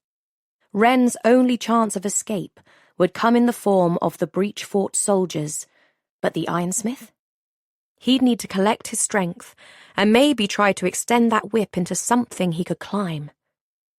She reached out a tentative hand to the blade, wanting to touch it, to understand. "Don't," he snapped. But he wasn't looking at her. It seemed he could sense it. "Why do they want you dead?" she asked. She figured she might as well, as they were currently stuck here together, and it seemed relevant. He shook his head but didn't speak. He continued to rub at his chest. "Because they definitely shot that arrow at you. I thought it was coming for me, but I was on the ground, and it was way off target. Actually, if it weren't for your stupid whip, I'd still be up there and—" "Shut up," he said tiredly, pressing black-gloved fingers to his temples. He sighed. "This doesn't make any sense." "No shit," Wren said, and he shot her an icy glare, his dark eyes stark against the bone dust on his face. She ignored him, focusing instead on trying to massage away the pain in her ankle and calf.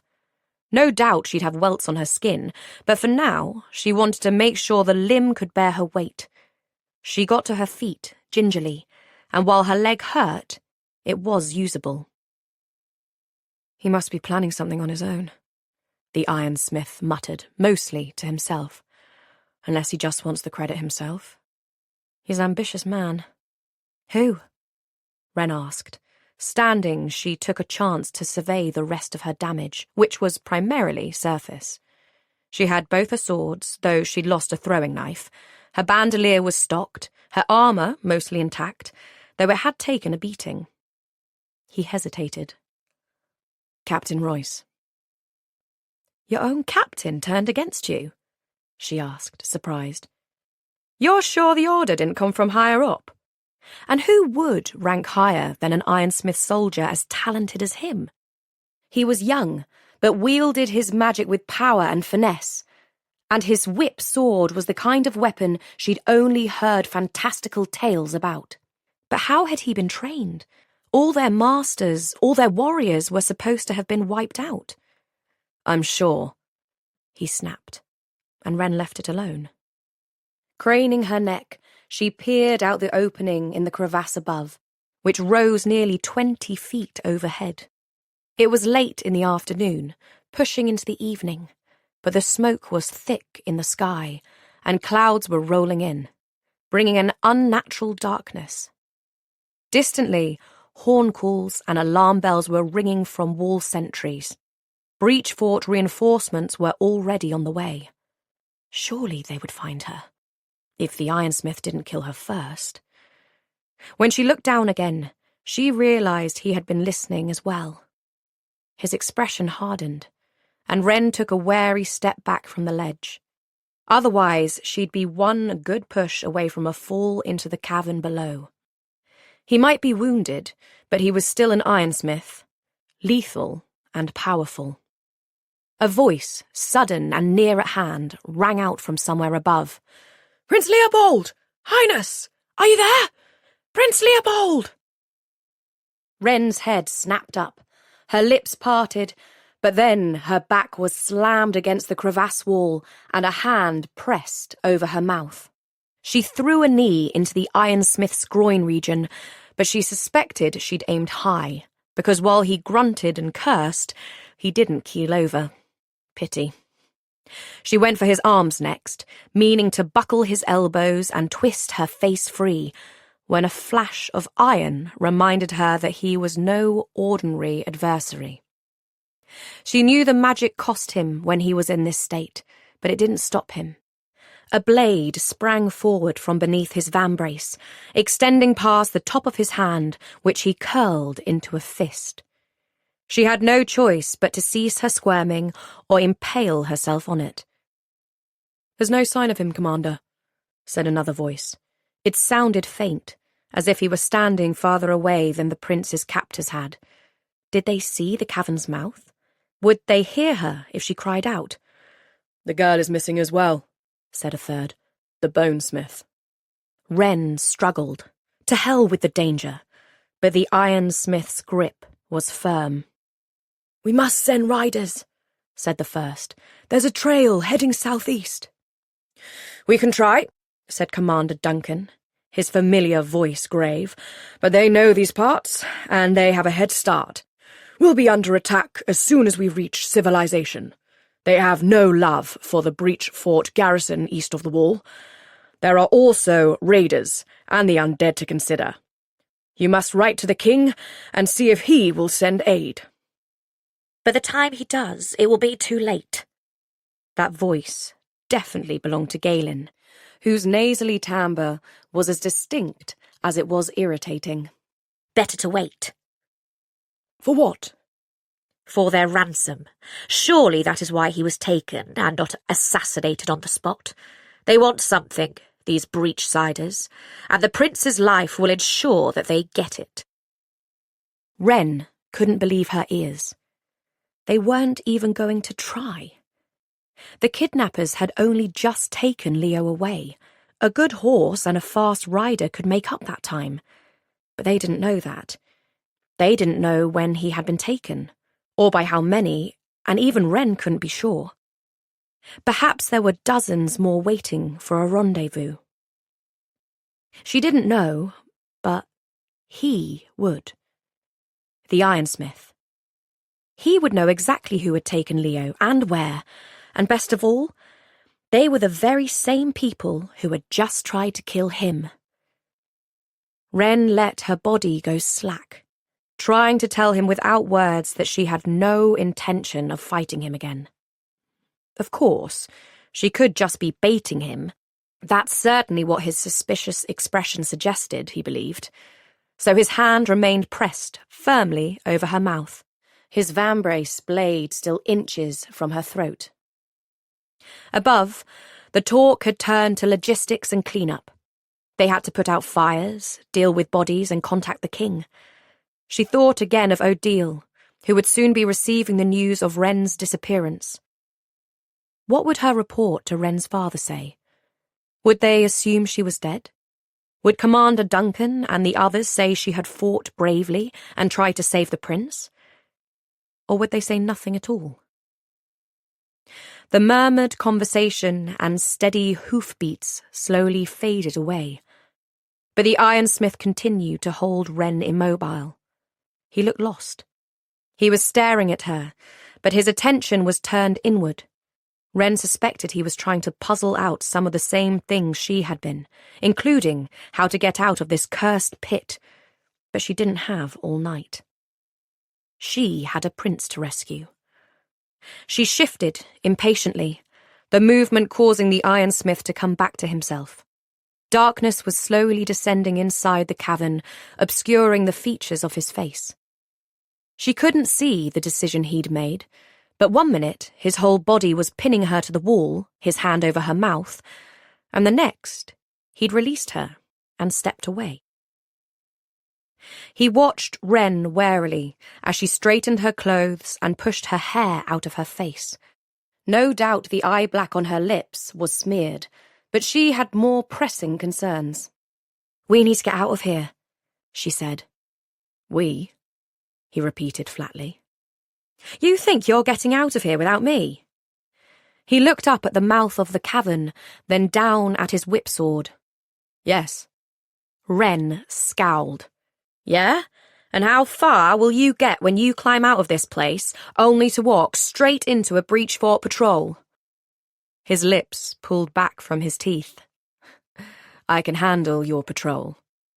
"Maybe before you attacked and kidnapped a prince, but now they'll be riding double, triple shifts. It won't be a regular patrol, it'll be a small army, and you're wounded." He clenched his jaw and looked away. This was her chance. "I know the protocols," she said, taking a cautious step toward him. "I know who they'll send and where. I can get us out of here." He cocked an eyebrow. "And where will you be going, Bonesmith, if not back to your fort?" She smiled. "After the prince, of course." Chapter 13. It was all coming together in Wren's mind. Prince Leo needed rescuing, but the breach fort didn't have the resources or the information required to pull it off. But Wren did. Not only was she the best valkyr of her generation, failed trial be damned, but she was also standing with the one person who could tell her exactly where Leo was being taken, and probably even what route. A small two-person party could pass through the breachlands unseen, not drawing attention like a mounted force from the fort would. Wren could handle whatever ghosts came their way, and this ironsmith could surely deal with anything living that might cross their path. He would lead her to Leo, and she would rescue him. If she could do that, if she could save the Gold Prince from their enemies and return him safely to the breach fort, traversing the dangerous and ghost-plagued breachlands to do it, no one could deny her talent, her capability, and her right to a position within the House of Bone. No one could deny that she was worthy. It was perfect. Genius, even.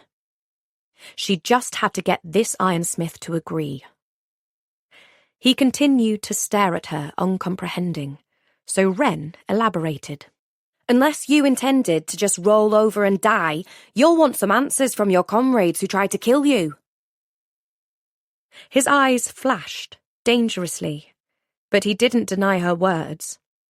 "And so, you intend to follow them? I intend likewise." "Why?"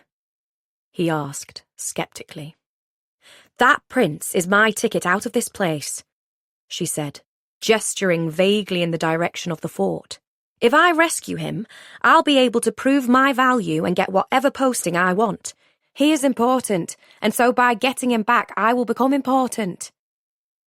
He didn't need to know that she liked Leo, that she had seen the fear in his eyes, that he had raised his flask in honor of their new friendship, and that made him her only one. Except for Odile, maybe, but that was different. She was Wren's superior, more like a teacher or mentor than a friend, someone obligated to be around her, even if she'd been more open and honest with Wren than most others in her life, more than her own father. The ironsmith, meanwhile, curled his lip at her words as if he was judging her. Let him.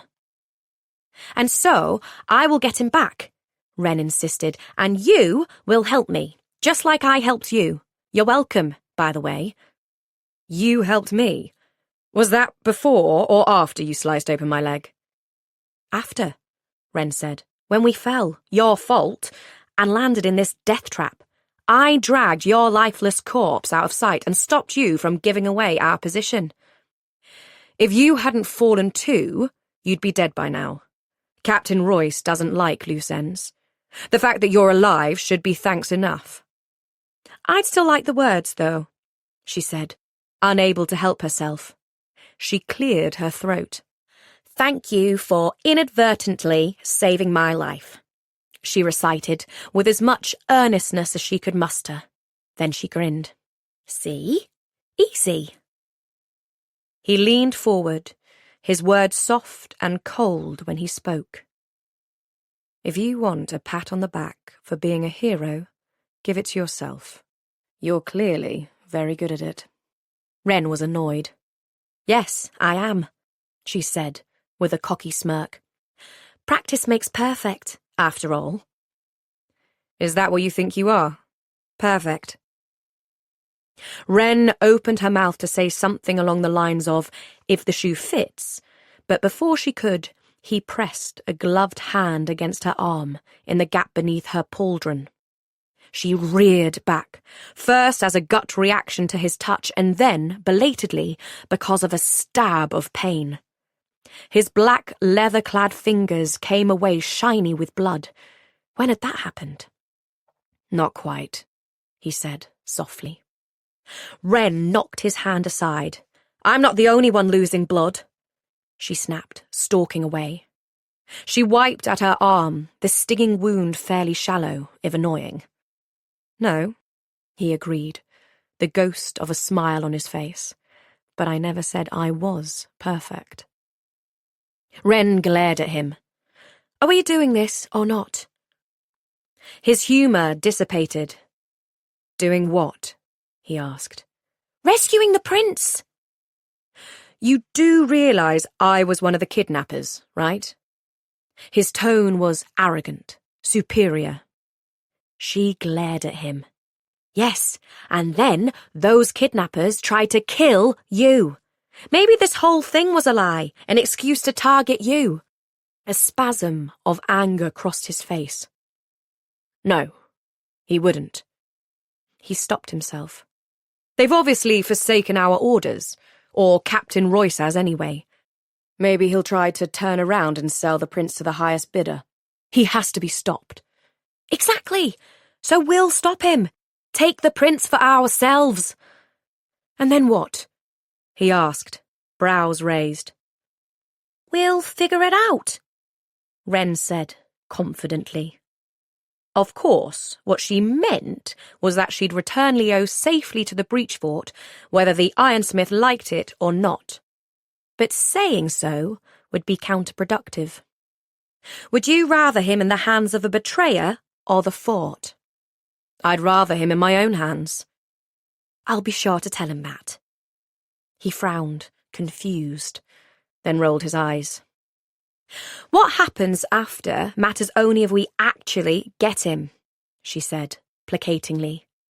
Why don't we cross that bridge when we reach it? He surveyed her closely. Wren tried not to squirm.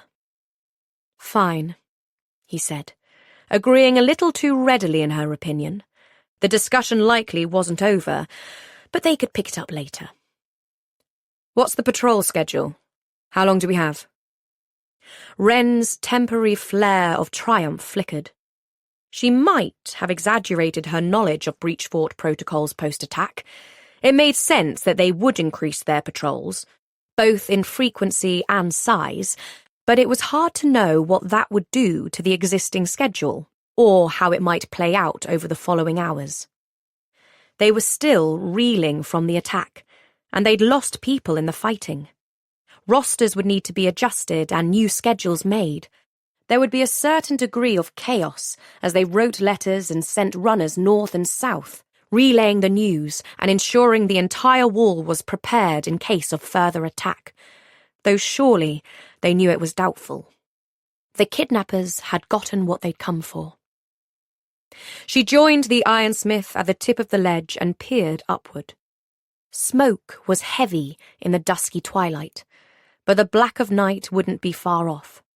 They wouldn't be able to see much, but they'd be able to hear it.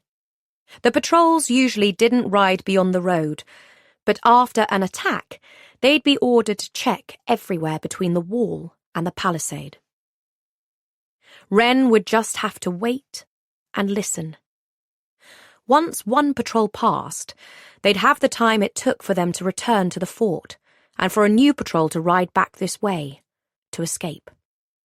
It was a small window, but it was their best chance. "Not long," she said, taking a seat along the edge so she could hear any activity above. "There'll be a short gap between patrols." "How short?"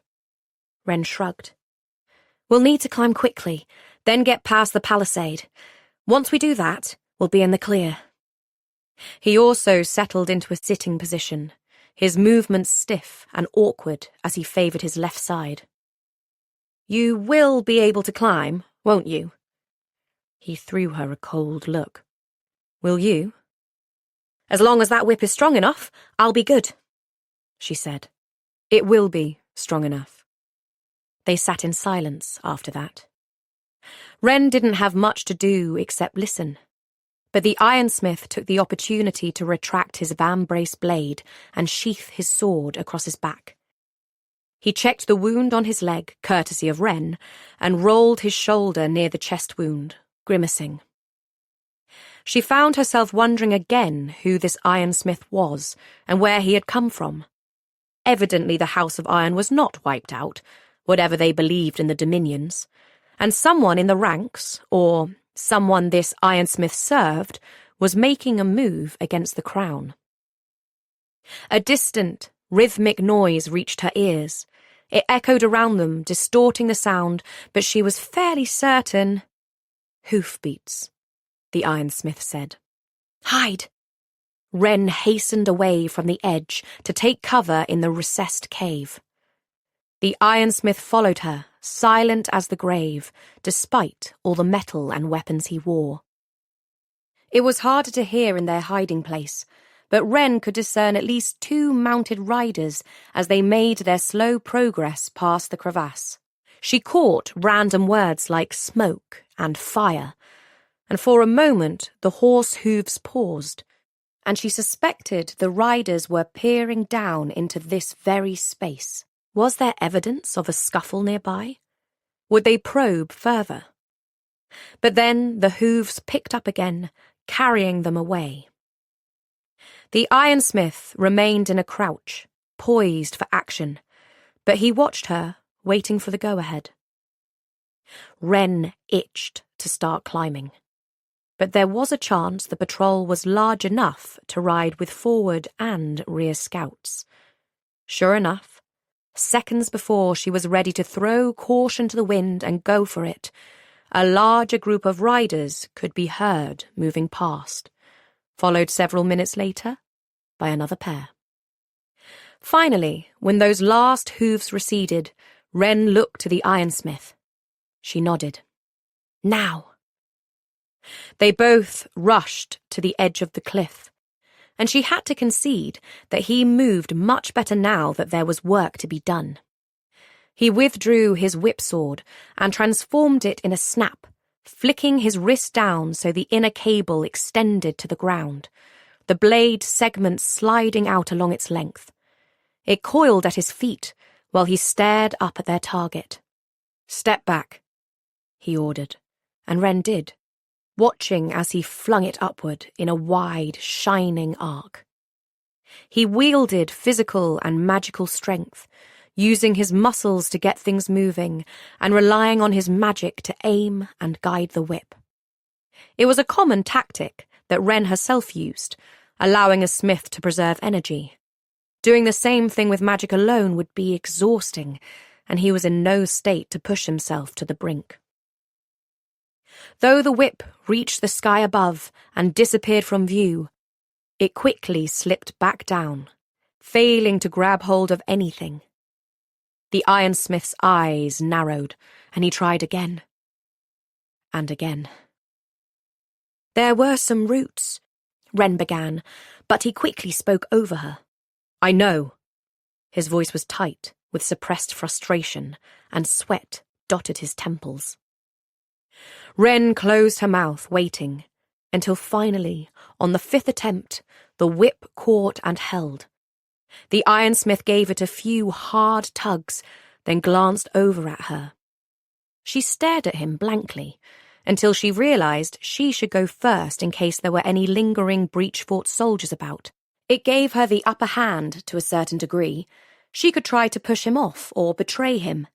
But as they were climbing an iron whip-turned rope, Wren very much doubted she'd be able to do any such thing. Not that she intended to. She needed him. For now. She approached, the ironsmith holding the handle loosely to keep the whip steady. While his hands were gloved, hers were bare, so she had to be extremely careful as she held the cable, avoiding the blades, though they provided handy footholds. There was no time to hesitate, no time to worry if it could hold her weight, no time to wonder if it would slither around her throat and strangle her. With both hands gripping just around head height, she nodded to the ironsmith, and he released his hold. She jumped, her arms taking her weight while her feet sought the nearest blade segment below. She managed it without too much struggle, though it wasn't the same as climbing the librarian's shelves, or even climbing her own swords up that muddy grave in the bonewood. Now she dangled over the chasm below, nothing holding her up but her own muscles and this strange iron whip. Her breath started to come in short, sharp gasps, and her hands ached from holding too tight. Muscles she swore she'd never used before began to burn, her arms and chest trembling from the effort.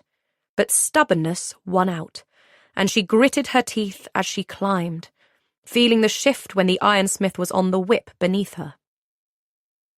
It swayed wide, causing her to curse vehemently and continue to bump and jostle now that there were two of them.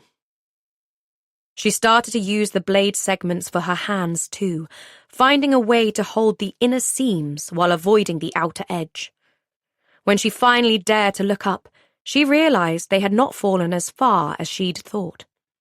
She was already near the top. Once she got there, she saw that the whip had indeed been anchored to the tangle of roots she'd recalled seeing before they pitched over the edge. She looked around, but saw no sign of any riders or torchlight. She tried to look up at the wall, but the copse of trees blocked her view, which meant it also blocked their view of her, obscuring whatever the darkness didn't. They might just pull this off. With one last burst of strength, motivated by the ironsmith coming up behind her, she crested the ridge, gasping. He joined her soon after, but with a bit more dignity, resting his hands on his knees to catch his breath before calling the whip up and reshaping it into a sword once more. Wren got to her feet, peering into the darkness. Behind her, the fires had been put out, and she could just discern the outlines of the bone palisade in front, her magic sensing and filling in what her eyes missed. Then she looked at the two of them. Her bone armor definitely stood out, paler than skin against the darkness, but it was nothing to all his iron. It reflected the scraps of moonlight that poked through the haze of smoke and cloud like flashes of sunlight on water. But the time it would take to remove it, not to mention the risk that posed if they were found or pursued, would potentially put them in even greater danger. Their eyes met, and Wren knew he saw what she saw. They had only one option: run like hell. Together, they tore off for the bone palisade, stumbling over uneven ground and leaping rocks and debris as they loomed up out of the shadows. Wren kept her senses sharp, the presence of the bones ahead keeping her on course. She glanced back only once, but everything behind her was darkness, save for the lanterns atop the wall, and they were dim and shrouded in smoke. The palisade finally reared up before them, and they both slowed their pace, coming to rest behind one of the towering bone sentinels, using it as cover while they caught their breath. Wren leaned against it, letting the familiarity of the material calm her racing heart. They had made it away unnoticed. Now they just needed to find the gold prince. Chapter 14. After they'd both caught their breath, they started walking east, putting distance between themselves and the breach fort territory. Once the palisade was no longer in sight, Wren looked to the ironsmith for what came next. As he walked, he sheathed his whip sword and withdrew a staff instead, also strapped to his back. It was unremarkable looking, save for its unique colour, which marked it as ironsmith made. Wren realised then that they hadn't exactly introduced themselves. They'd gone from fighting each other to hiding together, and now, whatever this was, a shaky alliance. With an ironsmith. Wren's stomach twinged with unease. She would definitely need to fudge that detail when she told her father all about her heroic rescue of the prince. Luckily, she was a practiced liar. Still, they would be allies for the foreseeable future. "I'm Wren, by the way," she said. He seemed to have been lost in thought because he startled when she spoke. His dark eyes flicked in her direction. "And you are—" She pressed when he remained silent. "I heard them talking to you. Before they tried to kill you, that is. James? Jules?" His face spasmed at that. "If you don't give me a name, I'll be forced to make one up, and I suspect that will only cause things to further deteriorate between us." "Julian," he said, with exasperation. "My name is Julian." "Nice to meet you," she said. He shot her a glare. They had met under the worst circumstances imaginable. With a shrug, she cast her gaze across the darkened landscape. There was less smoke out here, but fog had rolled in from the north, resulting in the same obscuring effect. She turned to Julian. "Now what? I assume you know what direction they travelled." "I know what direction they intended to travel, but as their plans have changed since then, namely with the attempt on my life, I don't know if anything else has since been adjusted. Let's assume their escape plans remain the same. They think you're dead, so they have no reason to change them." His nostrils flared. "They will have gone south. They can't risk any harm coming to the prince, and the coastal towns are the only places where they can safely stop for food and rest." "Then we head south," Wren said, turning on her heel. She had barely taken a step when a noise came from the hazy fog to her left. She froze. They hadn't been walking long, and Wren feared she had gotten turned around and somehow stumbled upon a patrol, though it made no sense this far from the palisade. There was movement in the darkness, and then a soft clip-clopping sound.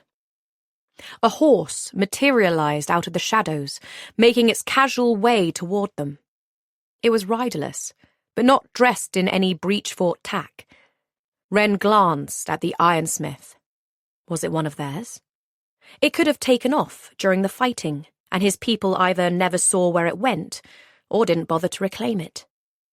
It was exactly what they needed. Their targets were on horseback, and now Wren and Julian could be the same. It was perfect. Too perfect. But time was of the essence, and there didn't seem to be anyone else around. Wren stepped toward it, and Julian's hand swiped at the air as he tried to stop her. "Wait, don't." "Why? What's wrong?" she demanded. He didn't respond. Instead, his head swiveled left and right. "Come on. This is a lucky break, and we need to get moving." "This isn't luck," he said, before his gaze settled on something Wren couldn't see. "It's a trap." Wren heard it then, the clank and jangle of weapons. Then out of the mist came 10, 20 people, lean and mean and raggedly dressed. "Bandits," Julian muttered, raising his staff in a two-handed grip. Finally! One of the dangers Wren's father and Odile had promised. She tensed as she withdrew her swords. She had never fought so many people, living people, anyway. And most of her fighting experience came from sparring with Inara in the sands. As the bandits moved to surround them, the mists swirled and parted, and Wren saw an old signpost and what looked like the remains of a village. Beneath her feet, the ground was smooth, suggesting this had been a well-travelled area once, likely belonging to the network of old roads that crisscrossed this part of the Dominions. Now, it was a place for scavengers and thieves. Upon closer inspection, the horse looked hungry and thin, just like his human counterparts. They must use him as bait, as a means to lure lost or unsuspecting travellers into their clutches. "Just shut up and let me do the talking," Julian muttered to Wren, lowering his staff and raising a single gloved hand. "We mean you no harm," he said, turning to the bandits. "Our party is travelling the coastal road and we got separated. If you let us pass, we'll be on our way." Wren cocked her head at him. Did he think that mention of the fact that they were allegedly part of a larger group would scare them off, or was he actually trying to appeal to their good nature? "Coastal road's a long way from here, son," one of them said, a man with what looked like a pirate's tricorn hat over his head of long, matted hair. His voice was mocking, and Wren thought that if she could see his mouth through his tangled beard, he'd be grinning. "Which means we've a lot of ground to cover," Julian continued, voice steady. It had a cultured, imperious edge, the sort of calm assurance that said he was used to being listened to without having to raise his voice, which might have worked on farmers or small-town folk, but not here. "Your horse. I will buy it for twice the market value." As one, every head swivelled onto Julian's person, looking for a fat coin purse that promised he actually carried such a sum. They'd have it, and the horse, before the night was through, and Wren and Julian would be nothing but corpses come morning. Perhaps sensing their intentions, Julian adjusted his hold on his staff, and 2 iron blades sprang from each end, turning it into a deadly weapon. A collective murmur went through the group. Apparently, they hadn't yet realised he was an ironsmith. Never mind the coin in his purse, his weapons were worth far more. The only problem was that they'd have to pry them from his cold, dead hands, and as Wren had seen firsthand, Julian was no craftsman. He was a warrior. Even without the element of surprise, he could likely mow down half this group.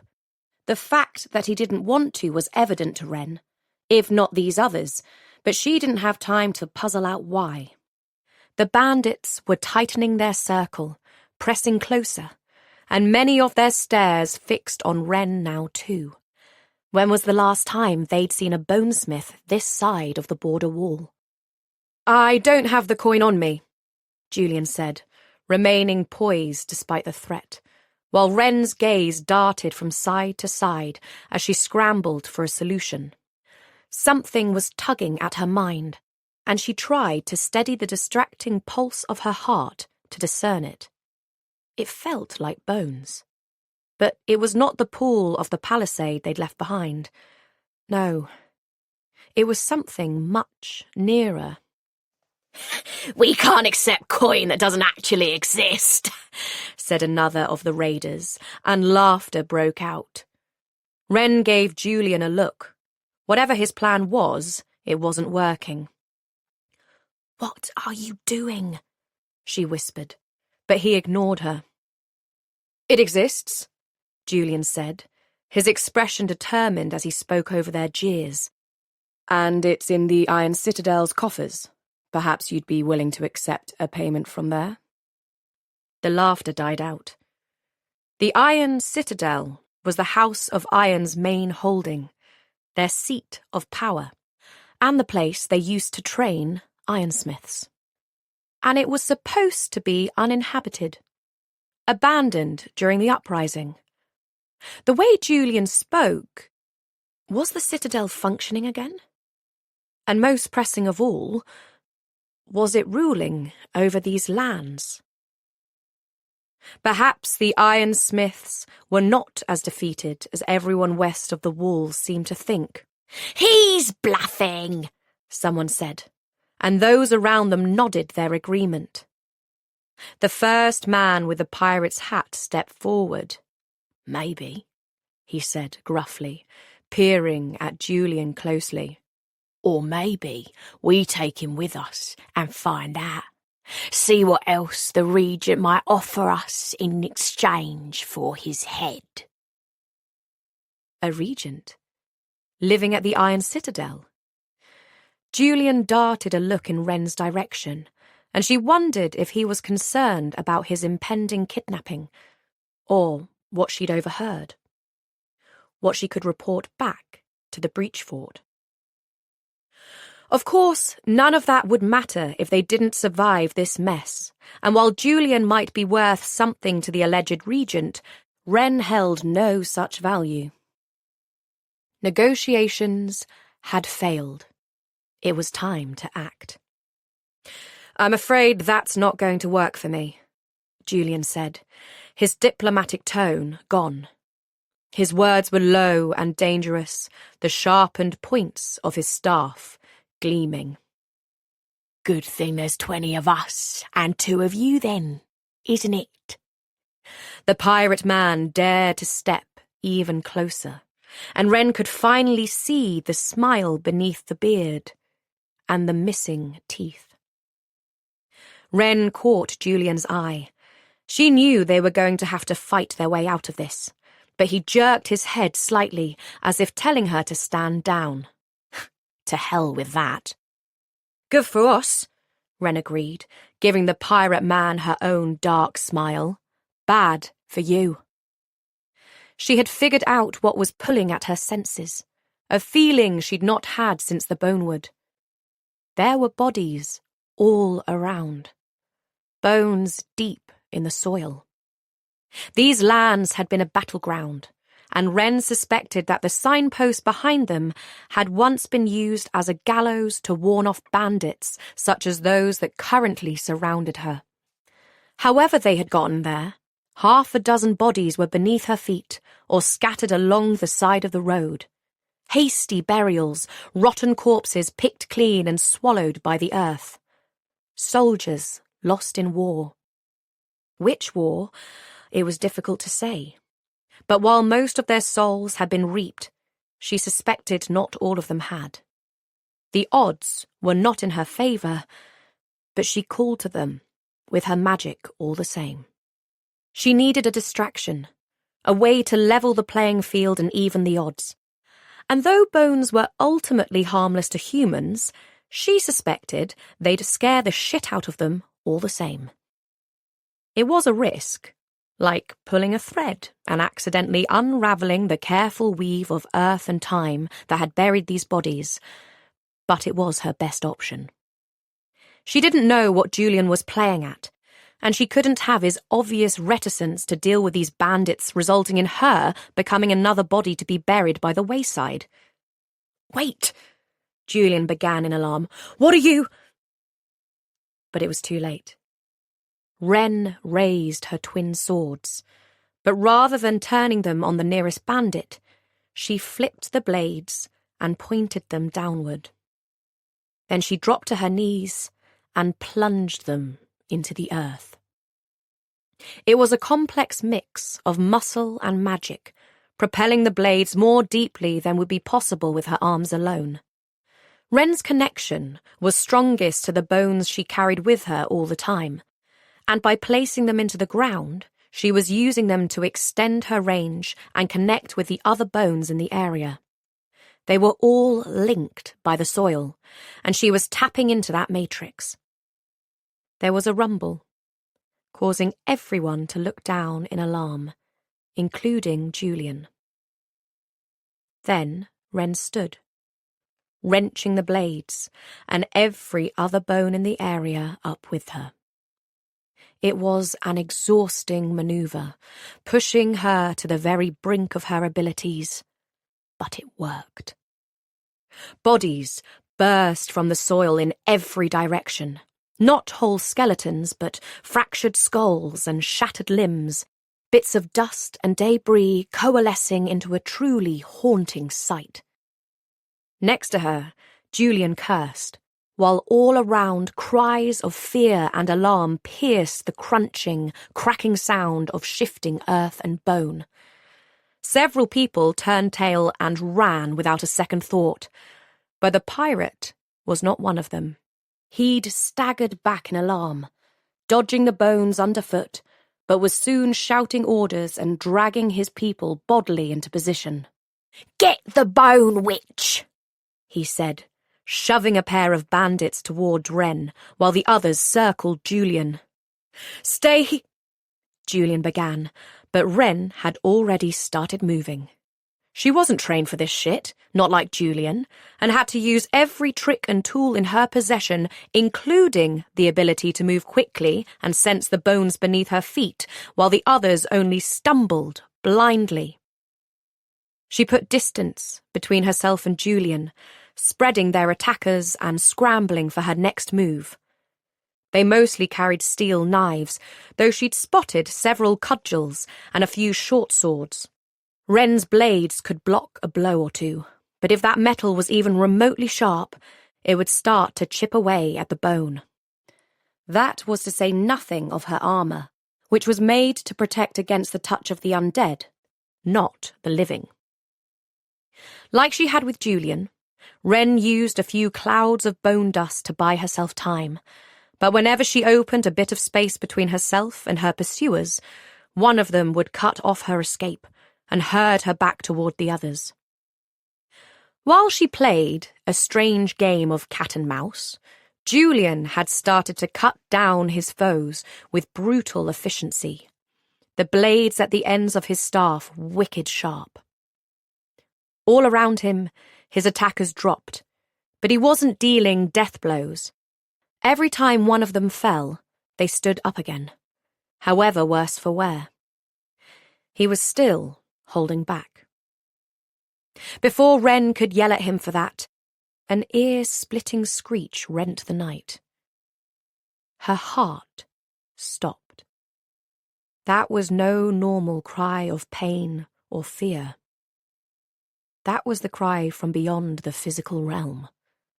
That was the cry from the undead. How she knew, she couldn't say. Ghosts didn't speak, didn't cry or moan or shriek their fury. Everything they did was soundless and incorporeal, just as they were. But as surely as she knew the truth of that statement, she knew that the sound she'd heard was not living, not human. She spotted the ghost at once, near the signpost.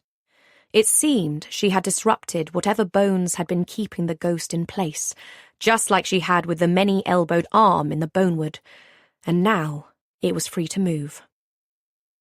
It slowly coalesced before them, a shining greenish light, reaching such a feverish brightness that many of the raiders covered their eyes or looked away, howling in pain. Even Julian flinched, leaving only Wren to watch as the figure took shape. there was something very wrong with it. Its neck was bent at a horrid, unnatural angle, confirming Wren's suspicion that there was indeed a gallows here once upon a time, making the ghost's figure strange and misshapen. Still, it formed in detailed clarity, including the broken neck and dark, blood-flushed face. To be able to make sound, following the logic of the undead scale, Wren would classify this as a tier 4 Geist, able to affect the world around it, which meant it could do more than just make noise. Wren tried to spot its body among the mess of the bones she had made, but she was no rapier. She couldn't set this spirit free. Her only chance was to damage it enough that it temporarily vanished. At the appearance of an actual undead, the bandits immediately scattered, choosing their lives over whatever coin they'd hoped to procure with Julian. Even the horse followed suit. This was, however, a mistake. Never turn your back on a ghost. Never run. The angry spirit latched onto the movement, lashing out at the nearest living targets. 2 of them got away, but the third, Wren, stumbled forward, but it had happened in an instant. Looking fearfully over his shoulder, the bandit had run headlong into the ghost as it came to a stuttering halt directly in front of him. He ran clear through, and the result was as swift as it was brutal. Death rot. His screams died in his throat, the death rot blooming across his chest and up his neck like an ink stain, visible over the collar of his filthy shirt. He dropped to the ground, twitching. Some death rot could be reversed, or at least stopped from spreading if it started in a limb or the touch was mild enough. But this ghost had hit his chest first. He didn't stand a chance. The rest of the bandits were gone, and now it was just Wren and Julian.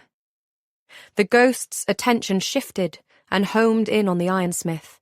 He was the nearer target, and unlike Wren, he was defenseless.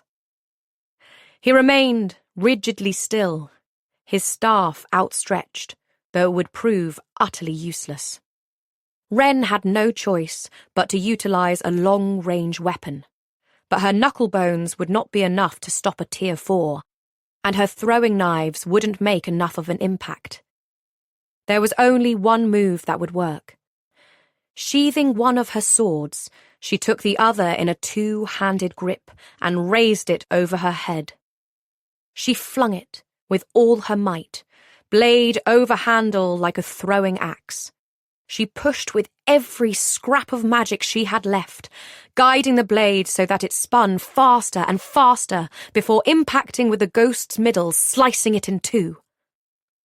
There was another cry, trembling and faint.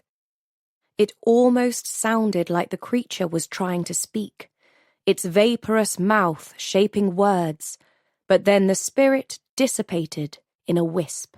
Darkness descended, leaving Wren and Julian surrounded by nothing but bones and dead bodies, and the sound of their ragged breathing.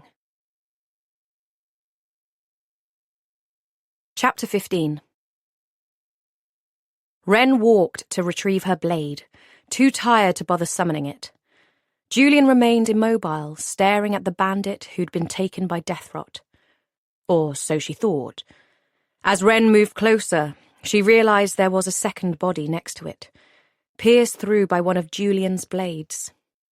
That was who he was staring at, the man he had killed despite his best efforts not to. "Is it gone?" he asked hoarsely, his eyes shut in a grimace. Surely he meant the ghost. It was difficult to know for sure. They were beyond the protections of the wall, and she didn't understand the rules here. She'd never heard a ghost scream, let alone attempt to actually speak. It would need time to gather its strength and reform, but how much time, she had no idea. "For now," she said, But we need to move quickly. Something about the words seemed to irk him. His shoulders tightened, and he looked over at her. You mean to just leave them here, where they can prey on other travellers? Don't you... Aren't there funeral rites? Things you can do to help? He waved his hand vaguely in her direction, uncertain what those things might be, but asking nonetheless. In case you've forgotten, we are on a rescue mission, she said. There's no time to dig graves, and no point when there aren't any rapiers this side of the wall to finish the job. The death-rotted one is gone for good, but the other's spirit will rise eventually, and there's nothing you or I can do about it. He looked her up and down, and she realised he might not know the difference between a rapier and herself, but he didn't question her. There's such a thing as respect and dignity. You want to give the people who tried to kill us respect and dignity, she scoffed. He rounded on her. You think they live like that because they want to? He demanded, his words surprisingly sharp. They wouldn't have tried to kill us if you'd let me negotiate. Negotiate the terms of your survival, while I stood there and waited for execution. She laughed humorlessly. No one this side of the wall is going to pay for my life, Julian, friend of the so-called regent. Probably no one on the other side either, but she didn't mention that. Besides, you were losing. So you decided to raise the bloody dead? I didn't raise the dead, Wren corrected with exasperation. You're telling me those bones burst out of the earth by accident? What kind of Bonesmith are you? She pointed at the bones. Most of these bones are not haunted. They are what I reached for. They are all my magic can touch. But when I unearthed them, I accidentally disturbed bones that are haunted. And there are probably more, given that signpost was once a gibbet, so we need to get out of here.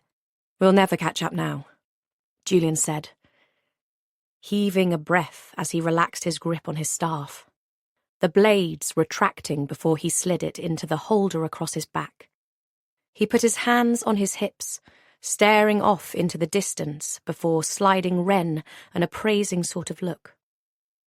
Unless... The look on his face piqued her interest. Unless what? Even though this whole thing was your fault, he began, and Wren interjected at once. My fault? Those bandits set a trap that you walked into without a second thought. Then you interrupted my attempts to end this peacefully, and when I asked you to stay put so we could properly defend ourselves, you ran off and summoned a ghost. Wren spluttered, but he just kept talking. But, despite all that, you did dispatch it fairly neatly, and your mastery over bones may have some use. Some use? The nerve.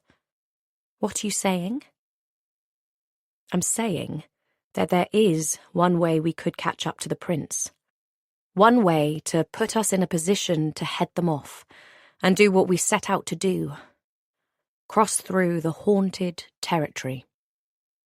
Wren's heart kicked against her ribs. Everywhere east of the wall was considered the breachlands, a den of traitors and undead monsters, the battlefield where wars had been fought against both the living and the undead. The site of the breach, the greatest calamity the Dominions had ever seen. Going anywhere east of the wall was a bold and daring move, even for her. But crossing through the haunted territory, there was the chasm, the breach itself, 20 miles long, and who knew how deep. And then there was the radius of dangerous land that surrounded it, the place where the undead tended to linger, the haunted territory. As Odile had pointed out on her map, the landscape blocked them in on two sides, thanks to the mountains and the river, and it seemed they didn't like to stray far from the deep wound in the ground from which they had risen. As far as Wren knew, no living people set foot there, or hadn't since Locke and his forces, and only Vance, Odile, and a handful of soldiers had managed to come back again. What if Wren could do it and survive? More than survive, if she could return alive and with the Gold Prince. They'd be forced to give her the respect she deserved and admit she wasn't the screw-up everyone thought. Speak of her as they did her Uncle Locke, with awe and reverence. It would be dangerous, Julian was saying, drawing Wren out of her daydreams of fame and glory. Finding a way through would be a challenge in and of itself, never mind whatever else crosses our path. There have been a lot of rumours recently. He darted an uneasy look her way. Rumours? He tossed his shoulder in a shrug. Mostly local gossip. Supposed sightings of a strange woman in a veil. The Corpse Queen. A Corpse Queen? It was a fairly epic name, but what did it actually mean? It's a walking corpse. Sounds like any Tier 5 revenant. He hesitated. Probably. Most of it sounds like the same Bonesmith stories I grew up on. Evil necromancers enslaving the undead. Bodies going missing. Ghostly spectres marching together at midnight, that sort of thing. My grandfather used to always say, "Get back before dark or the robbers will get you." Wren was fascinated. He'd grown up on Bonesmith stories, when her own house wouldn't even talk about them. Wait, robbers? Yeah, Bonesmiths. They were grave robbers. Right. Wren had known that, but she'd never heard it said exactly that way before. Bonesmiths were a taboo subject matter in the House of Bone. Naturally, that meant Wren had always been intrigued by them. But all she knew was what she'd cobbled together from servant gossip and bedtime stories from old nursemaids. And everything she'd cobbled together was deliciously horrifying. While bonesmiths could sense and control dead bones, ghostsmiths could sense and control the undead spirit, the ghost. Once upon a time, the two smiths were a match made in spirit-reaping heaven. The ghostsmith would calm and control the ghost, while the bonesmith would locate the anchor bone and sever the ley line. Valkyrs didn't exist back then because they weren't needed. But eventually, the ghostsmiths began to abuse their power. They used the undead, forcing their spirits into servitude and denying them their eternal rest. Cook told Wren they'd even started killing people in order to get their hands on the freshest corpses, in addition to plundering graves. The word grave robber sounded an awful lot like grave digger. But she supposed that was why her family had forbidden the subject to begin with. There were too many similarities that could be misconstrued. Because both Bonesmith and Ghostsmith magics dealt with the dead, many in the Dominions were wary of Bonesmiths because of what the Ghostsmiths had done, fearing, perhaps, that they were capable of doing the same. "You think this queen could actually be a Ghostsmith?"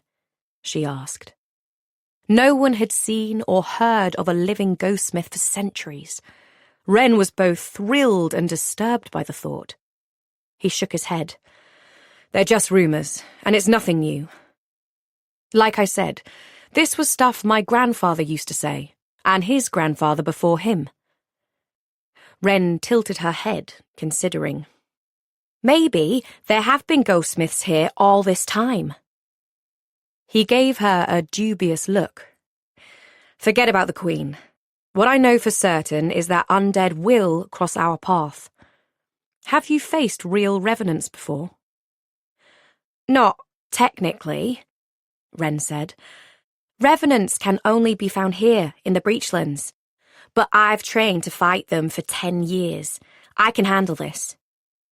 She'd battled countless ghosts in the catacombs at Marrow Hall, where they kept some under careful guard for novitiates to practice against. Plus, she'd sparred for hours against Inara, learning the best tricks and maneuvers for facing anything that could walk. And if that didn't work, she'd remember Odil's advice and trust her gut. If we move quickly and quietly, we might be able to make it through unnoticed, Julian said. Wren was nodding, glad she'd fully armed herself before leaving the fort for Leo's inspection. Wanting to show off for the prince, she had a full stash of weapons and artillery, plus refills. I'll lead the way. They were Ironlands once, and I'll be able to figure out the safest way through. You guard us against the undead. It was perfect in its simplicity, yet, are you sure we won't lose them? He nodded. They have no choice but to take the coastal road. We'll take a shortcut and head them off before they reach their destination. Considering the location of the haunted territory and the sweep of the coast, Wren could only assume that the destination was the Iron Citadel. The apparently not abandoned Iron Citadel, which housed a regent, someone who saw themselves as ruler of these lands, or at least ruler of the House of Iron, if Julian had some sort of loyalty to him. No matter, Leo wouldn't set foot there if Wren could help it. This isn't some graveyard or old execution block, he warned. This is the haunted territory, the doorstep of the breach. I know, Wren said, unable to conceal the eagerness in her voice. The only way this is going to work is if you listen to me, he said. You might fancy yourself a ghost slayer, but the goal here is to avoid the undead entirely. Understand? Wren bristled at the way he commanded her, but she knew arguing would only make him abandon this plan. Besides, while a glorious death in the breach wasn't the worst fate she could imagine, it would mean nothing if she failed. The recklessness that had served her all her life might well be her undoing if she focused more on how to fight the undead than how to not fight them. Without a travelling bard in tow, the tales of her epic journey would be hers to tell. So maybe she'd embellish a little. What mattered now was surviving the breach in the first place. Fine, yes, no undead are the best undead, as far as you're concerned. As far as anyone is concerned, he said. Not Bonesmiths, Wren replied, flashing him her widest grin. Now, let's loot these corpses before we head out. You're joking, Julian said, as Wren crouched over the nearest body. She located a jewelled scabbard and held it up, examining the stones, surely only coloured glass, when Julian marched over and snatched it away. One of the diamonds fell off and cracked in two. What are you going to do with an empty scabbard?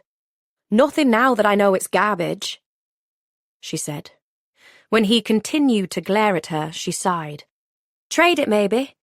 I don't know about you, but I'd like to eat sometime on this journey. Surely jewels still hold value here in the Breachlands. We're headed to the haunted territory. There are no inns or peddlers or kind farm folk to trade with for food and a place to sleep. There is nothing between here and our destination except death. All the more reason to take what we can, Wren insisted, moving on to the next body, the death-rotted one. They'll have a cache somewhere nearby, Julian interjected, somewhat loudly. He was plainly uncomfortable with what Wren was doing. Bandits like them have little safe houses all over the place. We find one, we find supplies. Won't they be running there as we speak? It won't be a proper house, just a hole in the ground with provisions. After the stunt you pulled, I doubt they'll stop running until they reach Southbridge. Wren looked up at him. Does that mean you don't want this? She asked, holding up a small black dagger. He hesitated, then dropped the scabbard and walked over. He plucked it out of her hand, but immediately pulled a face. Bitter iron, he said, tossing it onto the ground. But it's black, Wren said, picking it up again. Smiths called any variation on their material that they couldn't touch, like alloys for the metalsmiths, bitter. Steel was a popular iron alloy, so they often called steel weapons bitter iron or bitter steel. Wren had heard bronze called bitter copper by coppersmiths, and of course any material not native to their island was resistant to their magic. So gold, silver, iron, even bones that came from outside the dominions were called bitter to the local smiths. In fact, after losing several gold mines to the breach, the king had deemed that only bitter gold mined outside the dominions and acquired through trade, should be used as currency. The rest was saved for goldsmith artisans to craft into more valuable objects or stockpiled to ensure its value remained high locally and abroad.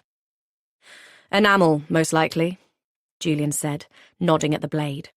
Either he got played by someone claiming it was ironsmith made, or he planned to play someone else. If you say so. She dusted off her hands and stood. You know where we can get supplies? Lead the way.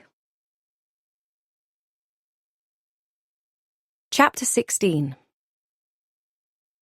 Julian insisted on dragging the bodies to the side of the road before they set out. Bandits are a major problem in the south, he explained, as they searched seemingly random and unremarkable caverns and crevices. The coastal towns send out local militia in an attempt to keep them in check, and sometimes, when I'm able, I join them. Their movements and patterns are easy to predict. They each have specific territories and they have to keep mobile, so they can't be bogged down with supplies. Finally, he found what he was looking for, uncovering a stash of barrels and crates in a partially concealed cave. It was stocked with a decent amount of food, mostly dried fish, but there was some cured red meat, several jars of pickled vegetables, plus water canteens they could refill. There was also travelling gear, including a kettle, blankets, and a flintstone. It's cold where we're going, so grab whatever you can, Julian said, stuffing a leather pack. It's cold everywhere. It's winter, Wren said, though she did the same. He shook his head. Not like this. Wren considered that. The undead did give the feeling of cold if you came into contact with them. That was why death rot resembled nothing so much as accelerated frostbite, but she'd never known it to permeate an entire place before. Even the Bonewood was no colder than anywhere else, and it was the most haunted place she'd ever been. Yet, anyway. Once they were ready, they stepped out into the night, heading north. It was the exact opposite direction they'd started travelling, and Wren couldn't help looking back over her shoulder, wondering if she was doing the right thing. Was Leo okay? Had they unbound him and allowed him to ride a horse, or were they still throwing him around like a sack of grain? Even if they treated Leo well now, with a gold prince in their possession, the demands they eventually made could be lofty and unreasonable. They could threaten Leo's life and hold the entire dominions at their mercy.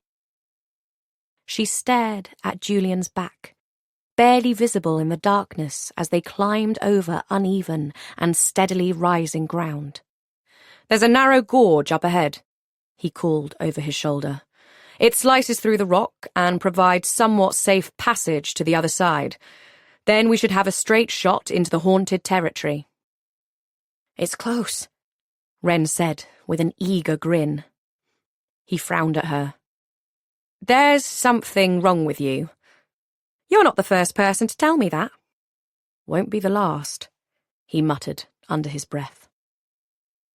It wasn't long before they found the edge of the river. The Serpentine, Odile had called it, which was flat and wide as it bent southeast, but they travelled upstream, where it steadily grew narrower and twistier before slicing through the rising landscape, creating a ravine. They walked along the stony bank, keeping the water within reach. It was a natural barrier to the undead, so while ghosts could come upon them on its shores, one quick jump into the rush would see them safe from death rot, even if they risked drowning instead. The river varied between rocky, foaming swells and smooth, gentler currents, but Wren hoped it didn't come to that. Exhaustion was starting to settle in when Julian came to a stop. He was squinting toward the rising cliffs, and then Wren saw it too. Remnants of a broken-down mill house. "I say we check it out," Julian said. "Sleep here until dawn, then—" "We can't stop now! We've barely made any ground, and—" "They will have stopped. Which means this is our chance to catch up." Julian shook his head. "We can't push for 3 or 4 days straight, and I'll be damned if I'm entering the haunted territory without my right mind. We need sleep." Wren jutted out her jaw. "We should sleep during the day. The undead are far less active." He considered that for a moment, nodded. "We will, but after tonight." Wren opened her mouth to argue when she caught him shift his shoulders.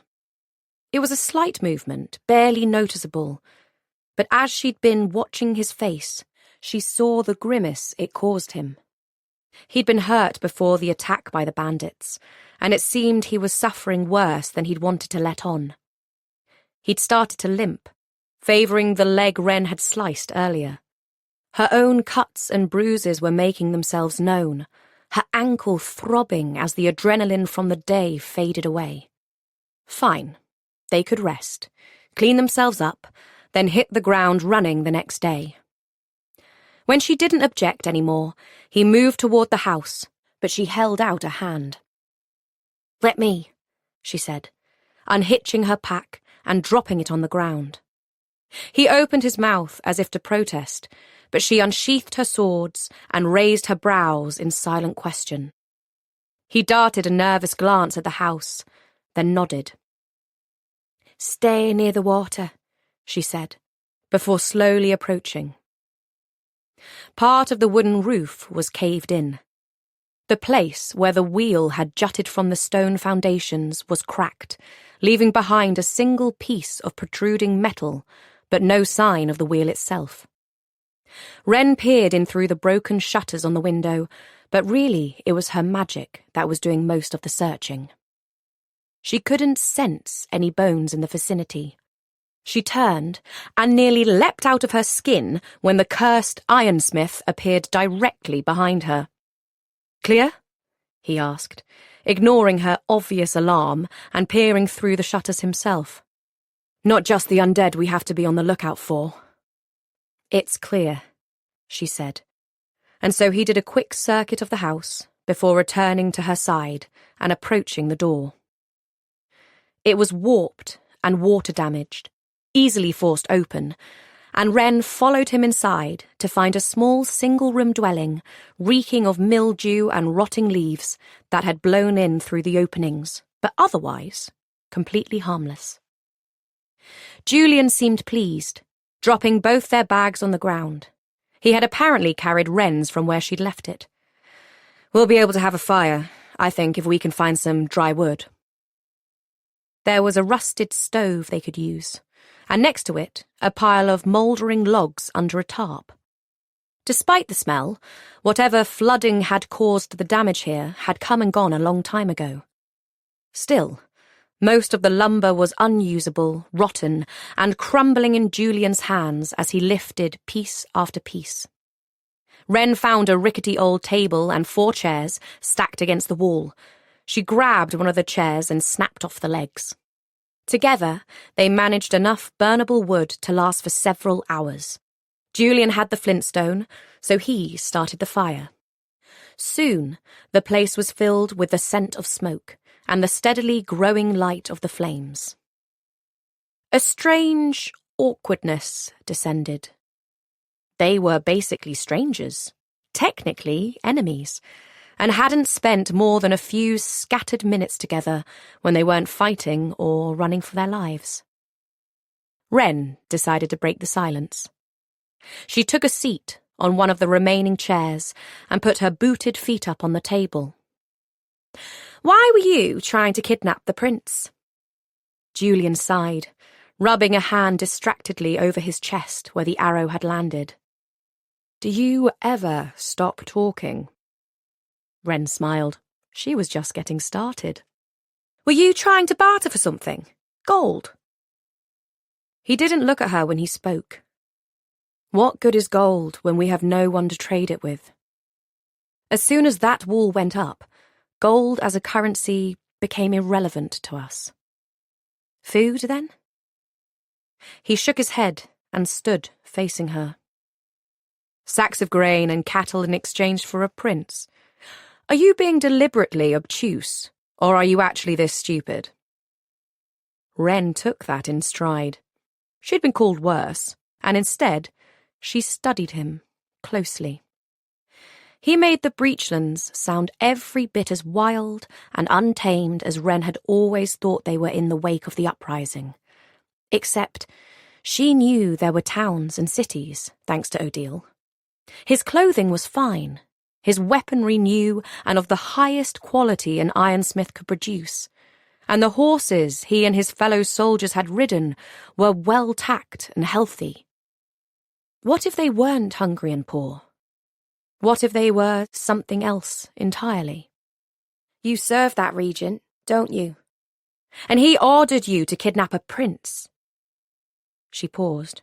"You want re-entry, to become part of the Dominions again." Julian looked away, but a line of tension tightened his jaw. "Forgiveness for the uprising and forgiveness for trying to save our people from the breach," Julian snapped. "Forgiveness for storming the wall that kept us penned in like livestock, like sheep trapped with the wolves." Wren straightened in her seat. Anger radiated from him, and she feared her attempts at idle conversation might come to more physical blows. But she wasn't going to back down. "You caused the breach in the first place," she said, her voice as calm as she could make it in the face of his fury. "I hardly think—" "Believe me, I know." She scowled. "If you hadn't been overmining, none of this would have happened. You'd still be a part of the Dominions, your house noble and powerful, and you'd be nothing." Wren glared at him, and he smiled slowly, viciously. "Isn't that right? Your nobility, your wealth, your revered position in society. The House of Bone has none of that without the breach." "You're right," Wren said lightly. "Without the breach, we'd just be the only thing stopping the dead from rising in every corner of the Dominions. There wouldn't even be the Dominions without us."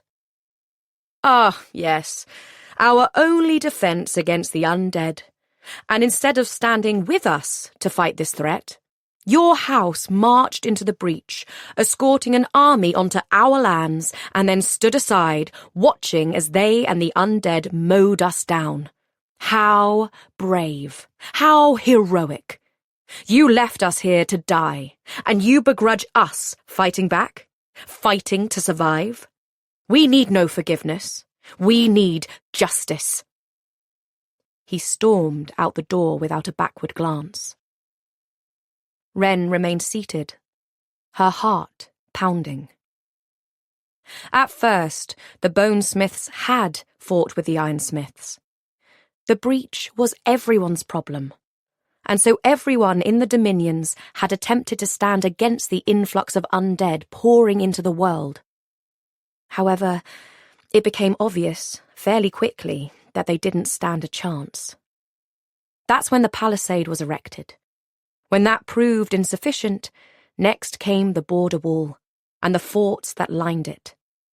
Even then, the ironsmiths were still considered a part of the Dominions, but when the Crown failed to protect them or send aid, they decided to take what they wanted by force.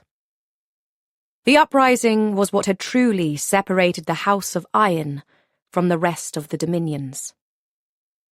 It had been a royal decree, but Wren could see how Julian would blame the Bonesmiths. They were the only ones who could protect his people, but they had heeded the word of the king instead of their own calling. She wished she could talk to Odile about it. Clearly the woman felt terribly conflicted over what had happened. Did Wren's father? And Locke?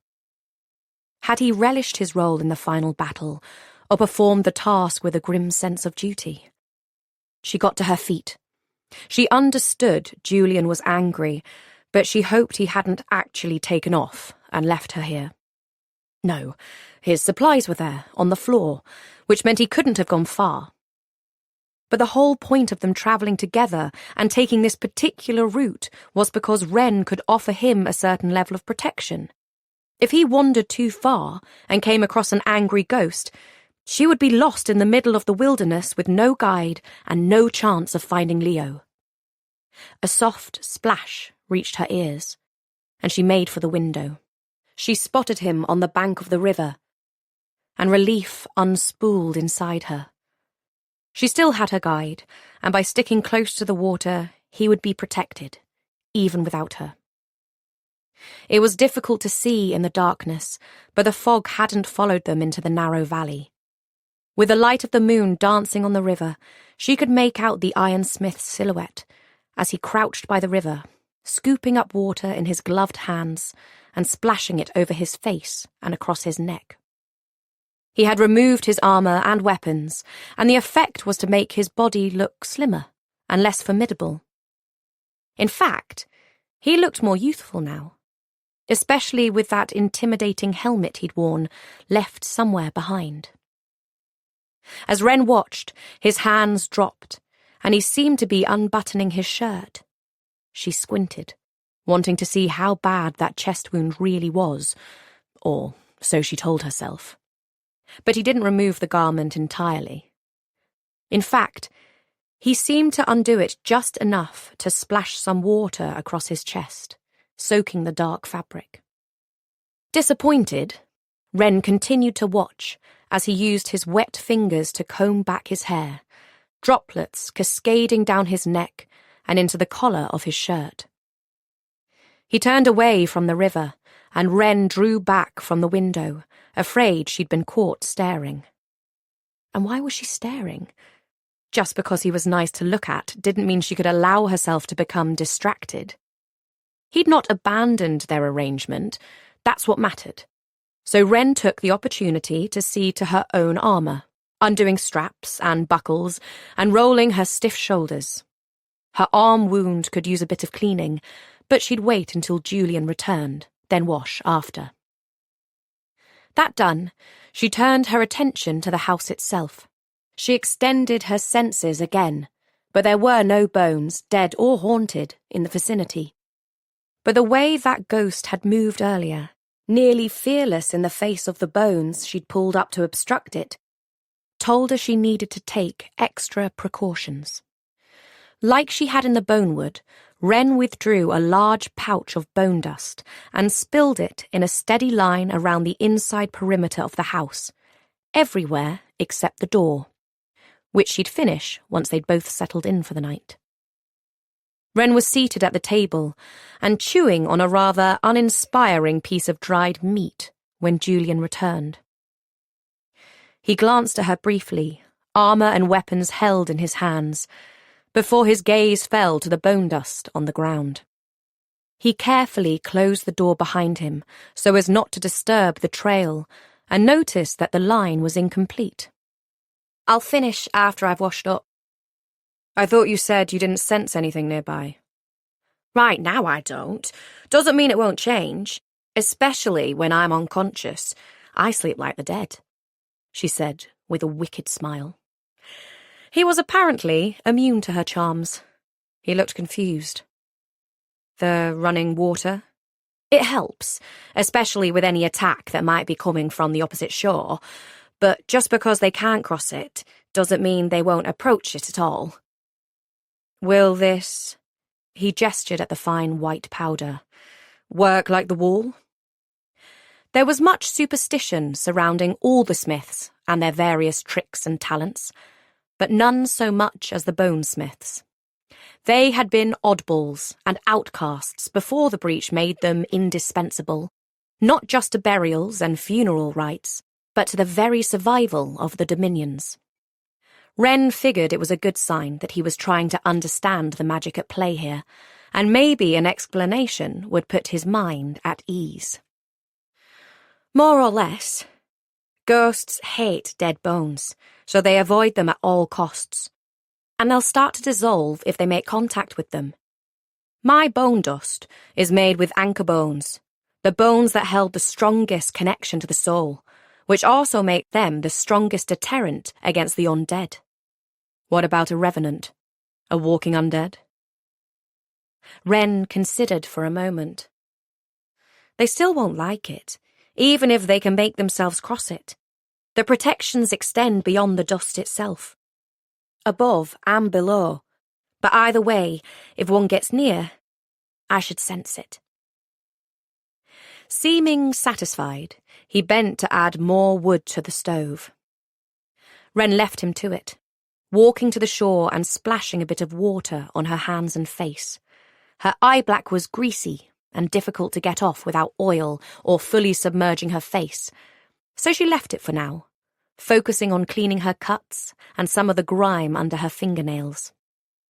Afterward, she returned to the house and closed the door. Julian had taken her place at the table, while Wren used the remaining bone dust to finish the outline of the house and seal them in its protections. "What if I have to, relieve myself?" Julian asked abruptly, watching Wren make final adjustments. Relieve himself? How proper. Wren smirked. Be quick. He almost smiled at that, and Wren considered it a victory. Her task done, she dug through her belongings until she found one of the blankets they'd pilfered from the bandits. She laid it out in front of the wood stove. Considering the size of the place and the radius of the fire's warmth, they'd need to sleep side by side. Julian seemed to realize it as she did, but he didn't make any move to join her. Looking up at him as she settled onto her makeshift bed, she quirked an eyebrow. "Given what I understand of the haunted territory, we're not likely to be as safe as we are here anytime soon. Get your rest. The bone dust will do its job." "And what if there are more bandits?" Wren shrugged, wrapping herself in her blanket. "That's your job." Chapter 17. All in all, it hadn't been one of Leo's best days of travel. And honestly, that was saying something. He'd once rode in a manure cart for the better part of an afternoon in an attempt to make it back to the palace after an overlong stay at a local fair, and he'd been known to take a pony, donkey, even a large dog once, though that had been for companionship more than anything else, if a horse was unavailable. That being said, it also hadn't been one of his best. The saddle had been hard and the ride uncomfortable, but he had endured worse. Or so he told himself. In truth, the day had started wrong from the moment he'd opened his eyes, burdened with a vicious hangover and the less than desirable knowledge that he was going to be kidnapped. Still, he wasn't going to let a little thing like a hostage situation dampen his spirits. He was hardly the first royal to be held for ransom, and he doubted he would be the last. They'd forced him to wear a smelly bag over his head for most of the journey, whenever they passed other travellers or identifying landmarks, as if he could do anything about it, even if he did know where they were or where they were going. Well, to be fair, he could do something. He was quite certain. And intended to, by the way, but they didn't know that. And it was thanks to his own dramatics that the bag was ever removed at all. He pretended to lose his balance in the saddle whenever it was on, actually falling once to commit to the bit, and thoroughly bruising his backside in the process. but it meant they let him remove it whenever someone in the party gave the all clear. Even with the cursed sack, he had a very good guess of their destination, if not the exact route they would take. It would be nice to get a confirmation, though. "Where are you taking me?" he asked the kidnapper next to him. They'd been riding for hours, and the sun had long since set behind them. There were always the same two kidnappers nearby. One, grizzled and gruff, and prone to speaking in single-word replies. The other was the total opposite. Young and green, wide-eyed and handsome. Leo could use that. Unfortunately, it was old Greybeard who answered. "Quiet!" Leo rolled his eyes, then put them to good use, scanning his surroundings. They had allowed him to ditch the bag after darkness fell, and Leo had watched as everyone in their party grew tense and wary in the coming night.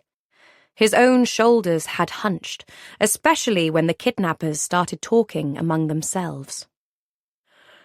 "Think we'll see her?" the kidnapper in front of Leo muttered, craning his neck to scan the empty road and barren landscape, painted silver in the moonlight. "You'd better hope not," said the one riding beside him. "If you do, it'll be the last thing you ever see," said a third, from farther up the line, laughing. "It's not funny," said the first. "My cousin's friend disappeared 3 weeks back. Swears he saw her in the trees, right near the path his friend had taken. No one's seen him since." "Who is this mysterious woman you're all so afraid of?" Leo asked. "Nobody," came Greybeard's predictable response. Leo pressed his lips together, then noticed the young kidnapper was watching him. "It's a harmless question, isn't it?" Leo asked, keeping his voice low, so it wouldn't be heard over the sound of the horse's hooves. "Indulge me, won't you?" He batted his eyelashes. They were no longer golden, unfortunately. They'd stopped earlier in their journey to strip him of every scrap of metal on his body. Well, every scrap they could find, anyway. "I'm painfully bored." The boy tilted his head, considering. "They call her the Corpse Queen." Corpse Queen? Leo racked his brain. He'd studied ancient Smith lore, and the name rang a bell. "Isn't she the monster that will eat children who stay up past their bedtime? Surely hardened soldiers like you don't believe such nonsense." Leo gave the boy his best grin, and the boy almost returned it, before he caught Greybeard's frown and hastily looked away.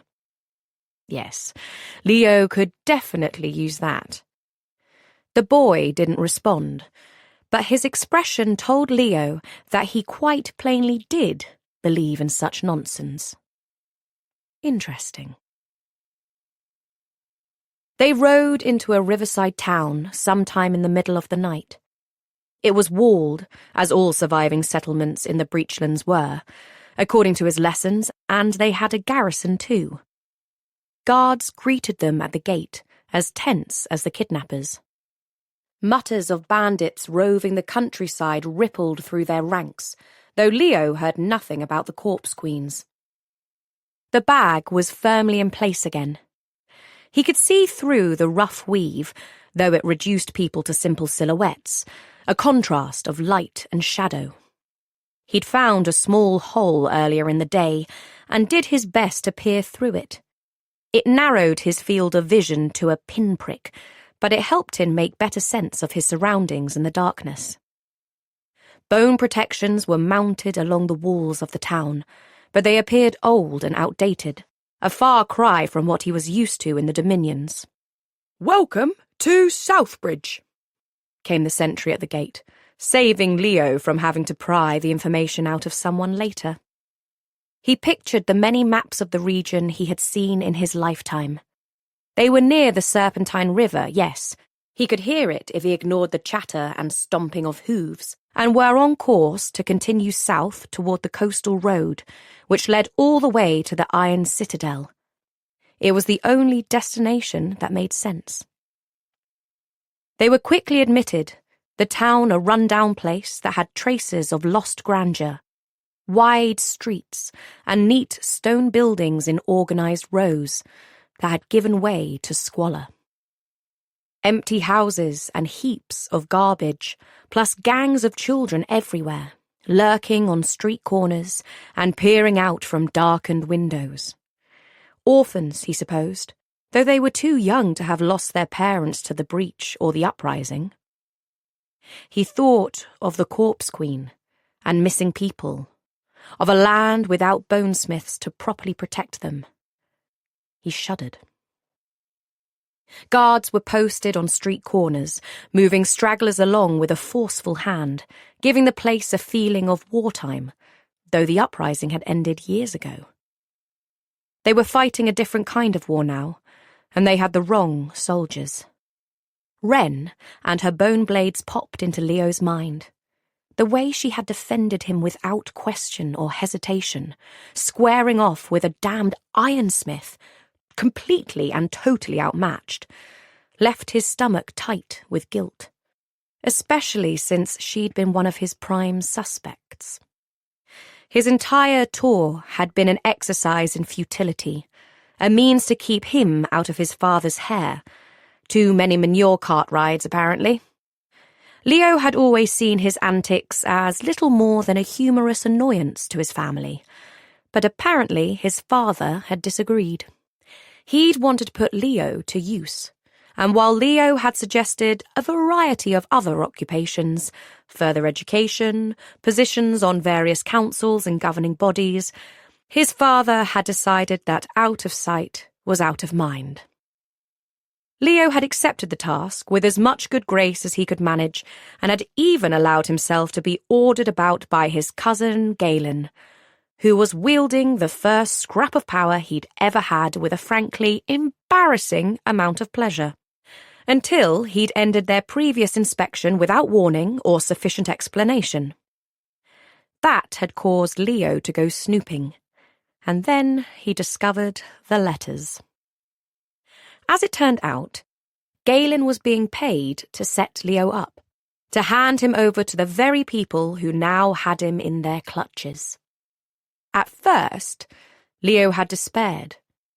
He'd wanted to confront the man, to tell his guard captain and raise a self-righteous stink. The problem was, his father had ordered the royal guard to heed Galen's orders over his own. Leo had several years of adolescent mischief to thank for that, and while he could have tried to find help at the breach fort, he had no idea who else was involved. He might make things infinitely worse for himself if he went to the wrong people, and if he confessed to having seen evidence of Galen's shady dealings, he might find himself not simply a kidnapped prince, but a dead one. After that, he'd grown angry. That emotion served him for a time and allowed him to hold it together every day while his good-for-nothing cousin smiled and lied directly to his face. But then he had become curious, and that was a far more dangerous thing. He was just so incredibly bored, not only with his daily life, but with his place in his own family. He was tired of not mattering, tired of being the spare's spare, no matter how much he joked about it. Maybe he wanted to see if his family cared. Maybe he wanted them to worry, to barter and beg, and shell out sacks of coin for him. Maybe he wanted proof not only that he mattered, but that he was valued. And if he happened to be fascinated about the world beyond the border wall, well, that was his business. So he'd been ready. Resigned, maybe, but ready. Then the day of the inspection had come, and his carefully held composure had begun to fracture, and he'd started to question all his choices. Maybe allowing himself to be kidnapped wasn't the smartest idea. Wren Graven certainly hadn't thought so. There weren't a lot of people in the Dominions who had the gold to pay the price Galen was asking, nor the incentive to do so. But the Gravens of Marrow Hall had been at the top of Leo's list. They had risen high in the wake of the breach, so maybe they wanted some action on the front lines again. Some more relevance after too many years of peace. Imagine his surprise when one of them was a tribute at the breach fort, and very recently appointed. It had been suspicious, and so he'd done what he could to get close to her. He hadn't anticipated liking her so much. He hadn't expected her to fight for him tooth and nail. Had she survived that dangerous fall? Leo had asked for her, had sat her next to him, had put her in the line of fire on purpose. Of course she had survived. She was safe and sound back at the breach fort. The alternative was too much to bear. Their party rode through the silent streets, braziers flickering at the major intersections as they made for a large building in the centre of town. The inn, no doubt. Their journey seemed to be coming to its end for the day, but Leo's mind refused to settle. He couldn't shake the image of Wren's fall, nor the assassination that had preceded it. While the majority of Leo's less-than-stellar day had admittedly gone as he'd expected, Wren's heroics aside, that stray arrow had torn the entire plot wide open. Why had they killed one of their own? Ironsmiths were supposed to be extinct, which meant one as young and talented as that should be valued highly, not a target for murder. It didn't make sense. He needed more information. Leo guided his horse closer to the young kidnapper. "I never got your name," he said, wishing he could flash his winning smile.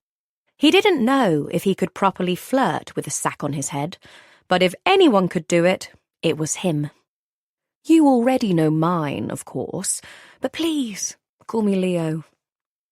The guard glanced around before fixing Leo with a somewhat suspicious look. He pondered, and upon deciding his name gave Leo no true upper hand. He shrugged and offered it. Jacob. While Leo often gilded his naturally light brown hair, Jacob was a true blonde, his cheekbones dusted with freckles and his eyes an ethereal crystal-clear blue. The colour was magical enough to make Leo believe in the old tales about watersmiths who lived in the sea, guiding ships safely home. Or pulling sailors under. "Nice to meet you," Leo said. "You seem awfully young for a kidnapper. You can't be much older than me." No response. Greybeard had ridden ahead, and the rest of their party was more concerned with getting to their rooms for the night than with anything he did. "Is this your first mission?" Leo pressed. "You're surely the youngest member of this, party, at any rate." Jacob shook his head.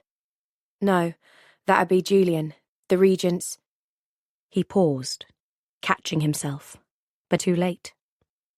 He darted an anxious look at Leo, who was glad for the bag over his head for once, which concealed his reaction. The fact that there was apparently a regent east of the wall was noteworthy enough, but when they'd first set out, the kidnappers had lamented the news of the ironsmith's death by mentioning another man. "Lord Smith Francis will be devastated," one of them had said, the others murmuring agreement, the captain among them. He had told them all a bold-faced lie about a breach fort archer, when in fact he had been the one to loose the arrow that had taken the ironsmith down. Leo had seen it right before they'd thrown the bag over his head for the first time, the captain and his accomplice unaware they had an additional witness.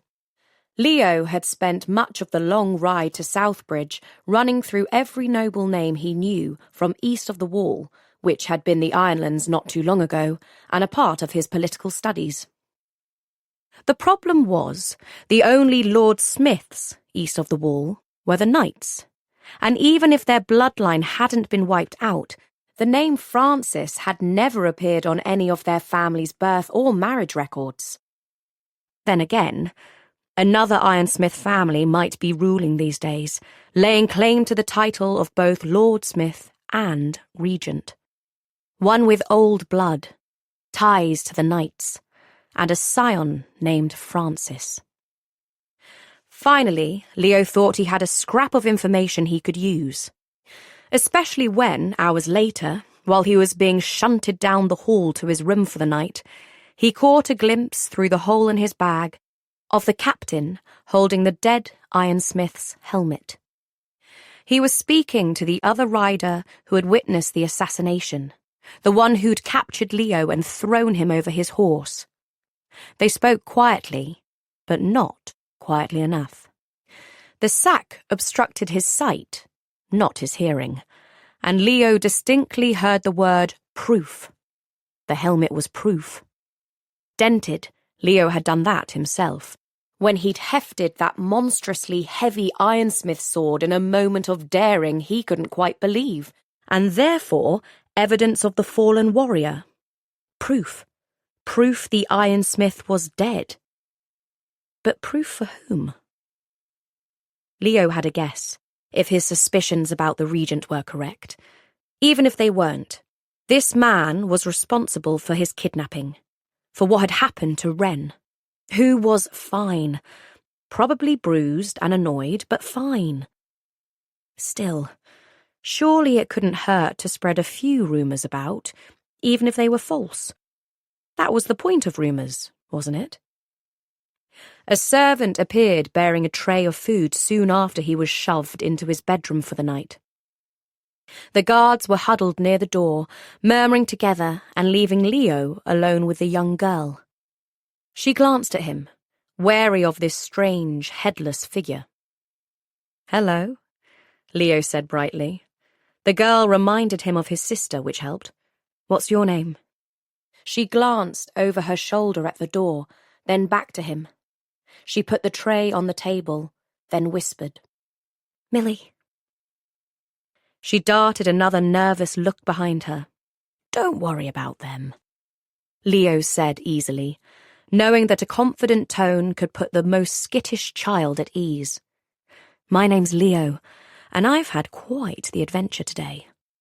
Her chin tipped up, interest sparking in her eyes. "Would you like to hear about it?" She nodded eagerly, and he smiled. Chapter 18. As Wren had promised, she did sleep like the dead. When she awoke hours later to Julian's boot prodding her leg, she lurched upright, hair askew and bone knife clutched in one hand. His lips twitched, and for a second she thought he was going to laugh at her, but instead he turned away and fiddled with their food supplies. Judging by the beam of light slicing through the broken shutters, it was still morning, but pushing toward the afternoon. She glanced at Julian, whose hair was perfectly combed back from his face, his armour on and his bags packed. Had he not slept at all? Wren stretched. She had removed her leather jacket and trousers in the night, sleeping in nothing but a flimsy undertunic, so she dragged out her movements to see if she could catch the ironsmith's eye. He didn't notice. In fact, he seemed determined not to look at her. Annoyed at his lack of interest, she didn't bother putting on anything else as she padded to the table and joined him. His head was bent over a pair of silver fish, carefully filleted, though he was currently struggling to debone them. He must have also found time to fish this morning, further proving that he'd likely not slept long, if at all.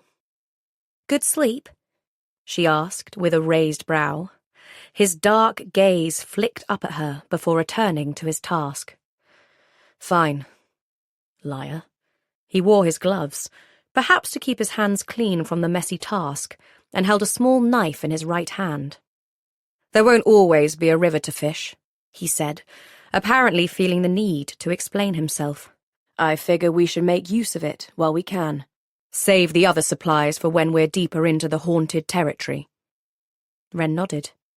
"Need help?" she asked, idly, watching him poke and prod, but continued to struggle. He was about to deny her, his mouth open, when he paused and truly looked up at her. He finally noted her clothes, or lack thereof, but spared them only the barest of eye rolls before he sat back. He nodded at the fish, waiting. Only warm-blooded animals produced a ghost, which meant fish, reptiles, and insects were harmless after death. Even cattle, poultry, and other spirited animals could be safely butchered as long as it happened immediately after being killed. Since their ties to life weren't as powerful as humans, their ghosts would simply never get a chance to form. Wren held a hand above each fish, sliced in half and lying open before her, and one by one she drew the bones from the tender flesh, pulling them into the palm of her hand in the blink of an eye, like metal filings to a magnet.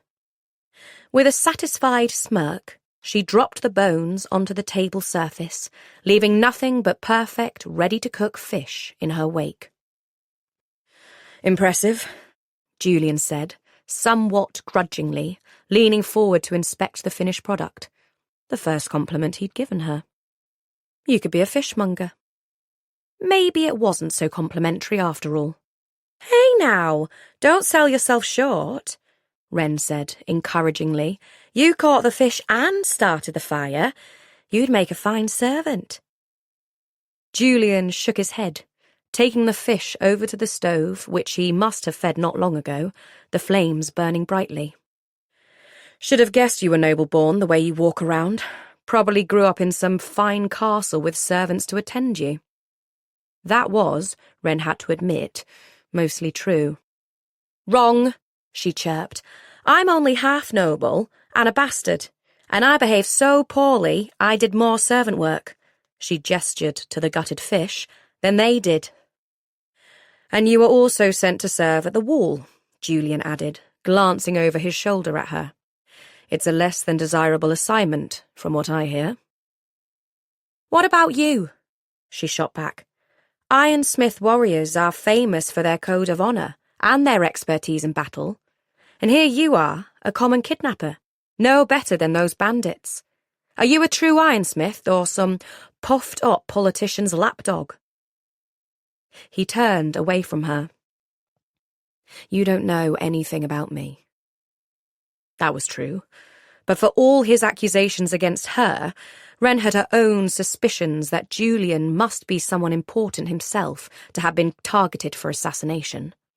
He was an ironsmith, so it made sense he would have risen quickly in whatever hierarchy currently ruled in the Breachlands.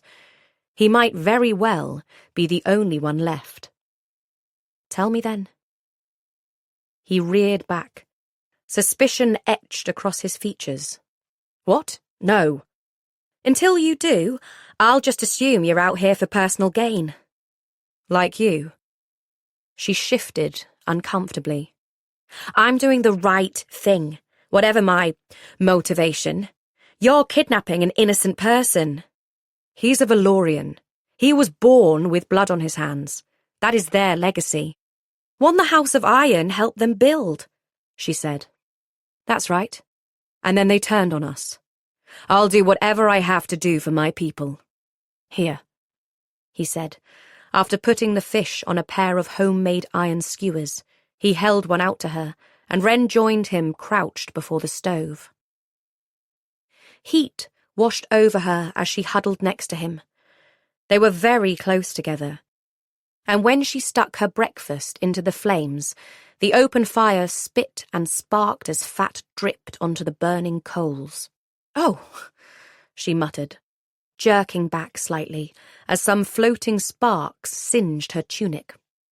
"Serves you right, dressed like that." "Like what?" He cocked his head, turning toward her. This time he didn't shy away. His gaze lingered as he took her in. "Like you want attention." "I always want attention. How I'm dressed has nothing to do with it." He snorted. "It has everything to do with it, I expect. Surely you don't need that eye black when you sleep." "You noticed?"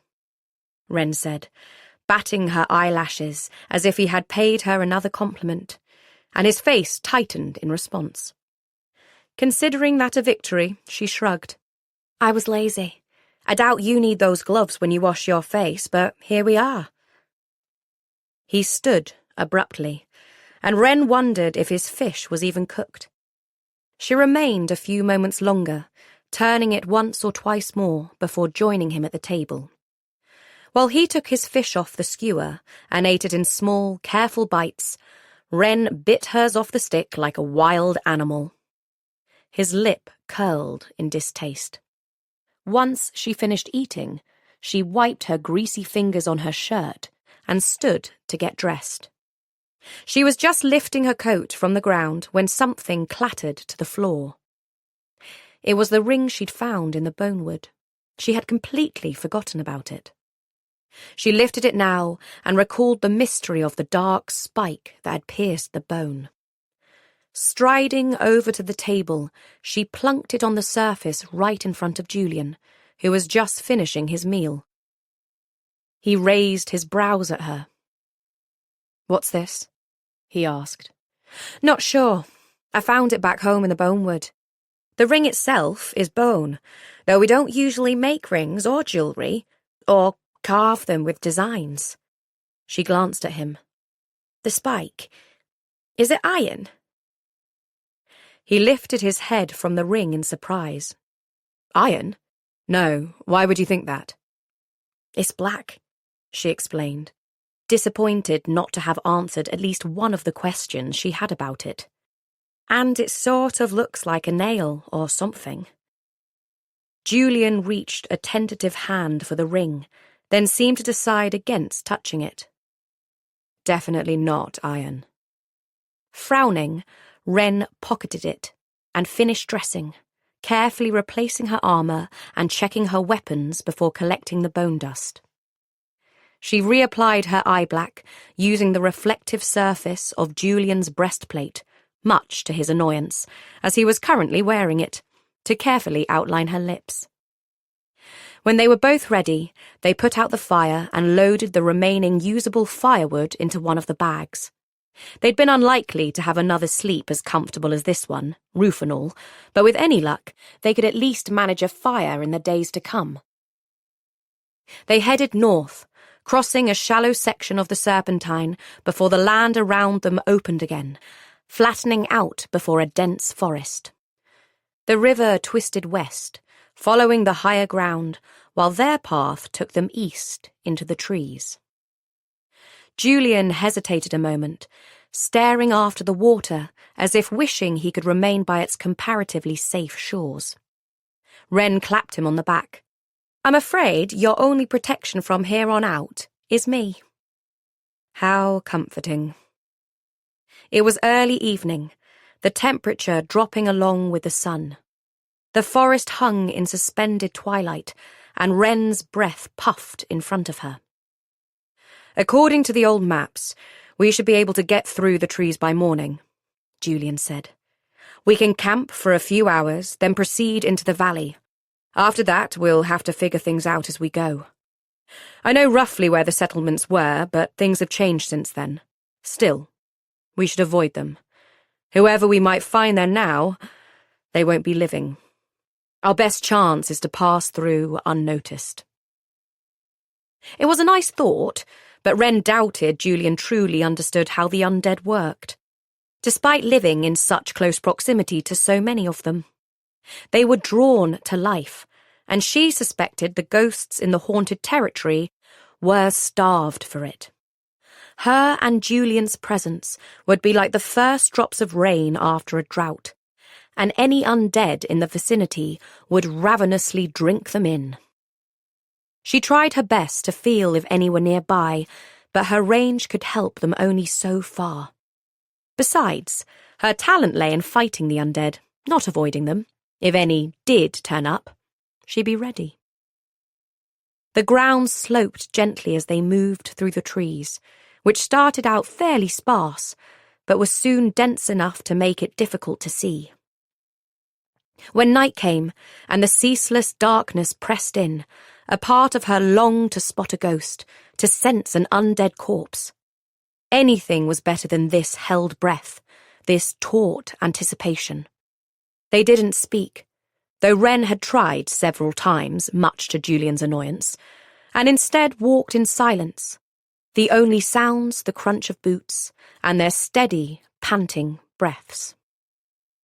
Julian kept up a relentless pace, and Wren reminded herself to be grateful for it, even as her legs ached and her lungs burned. She would rather die than give him the impression she couldn't keep up. And besides, this was all to her benefit. The sooner they rescued Leo, the better. "How far is—" Wren began, but Julian cut her off. "Shh," he said, not for the first time. "You shh," she shot back, annoyed. It wasn't sound that would bring the undead down upon them. It was their beating hearts. He rounded on her, ready with an angry retort, but didn't manage to get out a single word. Instead, his eyes bugged out, fixated on something over Wren's shoulder. She whirled around. Her senses kicked into overdrive, along with her pulse, as she spotted the unmistakable glow of an undead hovering between the trees. It wasn't near enough to clearly discern, probably 20 feet away, and newly risen. But its indistinct edges were becoming brighter with every passing second. And next to it, there was another light, fainter than the first. Farther away, Wren thought, until it started to move. Plodding ever nearer with a slow, lumbering gait. This was not the movement of a ghost. This was a revenant. As it stepped between the trees and into her line of sight, she saw why the ghost light had seemed faint and distant. The spirit was obstructed by its partially decayed body, the light winking and moving not between bark and leaf, but between flesh and bone. Wren recalled what Odile had said, something about the way they moved, like a puppet on strings. She thought of everything she'd ever been taught about the walking undead, and somehow it still didn't prepare her. She returned her attention to the first undead she had seen, and now that it was closer, it became evident that it, too, was a revenant, though its body was in a much worse state of decay, allowing the ghost to more brightly shine through. Wren swallowed, drawing her twin blades. 2 tier 5s heading their way. Behind her, Julian shuffled his feet, staggering backward. "Stop," she snapped, glancing over her shoulder. This was no different from every rapier valkyr training exercise she'd ever done, no different from the Bonewood trial itself. As creepy as this forest had suddenly become, the milky green light gilding the trees and casting Wren's and Julian's skin into sickly pallor, it had nothing on the Bonewood. Except for the tier 5s, of course. The problem was, Julian was not, in fact, a rapier. He was entirely untrained against this particular adversary, and there was no defeating these undead. No distracting them long enough for the scythe's fatal cut.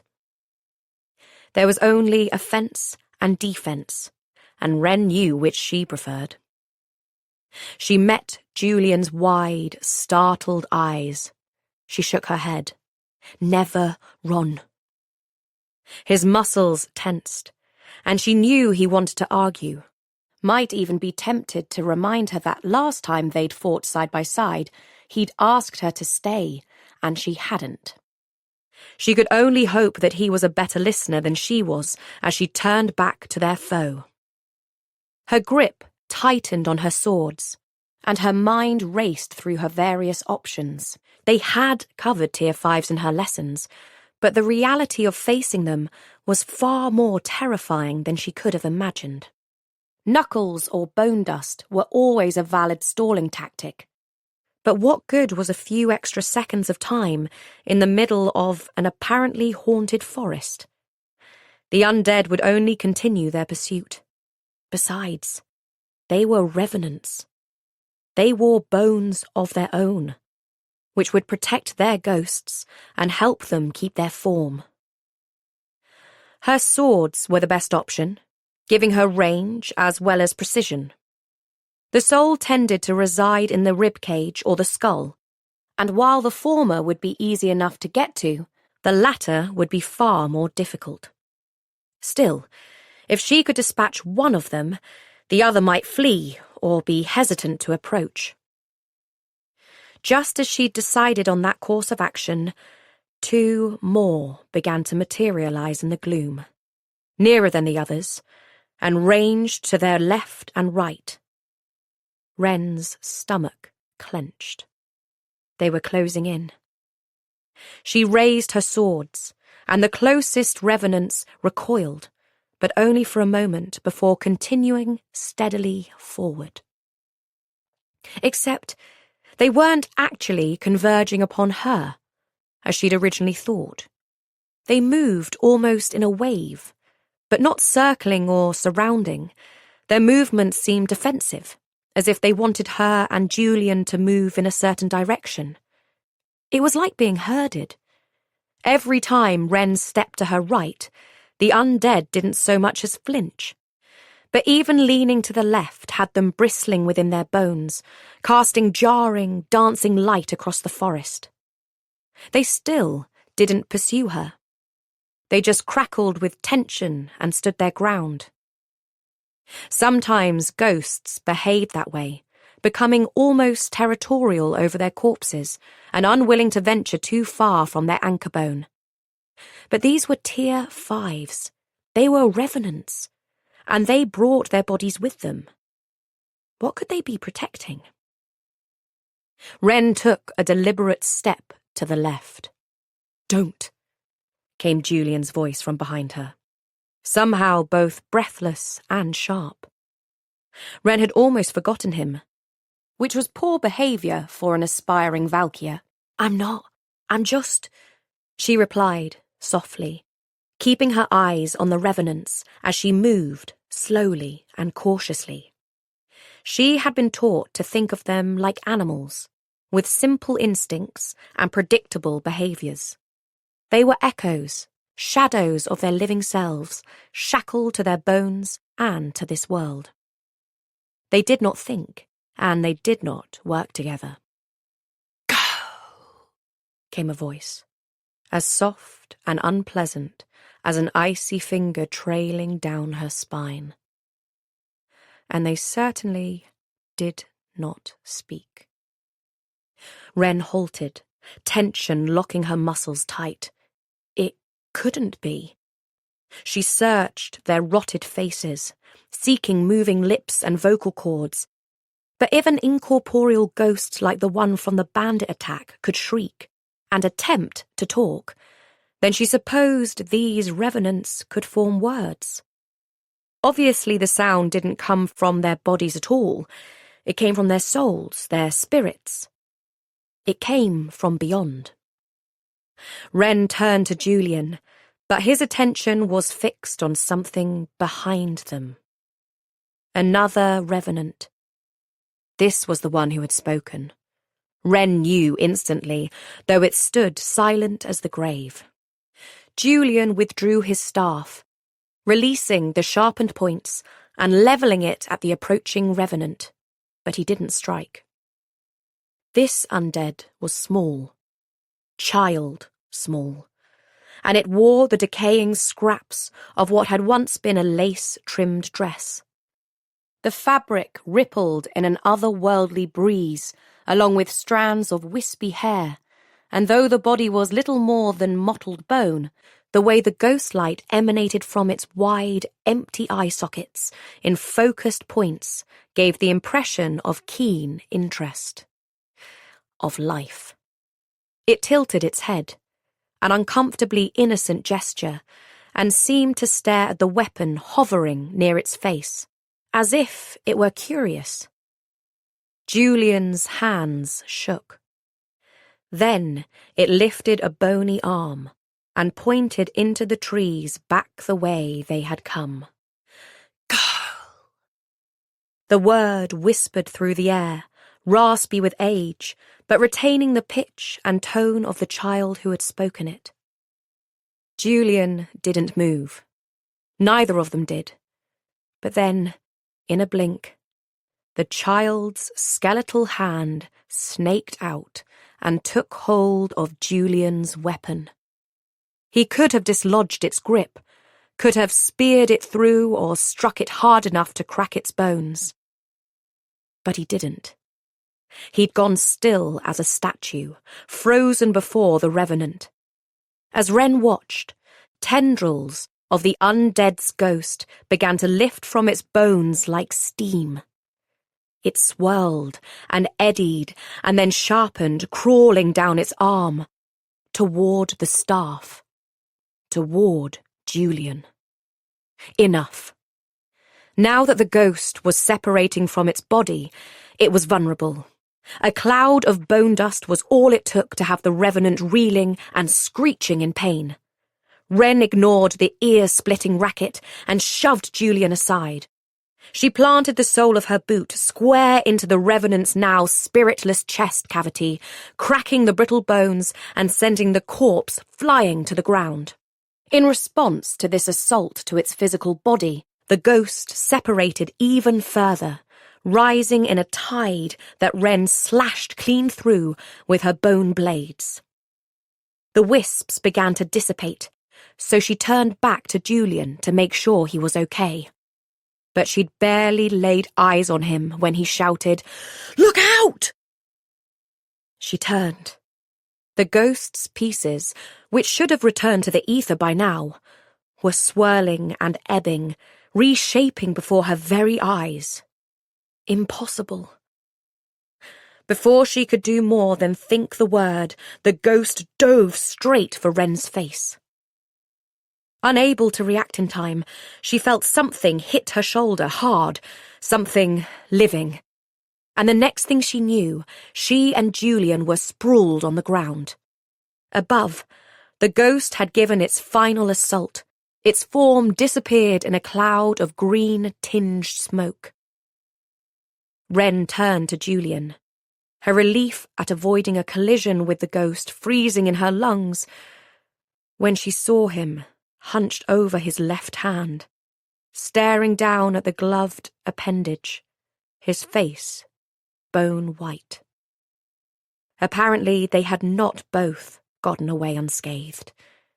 The ghost must have hit his hand when he saved Wren. It had been mere vapour.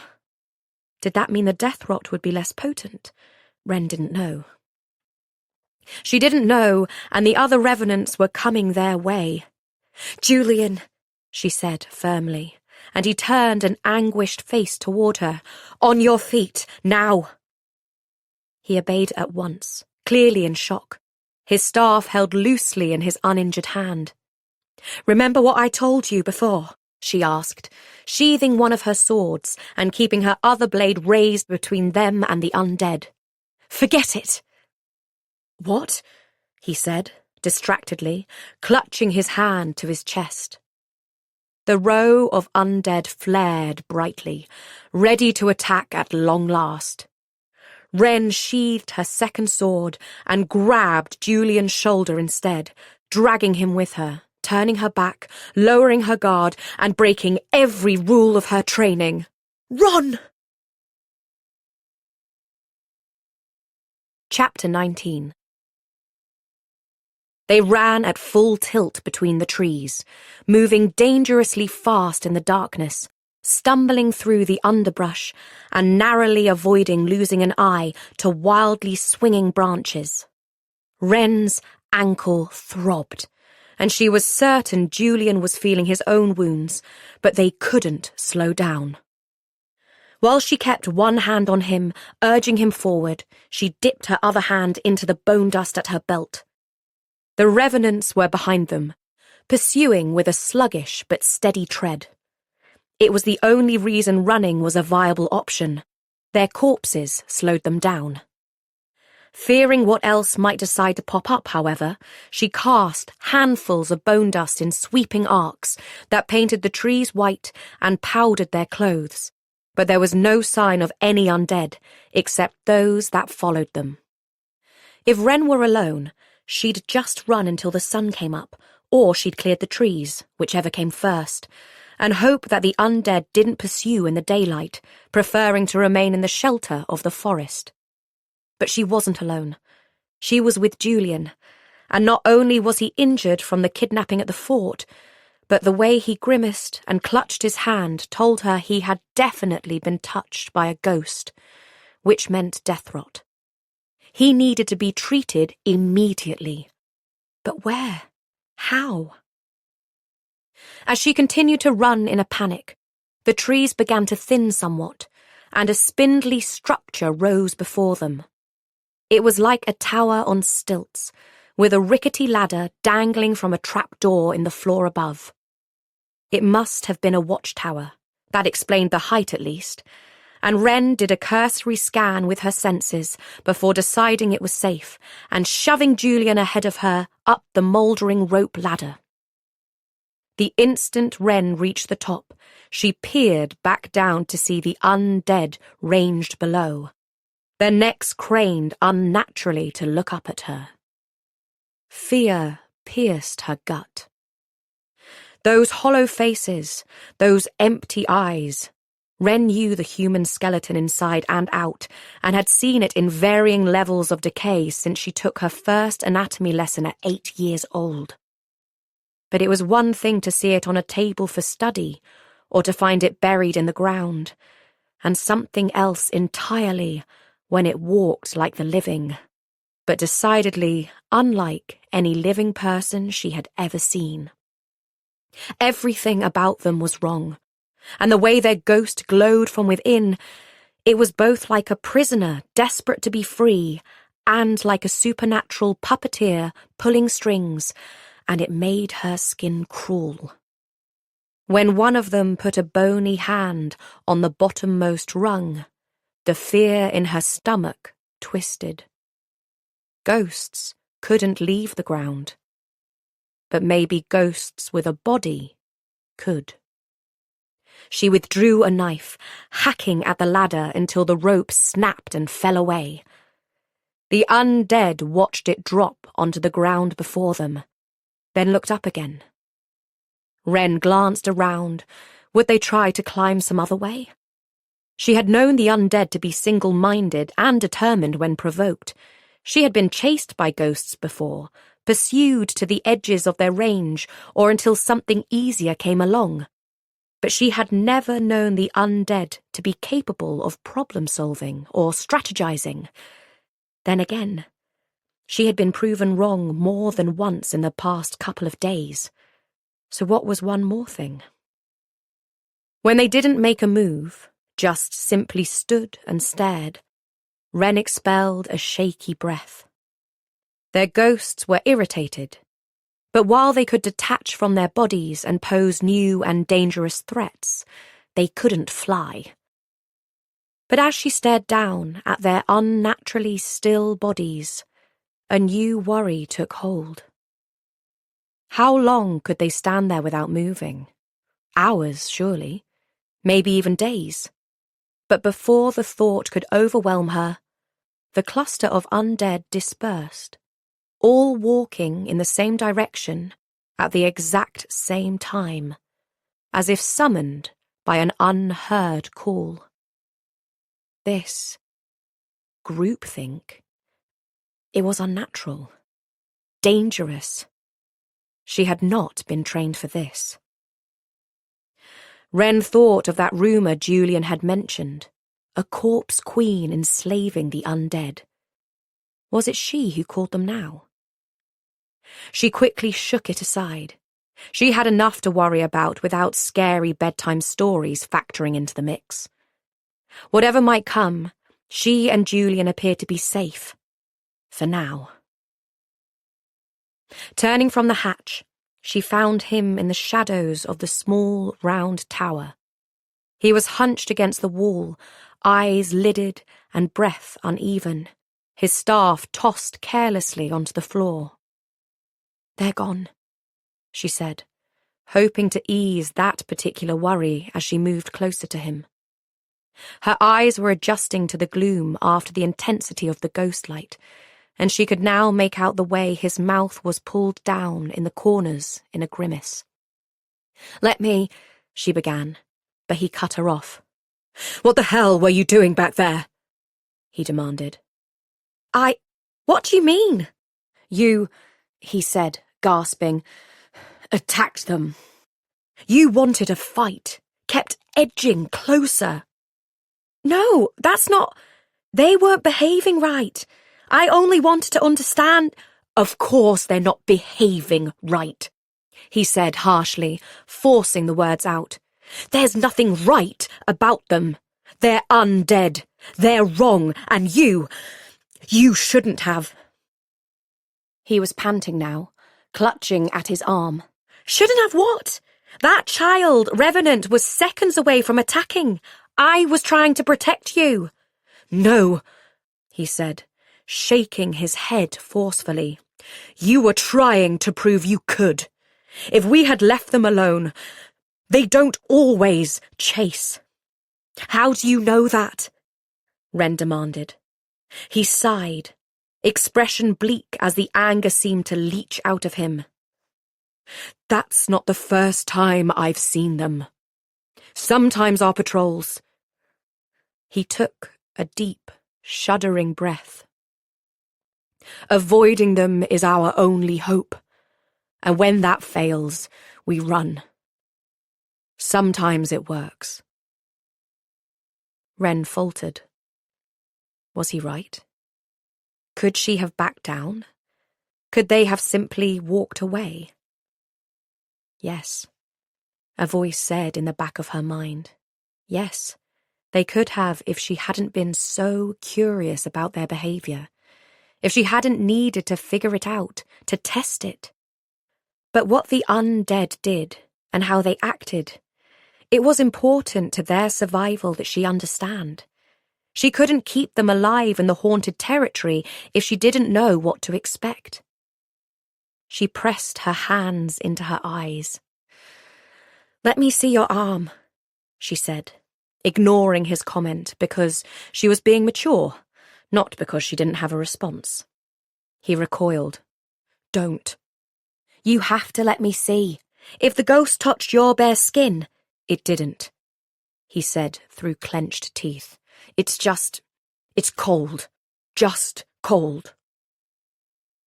Extreme cold was a precursor to, and often a symptom of, death rot. Julian's flesh was covered, from his leather gloves to his long-sleeve shirt, coat and armour, but it wouldn't protect him against a ghost. "Please," Wren said softly, making her voice as non-confrontational as she could. "No," he said back, equally gently. Something was up with him and those gloves, but she didn't have the time to unpack it right now. The earliest stages of death rot could be treated, and a person could potentially make a full recovery. A fire would be ideal, but they didn't have time to waste. Plus, there was nowhere to safely build it, as the floor was wood. A fire was not necessary, though. What was necessary was heat. Trembles had begun to rack Julian's frame, and there was a sheen of incongruous sweat across his brow. "Get over here," she muttered, though there were scant inches between them. She unbuckled her armour, belt and bandolier before reaching for his. He stiffened, drawing back. I need to get you warm. If we don't, the cold will only spread, and come morning..." His eyes, usually cool with disdain, were slightly wild. He nodded warily, watching her every move with bowstring tension. She hastily removed his armour plate. He helped, using his good hand, to unsnap buttons and loosen clasps. The pieces were heavy enough to make her grunt with effort, as she did her best not to drop them, laying them aside until his jacket was revealed. She undid the buttons, then pulled the exposed arm out of its sleeve. His underlayers were drenched with icy sweat, and he shivered worse than ever, his chest heaving.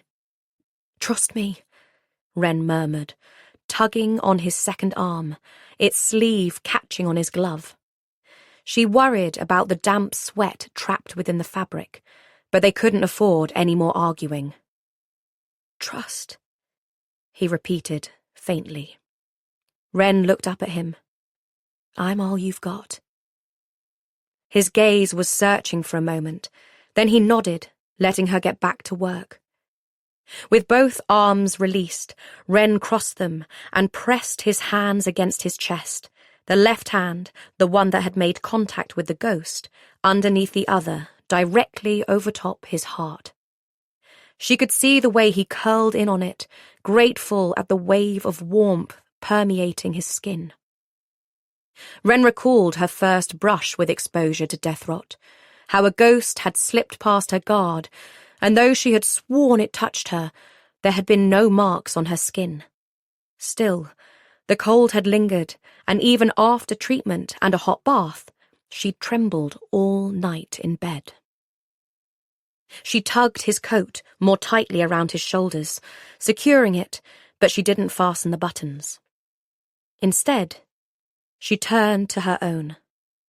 Julian's expression was soft with temporary relief, his eyes closed as he leaned against the wall, until he heard the first button on Wren's coat pop.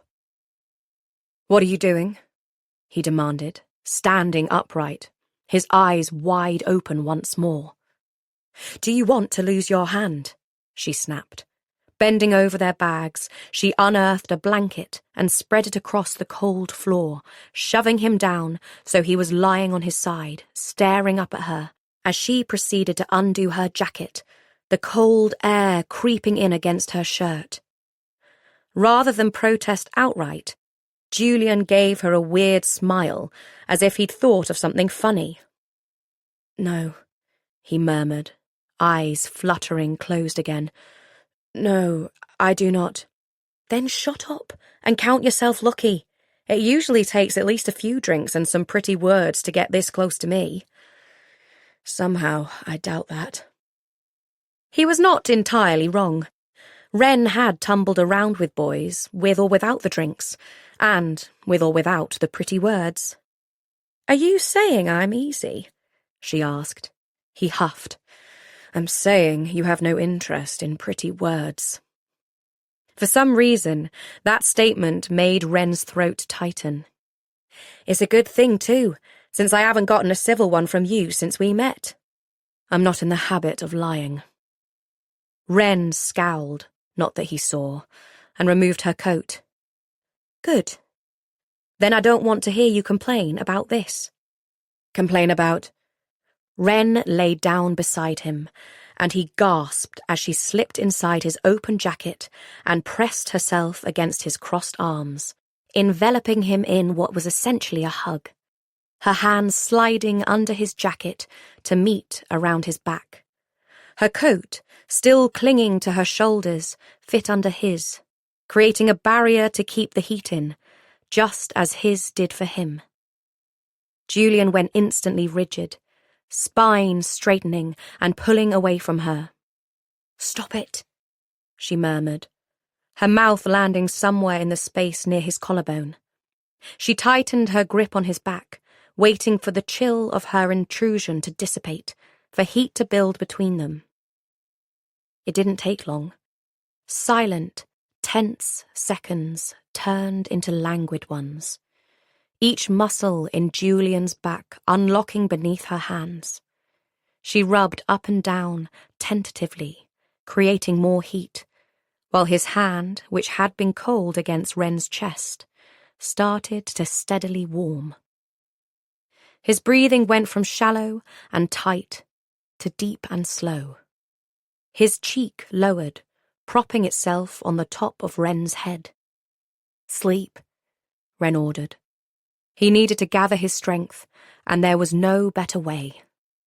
He muttered something into her hair. "What?" she asked, tilting her head slightly. Thank you. Chapter 20.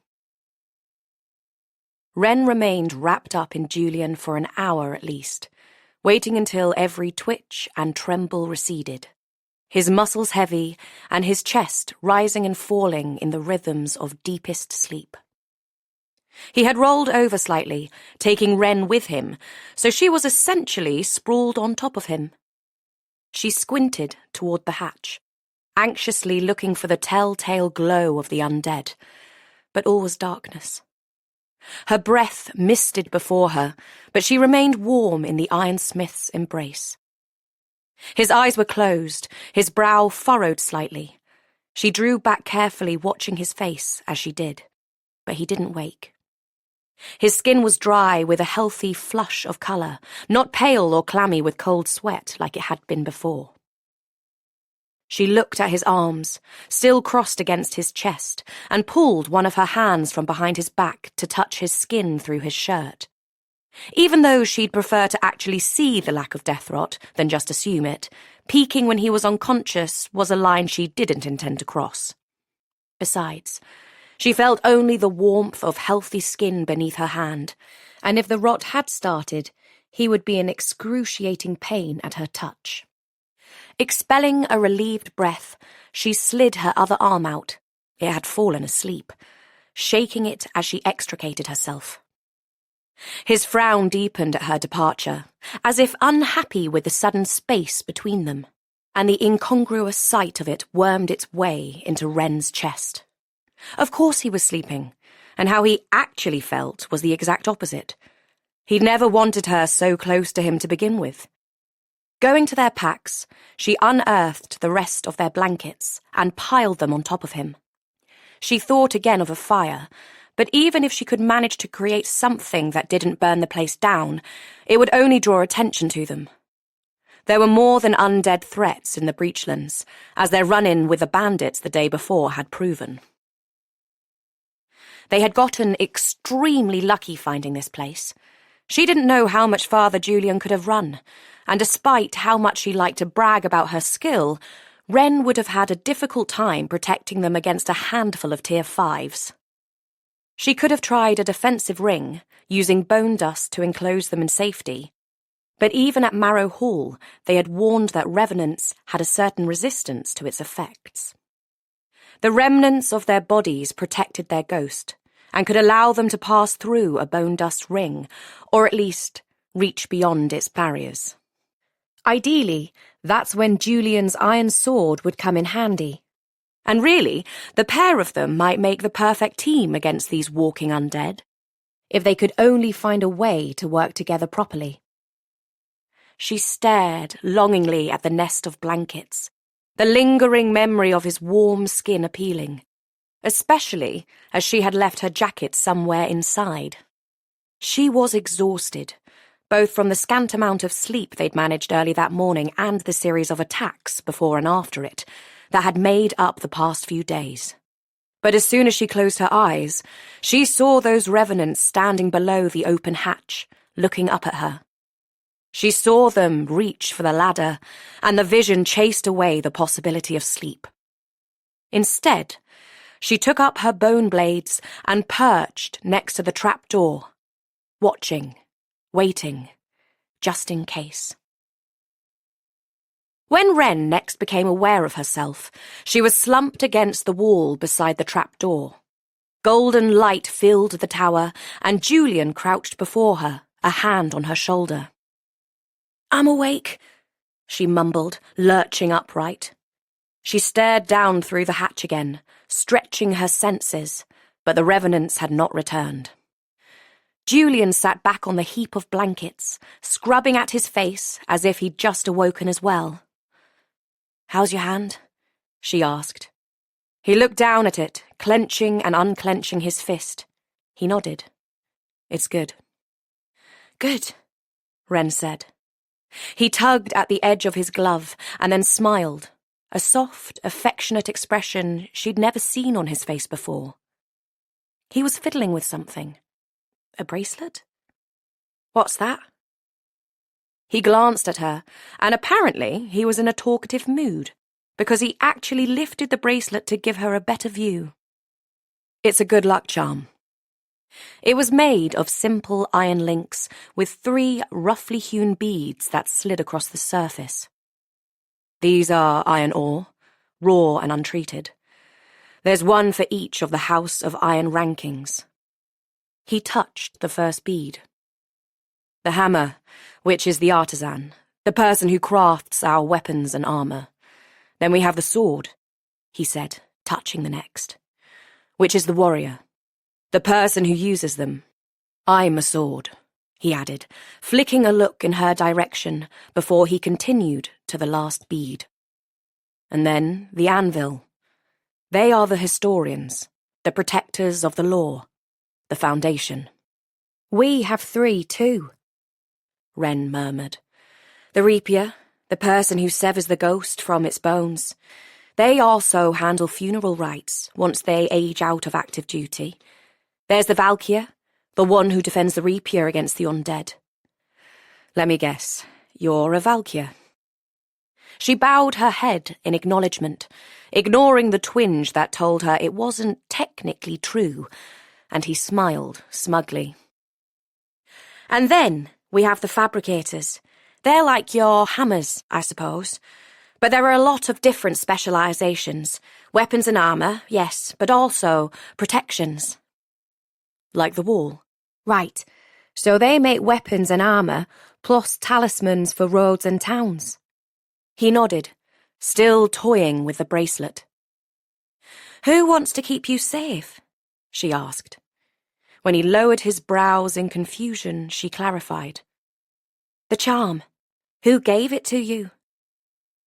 She knew it was a gift from the way he'd looked at it, like it reminded him of a happy memory. Her guess was maybe Julian had a girl back home, and she felt a bit guilty for the way she'd pranced around him the other day.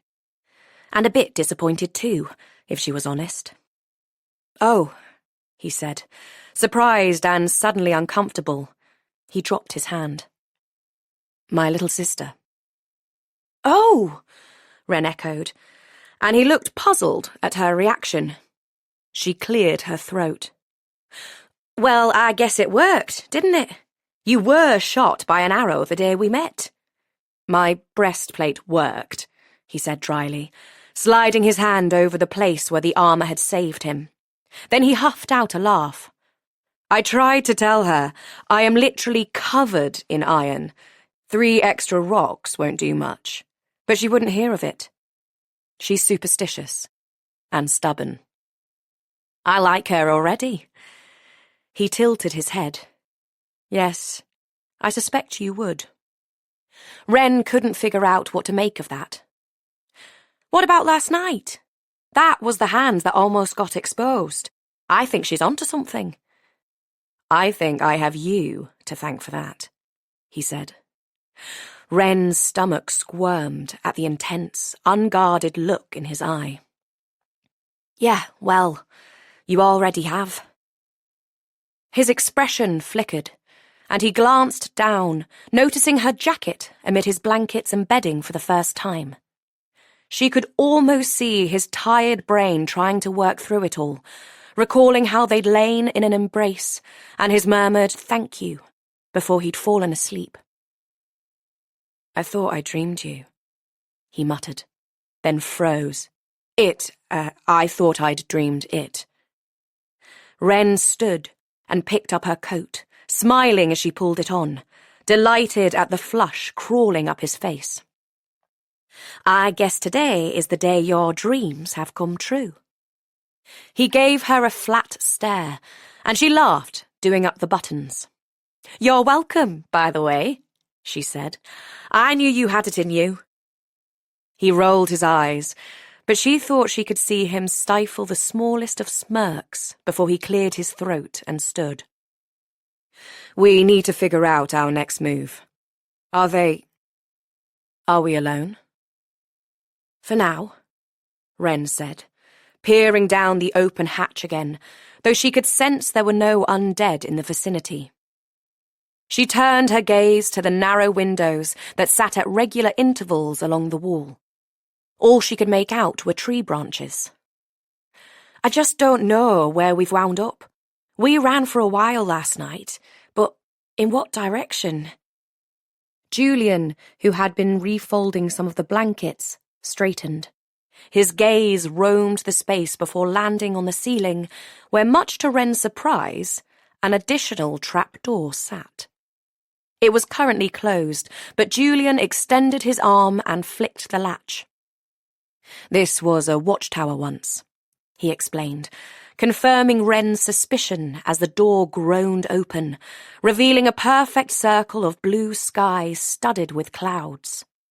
Mounted next to it on the ceiling was a rusted metal ladder, which he tugged, and it too screeched and protested before coming loose, the steps perfectly meeting the floor underneath.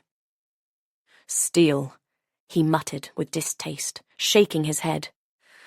"We never had to bother with this stuff until the breach.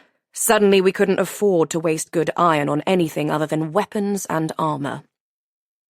He actually wiped his gloved hand on his leg, as if the steel left some sort of residue. Shaking her head in amusement, Wren followed him up the ladder. The roof slanted away from the hatch on all sides, allowing for proper drainage of rain and snow, but making it difficult for them to stand on. Julian pulled himself onto the roof, still moving somewhat gingerly thanks to his chest and hand injuries, and sat down near the top. Wren did the same, and together they took in the view. The height of the tower helped them see past the treetops in all directions, and the breath whooshed from her lungs as she turned northeast. There was a massive gouge marring the landscape. This was the breach, the place where the ironsmiths had overmined and caused the land to shake, the ground to split, and whole cities and towns to come crumbling down. And that was to say nothing of what they'd uncovered there.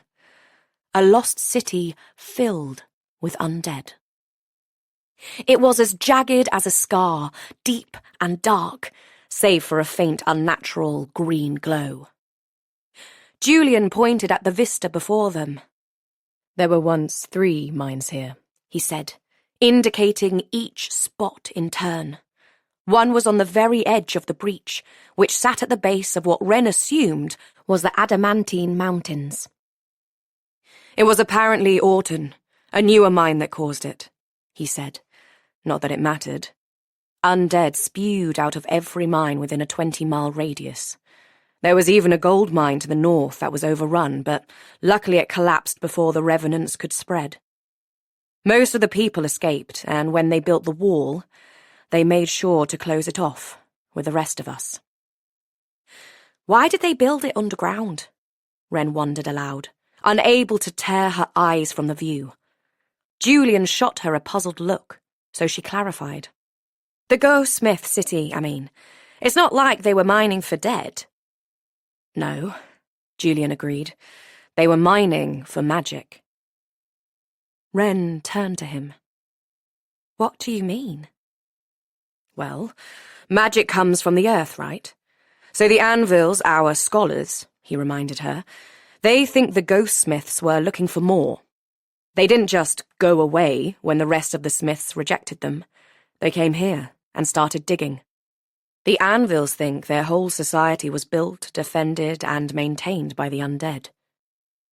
Wren gaped. "You think they found it then? More magic?" "How else do you explain the walking undead? They aren't all centuries-old corpses roaming the haunted territory. New revenants are rising every day, and they only rise here." Wren was stunned. Like the stories about the Corpse Queen, this was something she'd never heard before. Unless... What had Odile said? That something dark lived in the breach? Something evil? Could she mean this magic? Wren didn't know if it was what Julian had just told her or the very real, very visceral sight of the breach after a life filled with stories about it, but she felt a bit sick as she stared across the landscape.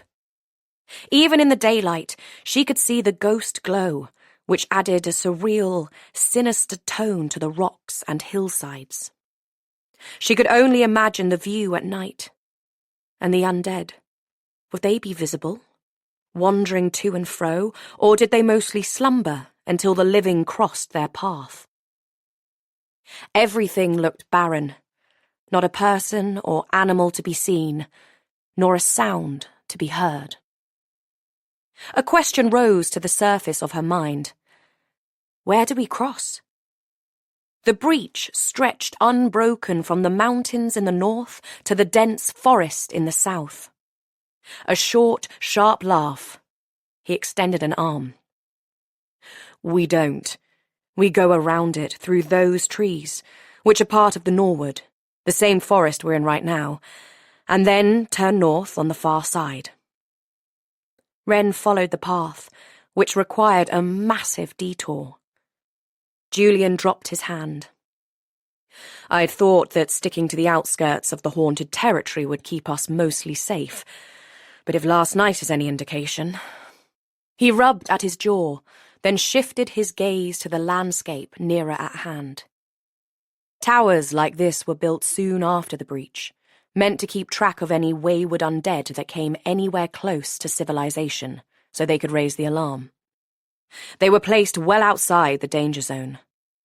The fact these trees are apparently crawling with undead means the haunted territory has expanded, exponentially. So, even your safe route might not be safe at all. He sighed, but didn't respond. He squinted into the distance again.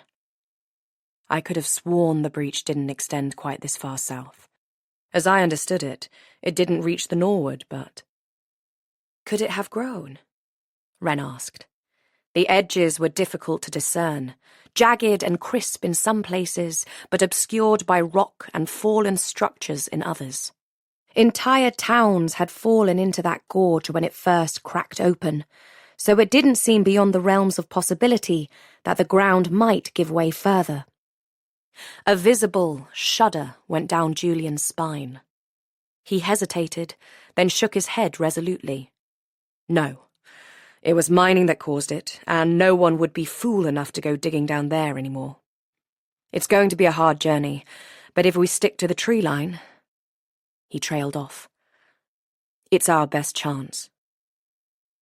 They climbed back down, Wren going over everything Julian had said. It was logically sound, and before their run-in the previous night, she might have agreed with it. But right now, she didn't. Julian continued to pack up the bedding while Wren dug through their bags for breakfast. As they sat together on the floor, chewing dried meat and sour, pickled vegetables, Wren asked about something she'd seen spanning the gaping maw of the breach. A bridge. It had looked spindly and unfinished, a skeletal scrap of metal. Has anyone ever crossed it? Julian's hand stilled as he reached for another piece of meat. He darted a glance up at her before focusing on his meal. My father did, he said shortly. During the uprising. It was built to sneak troops to the wall. Oh, so that was how they tried to outsmart the Dominion soldiers. Instead of travelling miles to avoid the haunted territory, making it easy to predict their strikes, they'd decided to cut through, hoping to catch the Dominion soldiers and the garrisons at the wall unprepared. Unfortunately for them, Locke's scouting unit had found them first. Looking to Julian, an unasked question hovered on the tip of her tongue. Was Julian's father lucky enough to walk away, or had he died not long after crossing that bridge? Has anyone crossed it since? She asked, delicately. Why? Because I think we should. You want to cross over the actual breach when we barely survived crossing the border into the haunted territory that surrounds it? You're mad. This is last night all over again. You don't think. This is me thinking, Wren protested. We need to get to the prince, and this route you've proposed will waste too much time. I can't afford to fail. That's all this prince is to you, isn't he? A trophy to be won? A balm against your wounded pride? A chance to prove how tough you are, how many ghosts you can take on by yourself? He may have hit closer to the mark than Wren wanted to admit, but he didn't understand. In the Bonewood, she had tried to do things the right way, the honourable way, and look what had happened. How else was she to regain her place? How else was she to prove herself to her father? She crossed her arms over her chest. And what is he to you? An object to bargain with? A pawn in a game? My life and the lives of my people are no game, he practically growled. You see them out there, don't you? You see what we're up against. Every day we're trapped in here is a day closer to all of us winding up like that. Do you know what we do with our dead? Have you ever even thought of it? Wren didn't respond, but it seemed he didn't need her to. We used to burn them. Her stomach twisted, knowing what he would say next. It didn't work. Without severing the soul from the bones first, that spirit would be doomed to wander the living world for eternity, their bones too damaged for their soul to be properly reaped. Now we toss them into the ocean in cages. They sink to the bottom, undead but unable to hurt the living. Trapped there until we find a way to free ourselves from this waking nightmare. I know it's not a game, Wren said, once she found her voice. He's a friend, okay? The prince is a friend. Julian's anger seemed to have subsided somewhat. He slumped against the wall opposite, staring down at his food once more. And even though he's a prince, they left him, didn't they? Everyone at the fort, they discussed his life like he's nothing but a pawn, Julian supplied dryly. Wren rolled her eyes but nodded. I suppose being a pawn is better than being nothing at all. He continued to stare at her, and she wished she'd never opened her mouth, but she ploughed on. I mean, I was missing too. Not that I'd fetch any sort of price, I'm no royal. But, well, suspecting that no one will care if you're gone, and then knowing it for certain are two different things. The fact of the matter is, I care that Leo was taken, and I'm in a position to do something about it. So I will. Julian straightened a bit at her words, and his cool gaze roved her face, searching. Then his lips quirked. Leo? Wren felt her cheeks flush, though she didn't know why. He told me to call him that. An eyebrow shot up. I bet he did. He wishes, Wren muttered. Look, I know it's risky, she said, referencing her original proposal.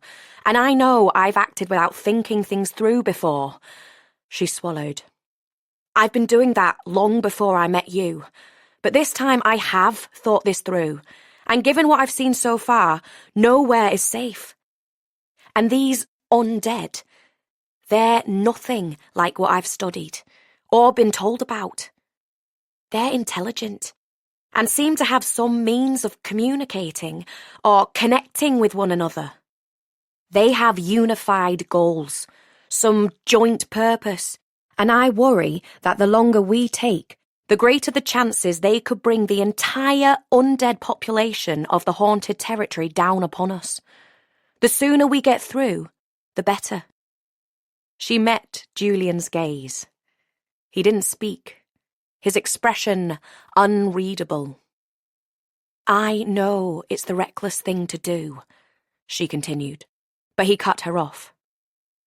But that doesn't mean it's not the right thing. Wren could only stare at him, stunned. I thought you said I was mad. He shrugged. You are. I also think you're brave. Chapter 21. They set out soon after. They needed to make the most of the daylight, and Julian figured they could make that bridge crossing before darkness fell. What they'd find on the other side, they couldn't be sure, but they'd have to deal with the threats as they came. The silence between them felt less charged than usual, less tense. Wren doubted they'd had their last argument, but she felt that perhaps they were starting to understand each other. They each had reasons for being here, and it extended beyond simple, selfish gain for both of them. Julian had a protective streak when it came to the people east of the wall, a sense of responsibility that Wren suspected had something to do with the little sister he'd mentioned. He also had loyalty to whoever was calling the shots in the kidnapping, likely the regent, and believed that person wasn't to blame for the attempted assassination. He wanted to get Leo away from the kidnappers who currently held him, so for now their goals aligned. Of course, once they actually had Leo in their possession, things might change. Quickly. But focusing on that now was a waste of effort. They might never make it there, but they stood a better chance of surviving if they trusted each other in the interim. As they left the cover of the trees, the ground sloped away from the forest, leading into a swathe of low fields dotted with dead grass and patches of snow. Beyond were massive boulders and soaring bits of rock, obscuring the view of their destination. They had to cut through that landscape to make it to the bridge, which meant that the undead could be around every corner. And Wren had thought the forest was bad. At least they had daylight on their side, though the swell of dark clouds to the east told her not to remain too optimistic. They took a break around midday at what was once a village. Though the buildings were little more than foundations and rotted beams of wood poking out of the ground. This had surely been abandoned even before the breach, and while Wren did find bones as she checked the area thoroughly, they were dead ones. It's a mausoleum, she announced, crouching before the marble structure. It was roughly the size of a wagon, heavily overgrown with creeping vines, its surface so dirty that it blended into the surrounding scenery. Mausoleums were a foreign concept brought to the island and made popular by the Valorians, a custom from their homeland. Traditionally, all bodies on the island had been buried. Since magic came from the earth, so did all life, and so that was where they were meant to return, giving their magic to future generations. It's part of why the Ghostsmith's necromancy was seen as so terrible. They were not only denying a dead soul rest, but they were denying future generations of their magic. "What are you doing?" Julian asked, as she tugged at the ensnaring greenery, searching for the handle. "Don't worry, these are properly reaped. Nothing but the dead in here." She pulled, the door resisting but eventually opening enough to reveal the pure darkness within. "Then why are you disturbing them?" Wren had to give him credit. He'd have yelled at her the day before, but while his voice was tight with frustration, he kept his anger in check. "Weapons," she said shortly, glancing over her shoulder. "Not," she said, cutting him off before he could speak, "the kind you're thinking of." She wasn't here looking for old iron swords. She was here for bones. "All of these repel the undead?" Julian asked, looking uneasily over her shoulder. "Well, the bone with the most power is the anchor bone, the one that holds the spirit. It's the payment we take for performing funeral rites. They get to bury their dead without fear of haunting, and we get the material we need to make weapons and defend lives. Only the rich can afford to pay coin instead and keep the anchor bone, preferring to bury their loved ones intact. So unless these people were very wealthy, She leaned forward, peering at the neatly stacked bodies on 3 levels of shelves, then drew back and shook her head. There are no anchor bones in here. Doesn't that make them no good? Julian asked, watching as she reached inside. They're not perfect, but they'll do, Wren said, sweeping her hand across the shelves.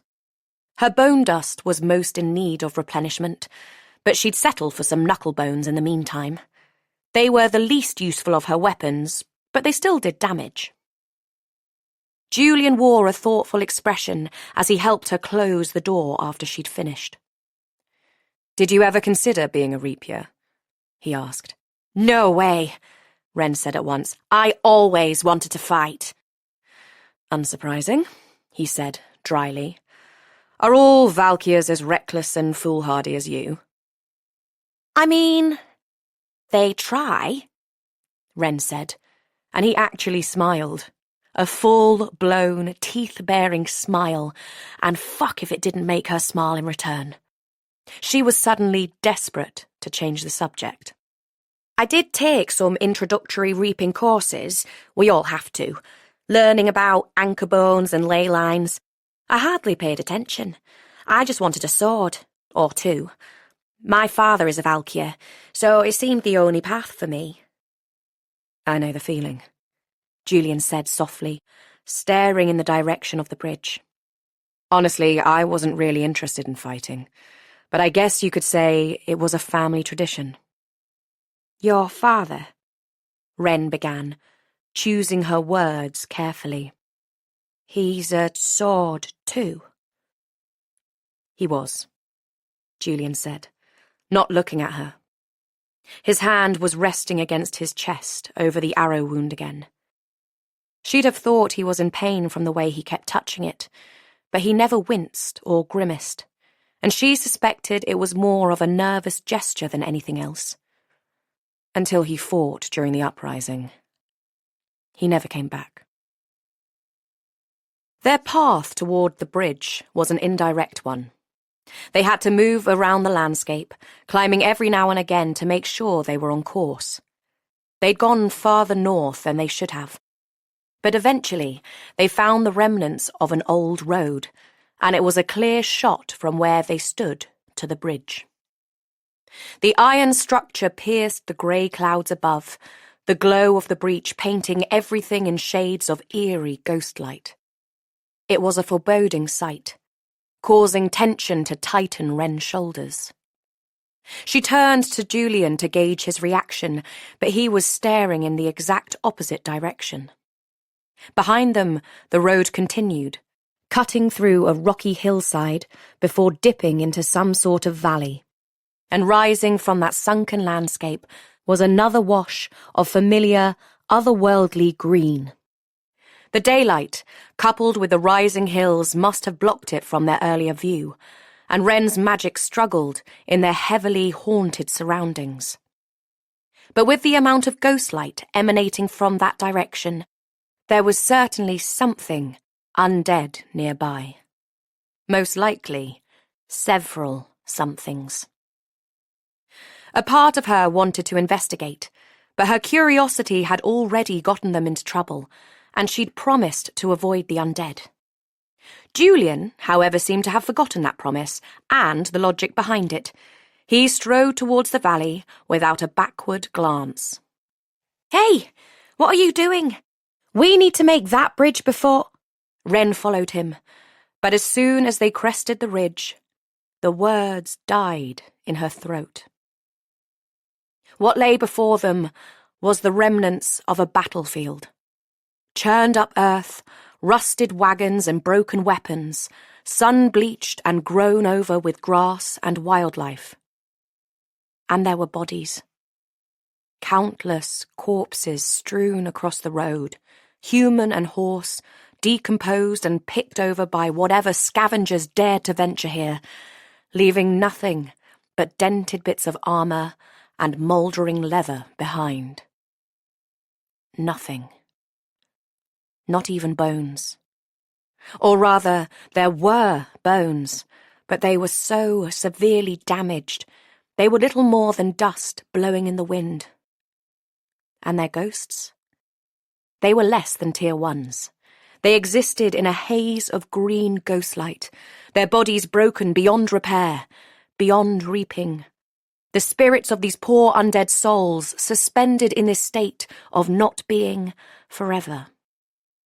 How had this happened? She had seen damaged bones before, those that had been burned by people who didn't know any better, or a body crushed in some horrific accident, their ley lines destroyed beyond recognition. But this was a battlefield. These people died together this way, yet there was no evidence of fire, no reasonable explanation for this. What is this? Wren asked, stunned. Julian turned to her, eyes darker than she'd ever seen them. The end. Of what? The uprising. The House of Iron. Everything. But that meant, how had Locke and her father, Odile and the Dominion soldiers done this? Julian laughed at Wren's silence, the hollow sound echoing across the ghostly field. Figures. What sort of story did they tell west of the wall? Heroic battle? Good persevering over evil? Julian shook his head.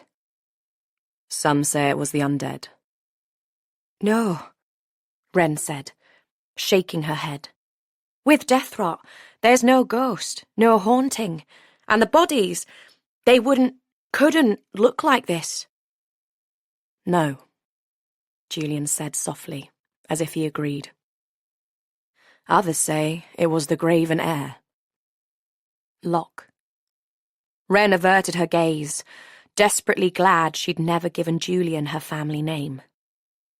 They say he had limitless power, that he was able to control the bones of the living as well as the dead, that he was able to bend and break and shatter them. He turned it on everyone, even some of his own people, before the abuse of power killed him. But that's not possible, Wren argued, despite seeing the evidence right in front of her. Julian's gaze was intent, and she felt the need to explain, to defend. Bonesmiths can't touch the bones of the living. They can't touch revenants either. Any bone with a spirit still attached is beyond our reach. Yours, maybe. Not his. But it's not... She trailed off, thinking. Limitless power. Could that have anything to do with the magic the ghostsmiths dug so deep for? Julian said new undead continued to rise as revenants. Did that mean whatever magic they found emanated from the breach? Could it have touched Locke somehow? Changed him? But no one had ever told her anything like that. Of course, her father never told her anything, full stop. It was Odile who had told Wren the most about the uprising, but she hadn't mentioned anything about Locke, though she did mention something dark and evil living there. But if it was true, if her Uncle Locke was to blame for this, Wren suddenly understood why her father never wanted to discuss it. Why they had chosen to paint him a hero rather than tell the truth.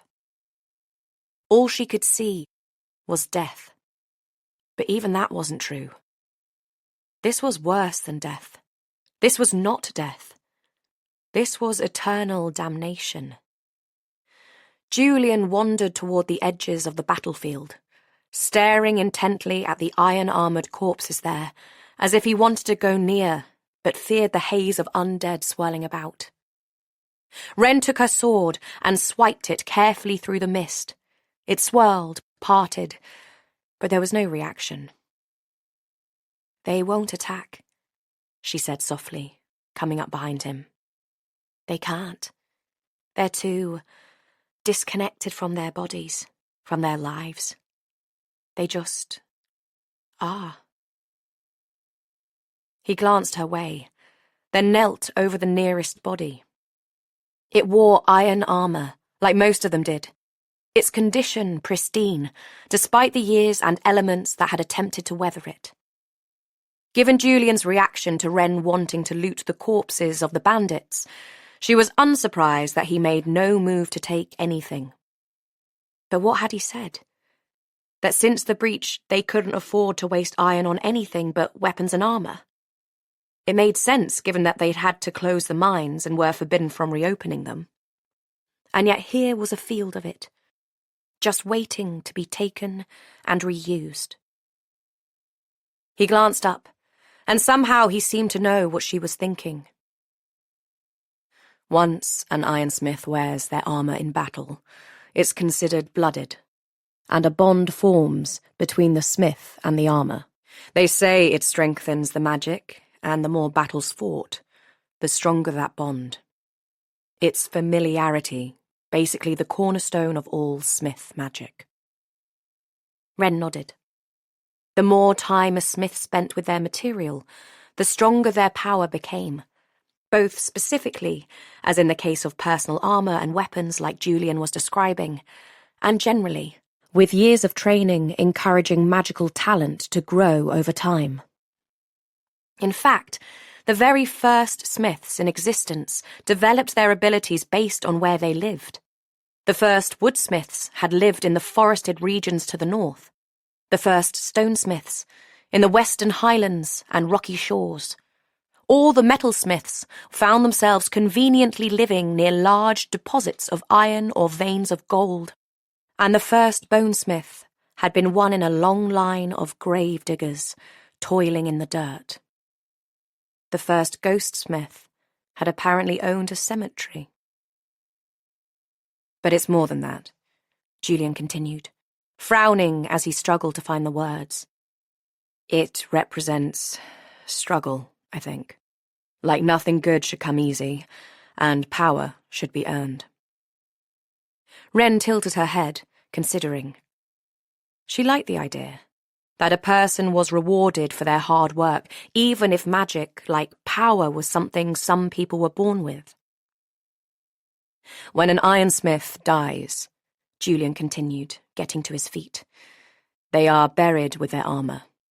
Weapons can be repurposed, especially in families. The bonds can pass through bloodlines to create powerful magical connections. But armour, it's made especially for the wearer. It's personal.